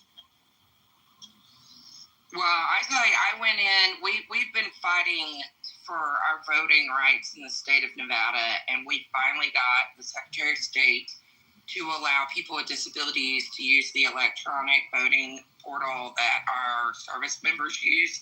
And now that all this bullshit's gone on, and Dick and Dumbardo have got their head up Trump's ass, we've lost our ability to use that electronic portal, of which I used on September 24th, 2024, to early vote for Kamala Harris, as was my right, And so What's the that reason is why why they took I it have a away? problem. Who to get Yeah. back? Well, we still have to fight for that, It doesn't just get handed to us. We have Republican politicians that don't think that it's necessary. So we have to get past that. We got Steve Horseface and fucking Dumbardo and Mark Amadick and all these jackasses that are causing problems. That's why we're still purple and in some places actually red. But, people like me and others are fighting to get that change. We're trying to get to take freaking Dumbardo's place. It's just a process, I'm sure you guys all know who I'm talking about. I don't have to actually say their given names because, well, the one I gave them's better anyway. And this is what I've been saying noticed that for years, even when I was talking to dumbasses like Ricky about quote unquote, the steal and all this kind of stuff, is that their prescription for supposedly making elections free and fair is going to exclude people. Ramona is part of the 1 in 5 American voters who has some kind of disability that needs accommodation for them to be able to exercise their right to vote. It might be mobility, it might be vision, it might be a so-called invisible condition, such as like having autism. And because dumbass Republicans want to rig the fucking elections, they're basically going to eliminate the opportunity to vote for a whole lot of people, or at least make it very, very hard. And it should be just like it should be. I don't give a fuck if you're talking over me. How about that? Whoa, calm down, buddy. I said I don't agree with them. Do you want to go in the goo? Do you want to go in the goo? You're going to go in the goo. Okay, and then you can come up after. You can come up after. I don't have a problem with that, but you're not going to talk over me. So this kind of stuff where you're eliminating the opportunity to vote for people simply because they have disabilities, because of your dumbass view of how elections actually run, is exactly the kind of reason why Republicans aren't fit to govern. If you put your hand up, I'll bring you back up. Yeah, I'm sorry to hear that, Ramona. I mean, I'm definitely advocate for the low vision and blind community. So if that's the case, then I'm sorry that is happening. That's fucked up. It's not just me, though. I mean, this system benefited anyone with a disability, which also includes the elderly community. Because if you get to a certain point, you're going to be disabled regardless, because being old, it disables us all. But it is true that the vote is being suppressed for people with disabilities. It's true that people in rural areas are having less access to polls and have to go farther to be able to cast their vote, as is their constitutional right. So for someone to say they don't believe that's true, I would really like to know why they don't believe that's true and what evidence they have to support that, other than the 105,000 blind individuals in the state of Nevada alone that will be affected by this, not to mention people with other disabilities and challenges on getting to the polls and having their voice heard. So yeah, I would say I definitely disagree with any efforts to limit the ability of disabled persons to vote. My son is disabled, and I would hope that, when he becomes of age, time to vote, that there's a necessary accommodations for him to vote. So that's bullshit. I don't care if they're Republican, Democrat. If they're trying to limit the ability of anybody to vote, that's just bullshit, and I don't stand for that. Well, it's not an if, though. We're telling you it is an actual thing that is happening. This isn't an if. This isn't hypothetical. This isn't a hope and dreams and bubblegum and tape. This is really happening. People are being suppressed from their vote. I don't think it's that hard to believe when they have been redlining, gerrymandering, and trying to maintain a grip on any minority getting their vote in. And so, I don't know why it's that difficult to understand or know that it is really happening, and it's going to get worse. I mean, the most famous example of this is what the Republicans did in North Carolina, where they were trying to remove the powers of people who won elections. And they also, I believe, if I remember right, they delayed the certification of someone who won way beyond where it should have been. They've been playing so many games around the most basic elements of this, and it is an enormous problem. Yeah, correct me if I'm wrong. Didn't some Republican elected officials get accused of that and actually convicted of fake electors? Well, there's fake electors. I think what you're referring to, Quinn, is the race a while back, maybe 18. Okay. The Dan McCready race. And there was a guy who absolutely was convicted. And the messed up thing is that McCready, who was the Democrat, probably would have won in that wave election in 2018. But because of the cheating, the Republican, he was the Board of Elections or something, said they had to rerun the race. And then he ended up losing on the rerun. So, yeah, that was North Carolina.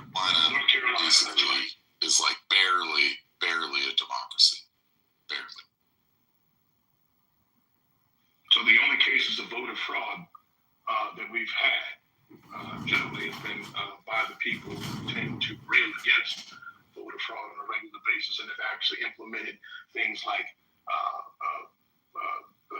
voter ID and things of that nature to be able to verify that people are actually voting and not this make-believe voter this make-believe voting effort to disenfranchise other people by voting multiple times with one person. And another thing that happened was that the main agencies that protect our elections were gutted. So CISA and the EAC, which are the two important agencies when it comes to the free and fair administration of our elections, both were gutted. And the people who have been acting in those capacities are not basically they're not going to be supporting our elections, not in the way that they used to be. And one of the things that's true about our elections is that they're run across, it's over 10,000 jurisdictions across the country. And a lot of times just, there's people who need help. They just need support because it's hard to run these elections, especially in counties that aren't really big. And they're not going to get the support that they need. And, that could lead, cheating is almost secondary. Like the incompetence and the mistakes that are going to get made are going to be off the chart. Yeah, that's definitely something that we deal with every 2 years, whether it's our general election or it's our local elections or midterm elections.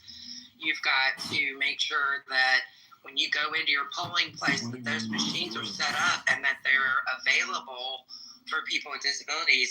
And half the time when you go in there, either they don't have the machine hooked up, they don't know how to use the damn thing, or it's broken. And they're supposed to have 2 accessible machines per polling place regardless, period, end of report. And so they get really fucking nervous when we go in to vote, because when we go in person, there'll be people standing all over that polling place with canes and waiting, because we're not leaving until you fix that fucking machine. And so you've got to have people that are willing to do that and willing to stick it out. And also the fact that our elections have gotten so damn hinky in the last 12 years because of who, we had, not only did we have the institution of paper ballots, which have been going on for 150 years, we have had that absolutely destroyed and actually put into a light that will never recover, because you had enough people that were treating it dishonestly, and all these damn scandals of all these paper ballots being in ditches and shit. It's just crazy. Not only that, but you had Elon Musk sitting there selling people on signing up as Republicans, paying them, and then putting them into a drawing for $1 million. You guys remember that? That was so illegal, it's unreal. Not to mention the fact that after the election, Trump even stood on a podium and said, Elon worked those machines really good in Pennsylvania, didn't he? You guys remember that comment? Because he said it right out loud. Not even one person blinked an eye. Nobody. So what are we talking about here? We're talking about having to hang on to our right to vote by the skin of our teeth, because if they can, they're going to rip it away. They've been trying so hard. I'm sorry, I'll be quiet. No, you could. I saw a story. I don't know if it was. I know Lisa's not here, but I thought it was pretty crazy. They stole a submachine gun out of the governor's security detail car. Was it yesterday or some shit? Oh yeah, you should have seen what happened at the beginning of this month. All of our systems were fucking hacked. We had no state systems for a week. Guys, I don't know if you realize this. I was asking people that whole week, heard about this. Nobody heard shit. Nobody knew shit. Our state offices were closed for the first week of September, you guys. Every state agency was shut down. Even my office, I work at the Northern Nevada Center for Independent Living. I don't give a fuck what people know anyway. But we have certain things that are, we have government funding. And so our servers and things, our reporting, our PPR and all that was all off. We couldn't access. Because somebody hacked it? Huh? Somebody hacked it, you said? Yeah, our state was hacked the first week of September. All of our, if you guys look, I swear to Hannah, our welfare offices, our DMVs, all of our state offices were all closed. There was nothing to use. They weren't taking phone calls. Their phone systems were down. And then just the other day in New York, they had they found 100,000 SIM cards and all the networking, everything they needed to shut down the whole grid in New York, the whole cellular grid. They were planning on shutting it down because of the UN meeting that was happening. You know, I saw that. You said you talked about that yesterday, but I saw that. Yeah. On the internet, but I thought it was some mean. What? Type of joke, so I didn't pay more. No, that's not a joke. So that was real. Oh, no, it's real. It's real. They had 100,000 SIM cards so that they would be able to have 100,000 phones under their control. So if you do the math, they said the population of the United States, they could dial everyone in America within 42 seconds. That's really, really a mighty system. I'm glad they shut that down. That's really bad. Whoa. And they weren't trying to reach out to a bunch of it. They were trying to prevent that many people from using their phones and communicating. And they were using an outside network for encrypted messages back and forth, but they were planning on shutting the whole cellular program in New York State completely down. I don't know what they planned on doing with it, but they were stopped. To go after a particular person with this network or whatever this thing. Yeah, there was a UN conference. There was a UN conference in New York. That's what the target was. Reach beyond that. You're saying it would have shut down the entire state or something. Oh, that's bad. Yeah, but that was to cover up who they really were trying to control, and that was that UN conference. Was it a UN? What was the meeting called that they had? The UN General meeting where. There you go. That's it. Where all the leaders meet up. Yeah, it was sophisticated. I mean, I was pretty impressed that they had all that equipment. Yeah, they had it all over the place, covering their ass, so it could have been really, really, really, really bad. And eventually somebody's going to be successful. I mean, this month alone, like I said, it was just the state of Nevada, but next thing you know, it could be anybody else, in their systems. And that's my fear. I think that's the only thing I don't like. I think when you have a president that's a little bit more like aggressive, I think he said to Russia, tell Poland, go ahead and shoot them down. I think when you start doing that, you kind of put the country at risk. I think I don't like that. Those are kind of some of the things I'm not really feeling right now because I don't need Russia fucking with New York City or California, places like that, trying to shut down the economy or Wall Street. Okay, guys, let me bring you guys back around to make sure we covered everything before we I hope you guys have enjoyed the room because I have very much enjoyed the conversations that you guys have been having. Yes, they've been contentious. Yes, they've been spicy. Yes, we don't agree. I didn't expect us to agree. I have never been in a room on Clubhouse where everybody agreed. But it's the way it's handled. And then I've been even in religious rooms where it gets a little spicy and contentious, but we seem to be able to come here every single day and talk about what's going on in our country, and we're gonna have to do it. If you guys like, we can have prayer room tomorrow where we all just come in, testimony and prayer. We could do that, and we'll see how that goes. But today, in this country, there's a lot of stuff going on, and it's very troubling, and we just have to talk about it. And this is a political room, even though it says 420, it's still a political room. It's definitely a political room, and we try to deal with facts as much as possible. And I'm sorry I didn't get a chance to fact check everything everybody was saying tonight, but I'm trying to juggle things around over here. So we did talk about the person up the detainee facility, and I think I forgot how many were killed. One killed, one injured, and he killed himself. Okay, so that takes care of that. It's an open and shut case, and we don't know why he did it. We don't know what. Sorry. Because that's in Dallas. That's in Dallas. In downtown Dallas, they already had a shooting before where a man opened fire on the crowd of people at a march. It's just really bad from a perched position. It's really, really concerning. But you guys don't want to give up your guns, though. You guys want to expect. We've tried to at least, Beto O'Rourke, I know I've always wanted sensible gun laws and that kind of stuff, but at the minute that you try to say anything, you get shouted down or whatever out here. And, it's the state doesn't want to change it, but there are people that want sensible gun laws. And even when that Uvalde shooting happened, people argued and wanted laws changed because kids lost their lives. And so it's up to the state to budge and make these changes, because people are now losing their lives, from positions that you no longer can defend. People are no longer going to walk into this or that. They're shooting from rooftops. That's really concerning, and it's very scary. But you guys don't want to give up your guns, so it's going to keep happening in this country. It is not going to stop. You don't want to give up your guns. It don't matter if you have psych evals. It don't matter if you only thing is that matters. Red flag laws. If you have whatever the case may be.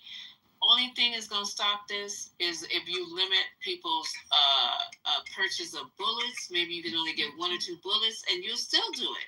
It's just crazy.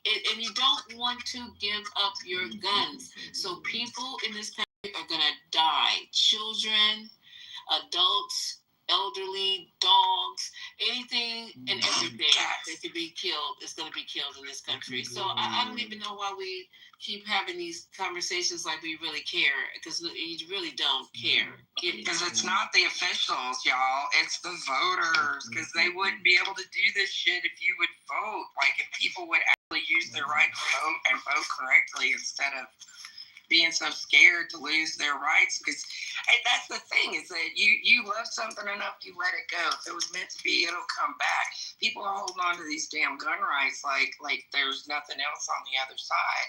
But you can't have no nonsense or gun legislation unless you're willing to give up a little bit of that control. So it's like a fucking chicken and egg scenario where gun violence is concerned, and it's not the state that is making these laws; it's the people voting. It's why we're being so particular about these redlining and gerrymandering. That's why we don't want these districts redrawn, is because they're making it so that they can keep their gun rights, and so that there can't be no nonsense gun legislation in place. So if you want to be fussing at people, fuss at the voters. Because those politicians ain't gonna do nothing but shake your hand and smile to your face. But you get people voting. That's what makes the difference. I'm gonna be quiet now. Oh, Lisa, but before I stop, were you in here when TC admitted that he was booty clapping for Biden? That he admitted that he was booty clapping? Yes, girl, I got him. No, tell me.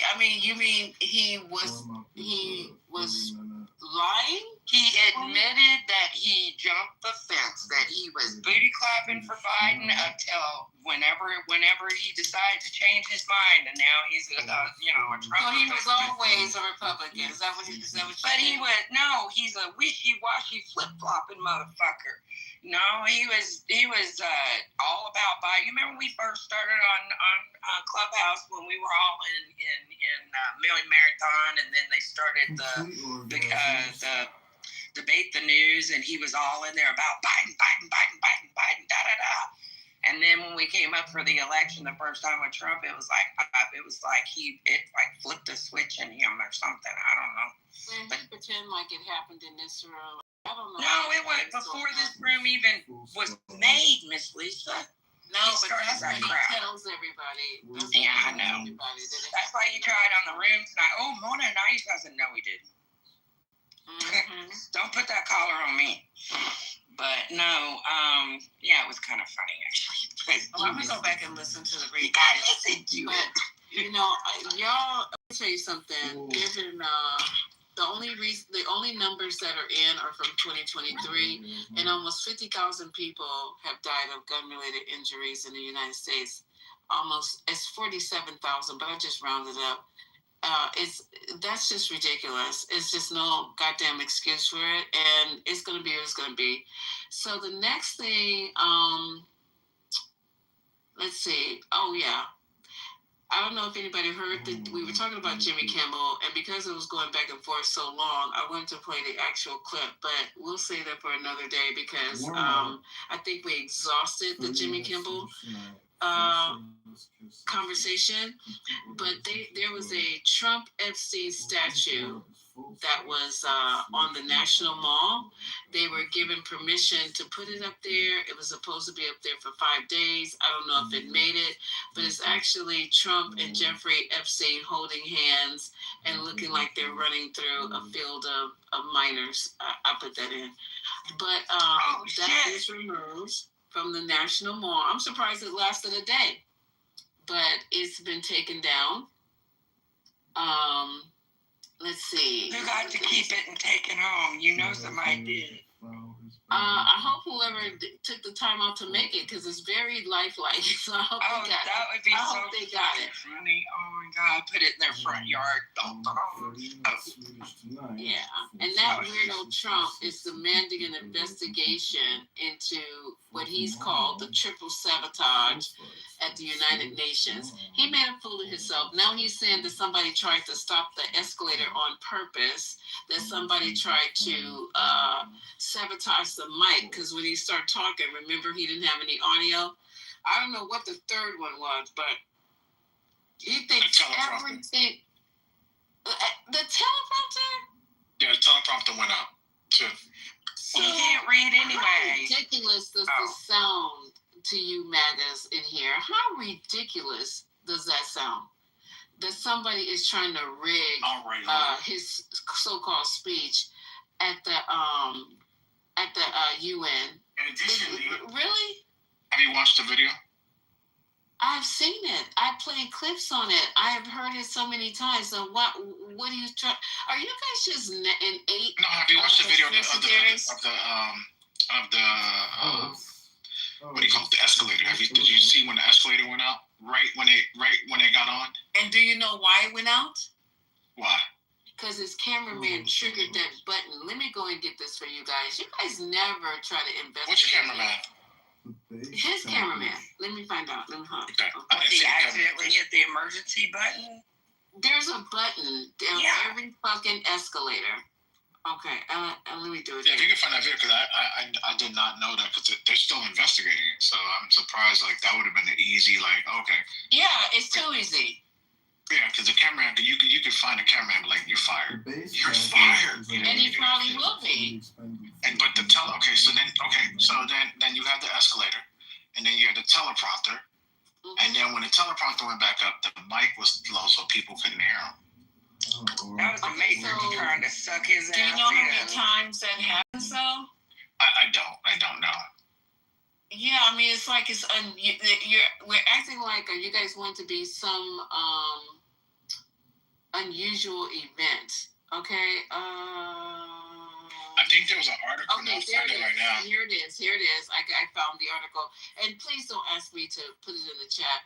Okay, it's ABC News, and it's Abigail Williams, and September 23rd at 7 p.m. The United Nations has concluded its one-day investigation into mysterious halt of President Donald Trump's escalator Tuesday as he arrived at the UN General Assembly.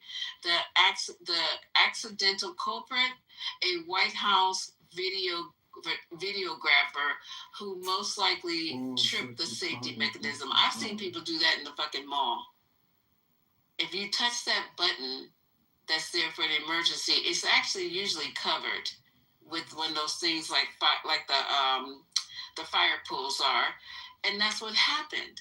But we're in here trying to blame it on some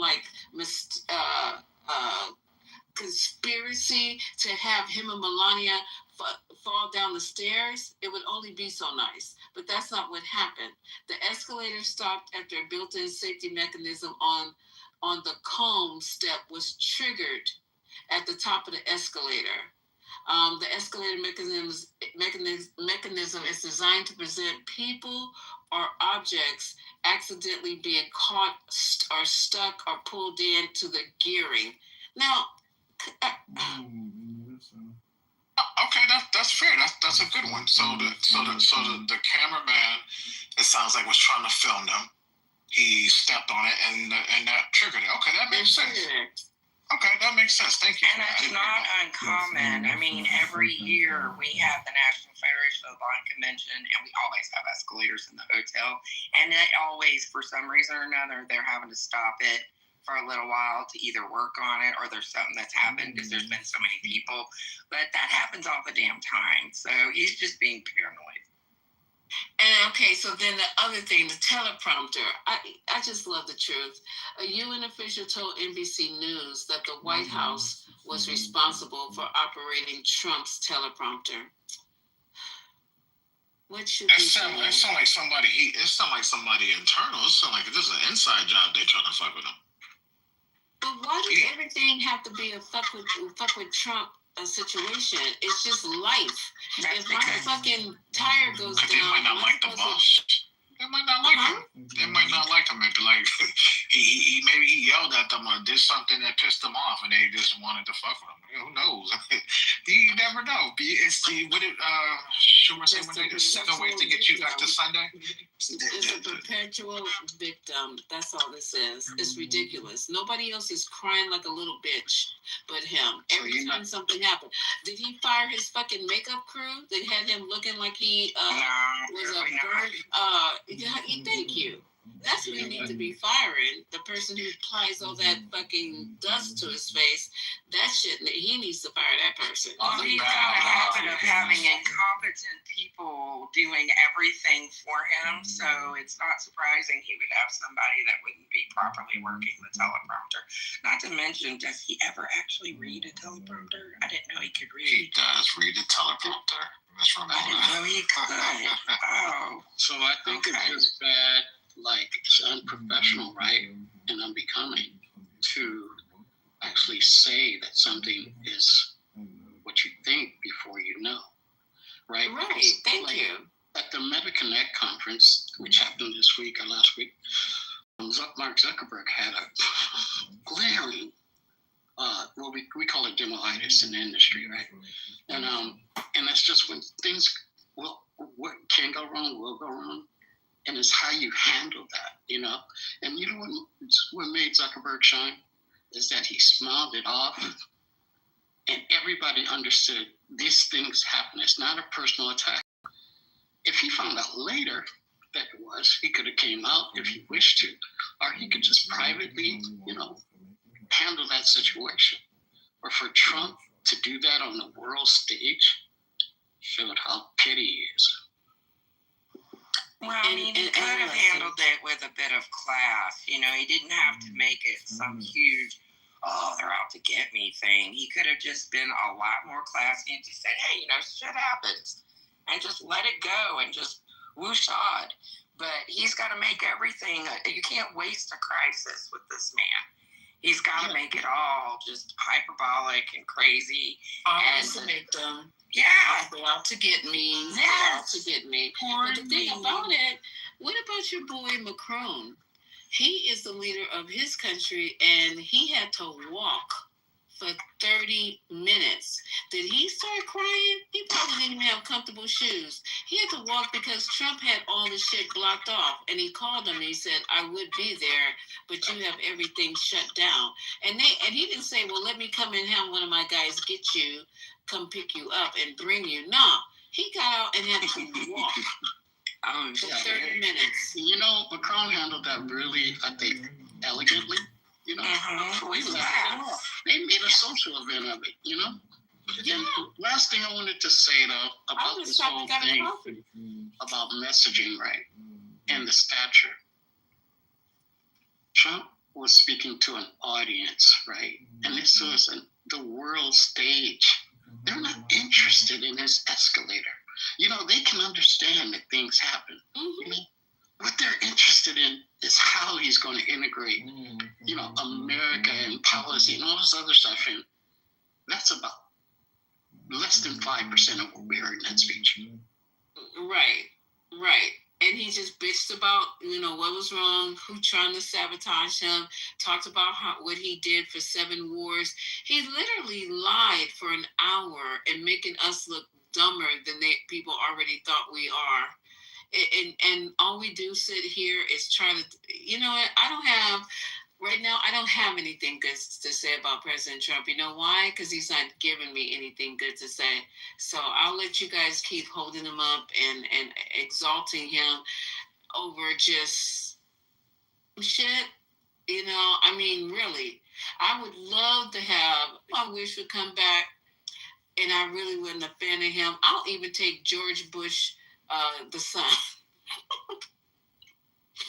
I couldn't stand him. You know, as fucked up as that sounds. I will take anybody at this point. Yeah, we take Nixon over this shit right now. Yeah, I would take Nixon. Because, I mean, he could peace sign it right on out the door. I'm not a crook. Exactly, because he said I'm not a crook, and we said we don't care anymore. I'll take Reagan, I'll take Nixon, I'll take fucking Lyndon B. Johnson. You know what? They can sit in your face and they will tell you the truth. They'll play their games, right? Right, but they still took care of America at the end of the day. If they take a shit, they're going to sit. Millions of Muslims and soldiers have been hurt because I think Bush policies were horrible. I'm sorry. Oh, I can't. Are you talking about Bush Senior or Bush Junior? Either one of them. I'm on 43. Yeah. 43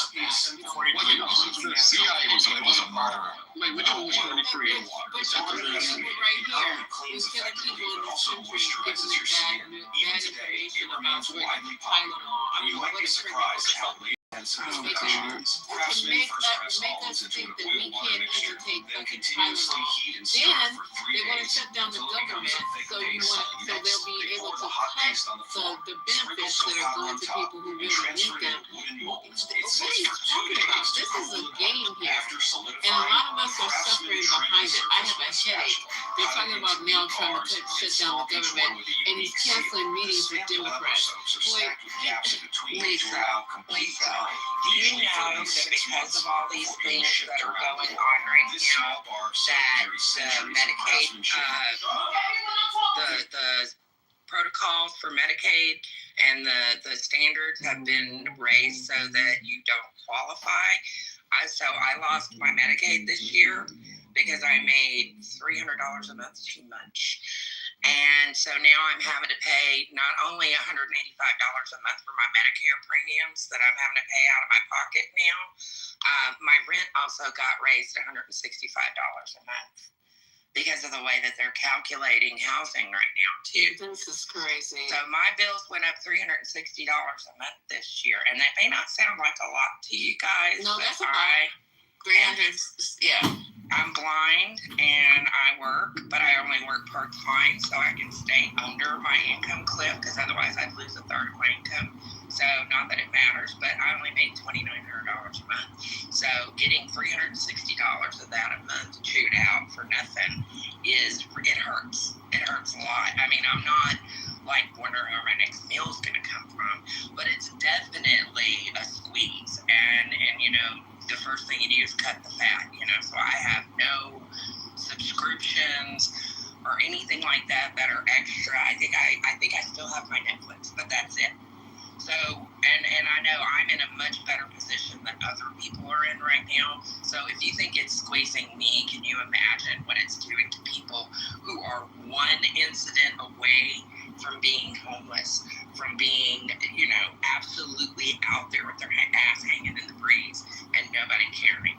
So that's the thing that we're all having to deal with on varying and different degrees, and that's why we're all so fucking upset. And if people can't understand that are supporting Trump, then fuck them and feed them fish heads, because man, this is some crazy shit we're having to live with, and they voted for this shit, but we're all having to suffer for it. And so by damn, yes, we're fucking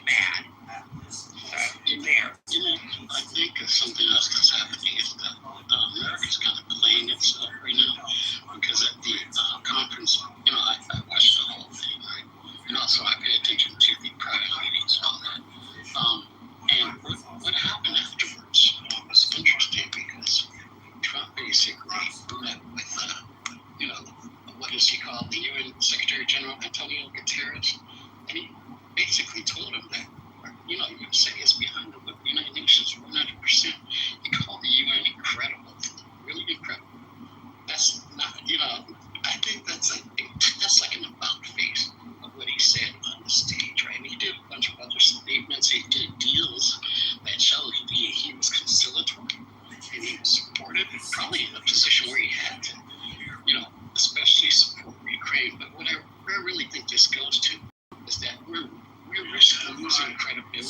You know, our allies know that they can't trust our and our adversaries are seeing weakness in the gap between what we say in public and what we promise in private. And that is a tremendous loss on the stage. Well, you know, I know you guys know that the MAGAs like to come in here because they're allowed to speak in here. Hopefully,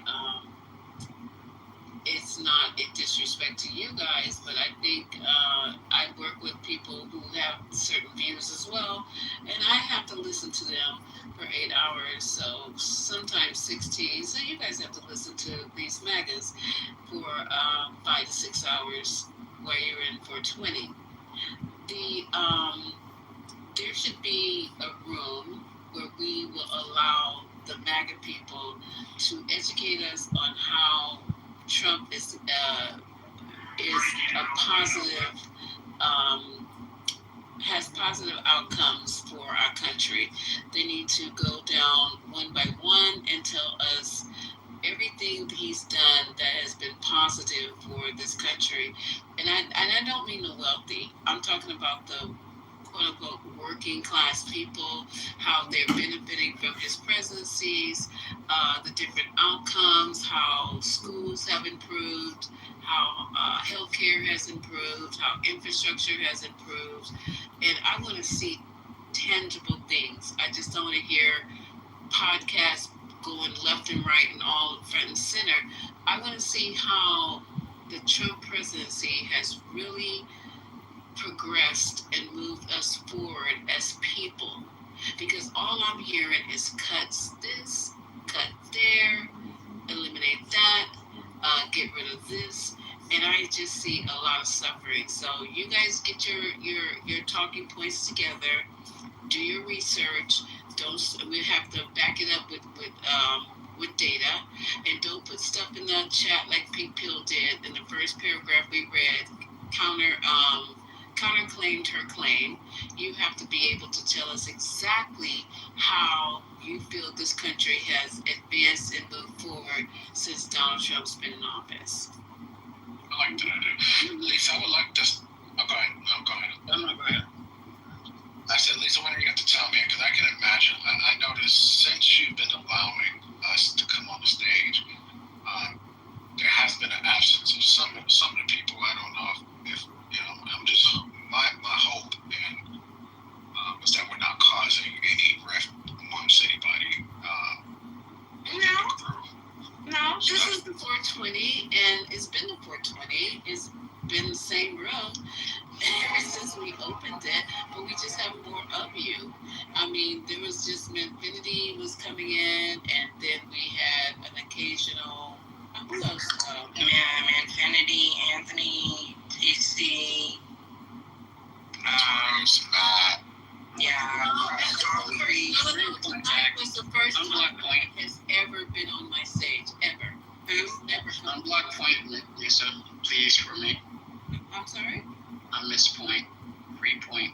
Who's Block Point? Free Point. Who the hell is Point? Point taken. Point blank, Cappuccino. I'm going to have to face the I haven't heard. Well, Cappuccino. I'll give you a lemur if you have Point. Point has been opening her own rooms a lot. I know. I've seen them. You got some real retards in there too. I won't go in there. I know that's right.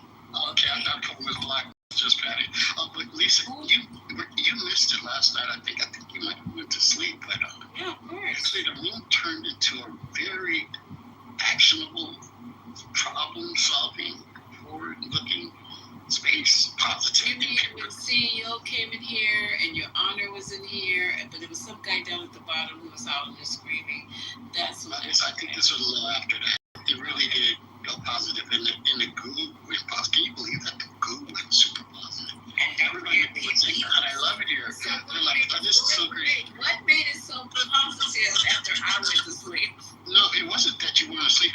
gracious Vegas, but it was just that it wasn't so hostile, wasn't so toxic, and there was a mix of voices, including a mix of political opinions, but everybody would take it.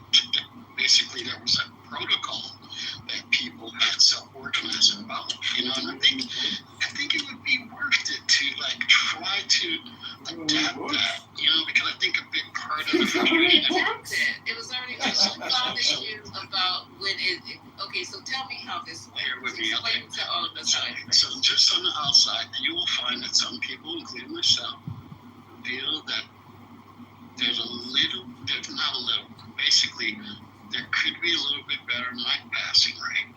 And then also a little bit better people who are they just need to be constrained. It's just that simple, because that's pretty much it. But everything else is so agreement with that. I think rooms on Clubhouse. Yeah. So you guys are trying to tell me, okay, so I agree with that part about more limited time and passing the mic more, because there are some people who just don't feel that they should shut up. But as far as having them in the room, you guys would prefer to just have only one opinion and one voice in the room? Is that how you guys No, someone say that.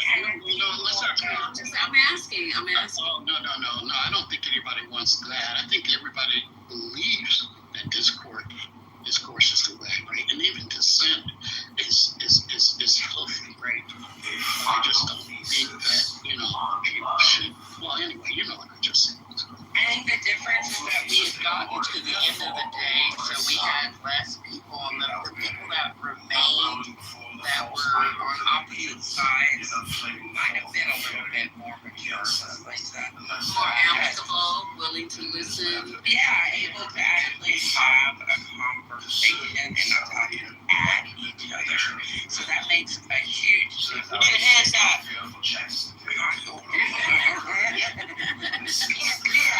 We have to my back channel. It's crazy. It makes a difference, though, when people are able to sit down and actually have a conversation and not try to be, one of the next speaker or, be crazy or whatever. It makes a huge difference when you're actually able to say, okay, what is it that we need to be doing right here, right now? What is not a future plan, but it's right now and doing. And, you got a lot more people that are in here late in the evening.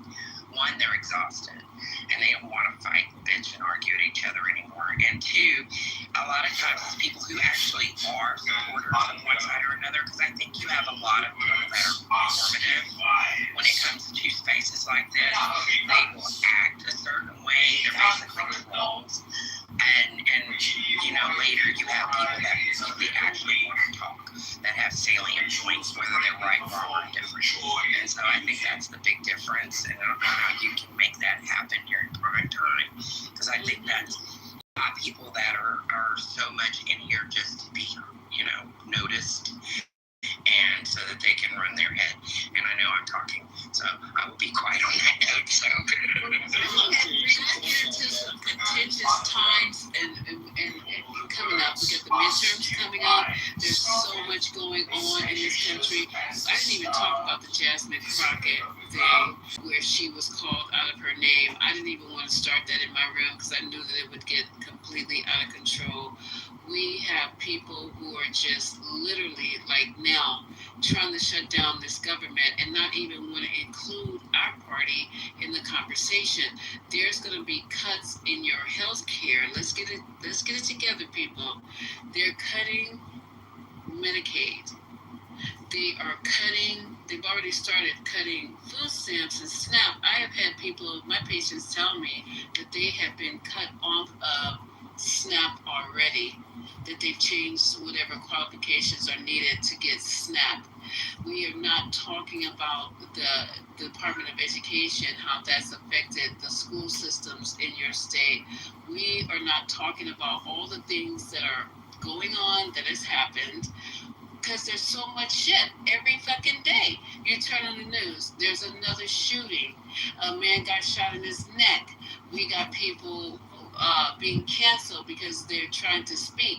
We have CEOs who don't want to say anything that are running major companies about how terrible the economy really is because they're afraid.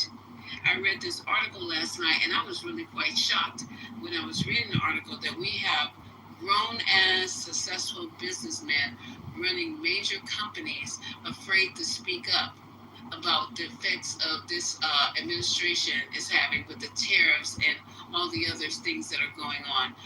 Literally afraid to speak up. So, I mean, where are we at here? This is a place of fear. The United States now is unrecognizable. It is, everybody's in fear. Everybody's angry. Everybody's suffering. It's just, so, you know, I don't know what else to tell you guys. I try to hold these rooms so we can talk about it. Bring your other people in. Let them say what they're going to say. And even you, they should be tired.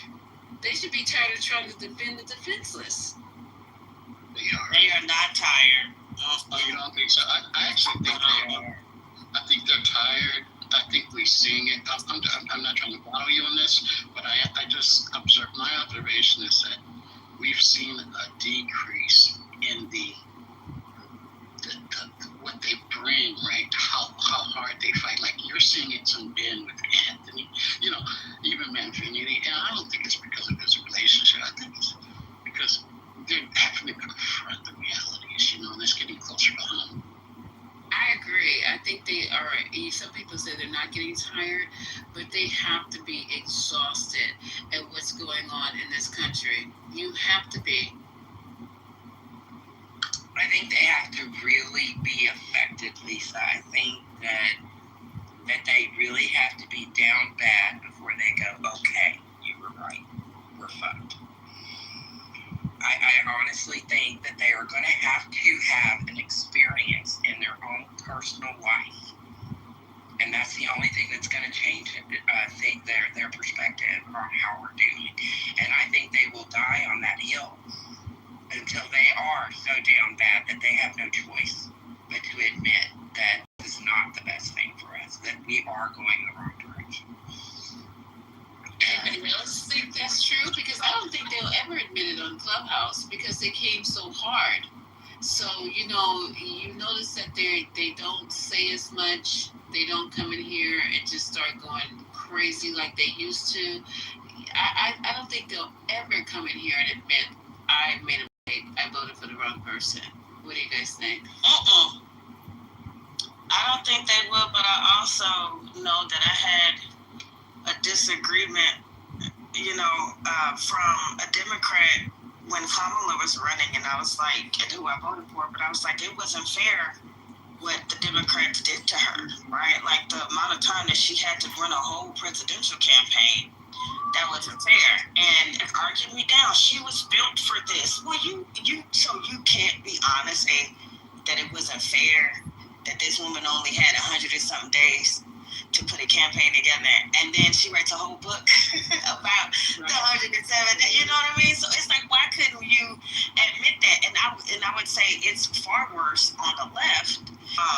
On the right. You know, with admitting that they made a mistake, because what they will say is, I didn't like what I've been hearing lately is, I don't agree with what Trump said during the Charlie Kirk memorial. You know, like how he made it about him. And I'm like, this is the Donald Trump that we see all the time. It took that for you to see it, but I don't think that they'll ever, you know, capitulate and say, oh, I made a mistake. But I think they are starting to say things they disagree with more. That I've seen also, because when Stephen Miller got up there and literally almost told them, he just said it in Coda's speech, but we know Coda's speech. He literally said that he was putting you motherfuckers back on the plantation, and you're not really a part of this country. Literally. So that kind of threw them off a little bit too. Once we start breaking it down, not, you know, trying to hear what you want to hear. And I understand that shit, but this is what he said. This is what this man said. That he mentioned every country that was almost a pure white country. There's no such thing anymore. But he mentioned all of them as being the ancestors and the forebearers of this country, when he knows good and fucking well that black people are here probably before his people. The nerve. You can't take anything that guy says seriously. That guy is a pencil. You have to take it seriously. You have to. Yeah. He's writing legislation. Yeah. No, he's not. Right? He's Yes, he is. Yes.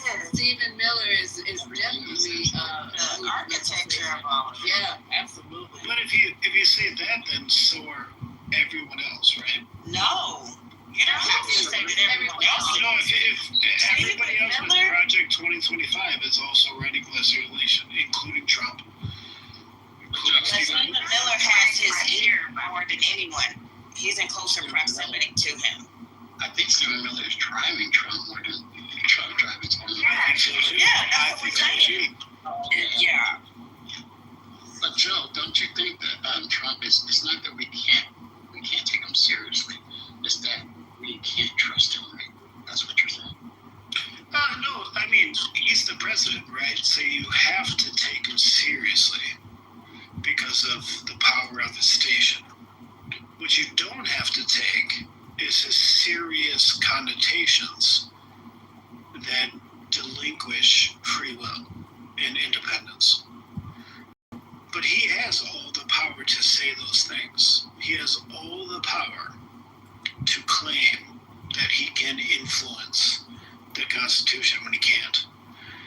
The real challenge is opposition. When are the American people going to organize and realize that he wants to be a dictator and he does not want to be a president? No other president has done this. Has tried to limit the media when he speaks, has tried to do all these things in direct violation of the Constitution, including the suspension of due process. We were speaking on that earlier. Like that keyboard duty is. It's laughing hard, man. Okay, sorry about that. I know it's cool. I'm like, So, Joe, we were talking about that earlier. You know, it's no president in history that has basically tried to get somebody fired from their job on a TV late night talk show, and then says after, when he thought it was all said and done, he said that everybody who says something about him or who goes up against him should be fired. When does that happen? What? Oh, that's happening quite a bit. Putin did the same thing. Putin did the exact same thing.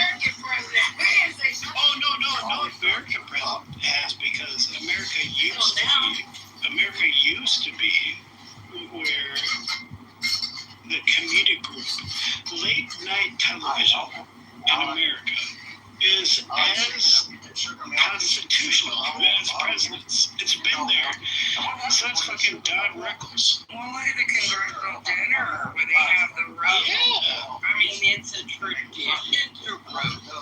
Yes, it is a tradition. And they stand there and smile and graciously accept that shit, you know? Because they were duly elected. It doesn't matter. That this year with him, can you imagine that dinner? They did. He didn't show. Yeah. Actually, he wasn't invited. I'm sorry, he wasn't invited. That's Putin. That's exactly what Putin does. Yeah, he wasn't invited to this year's correspondence dinner. Wow. I'm sorry, correspondence, not congressional dinner. But you know, that would be such a big fucking mess. Because you know people would have some roasting to do on that. That Cheeto would be crunchy as fuck. Oh, sorry. They're not going to say anything. They're not the Exactly. Well, I think it's quite obvious, right? So it's quite obvious that Jimmy Kimmel can be influenced by. I mean, if we really do have free speech, right? Jimmy Kimmel says a thing, and it is actually subject to Disney and ABC, who are obviously also contributors to politicians. That's the biggest problem. And Jeremy's in the audience, I think. Jeremy says this better than I can. When they diluted and they restricted, or they got rid of the ability for anybody financially influence politics in the United States, they failed. You just started the failure. You started it. So now there is the people who have the most money in America influence everything. They influence everything. They might make it seem like late hosts have free speech, but that's not true. They actually influence everything in America.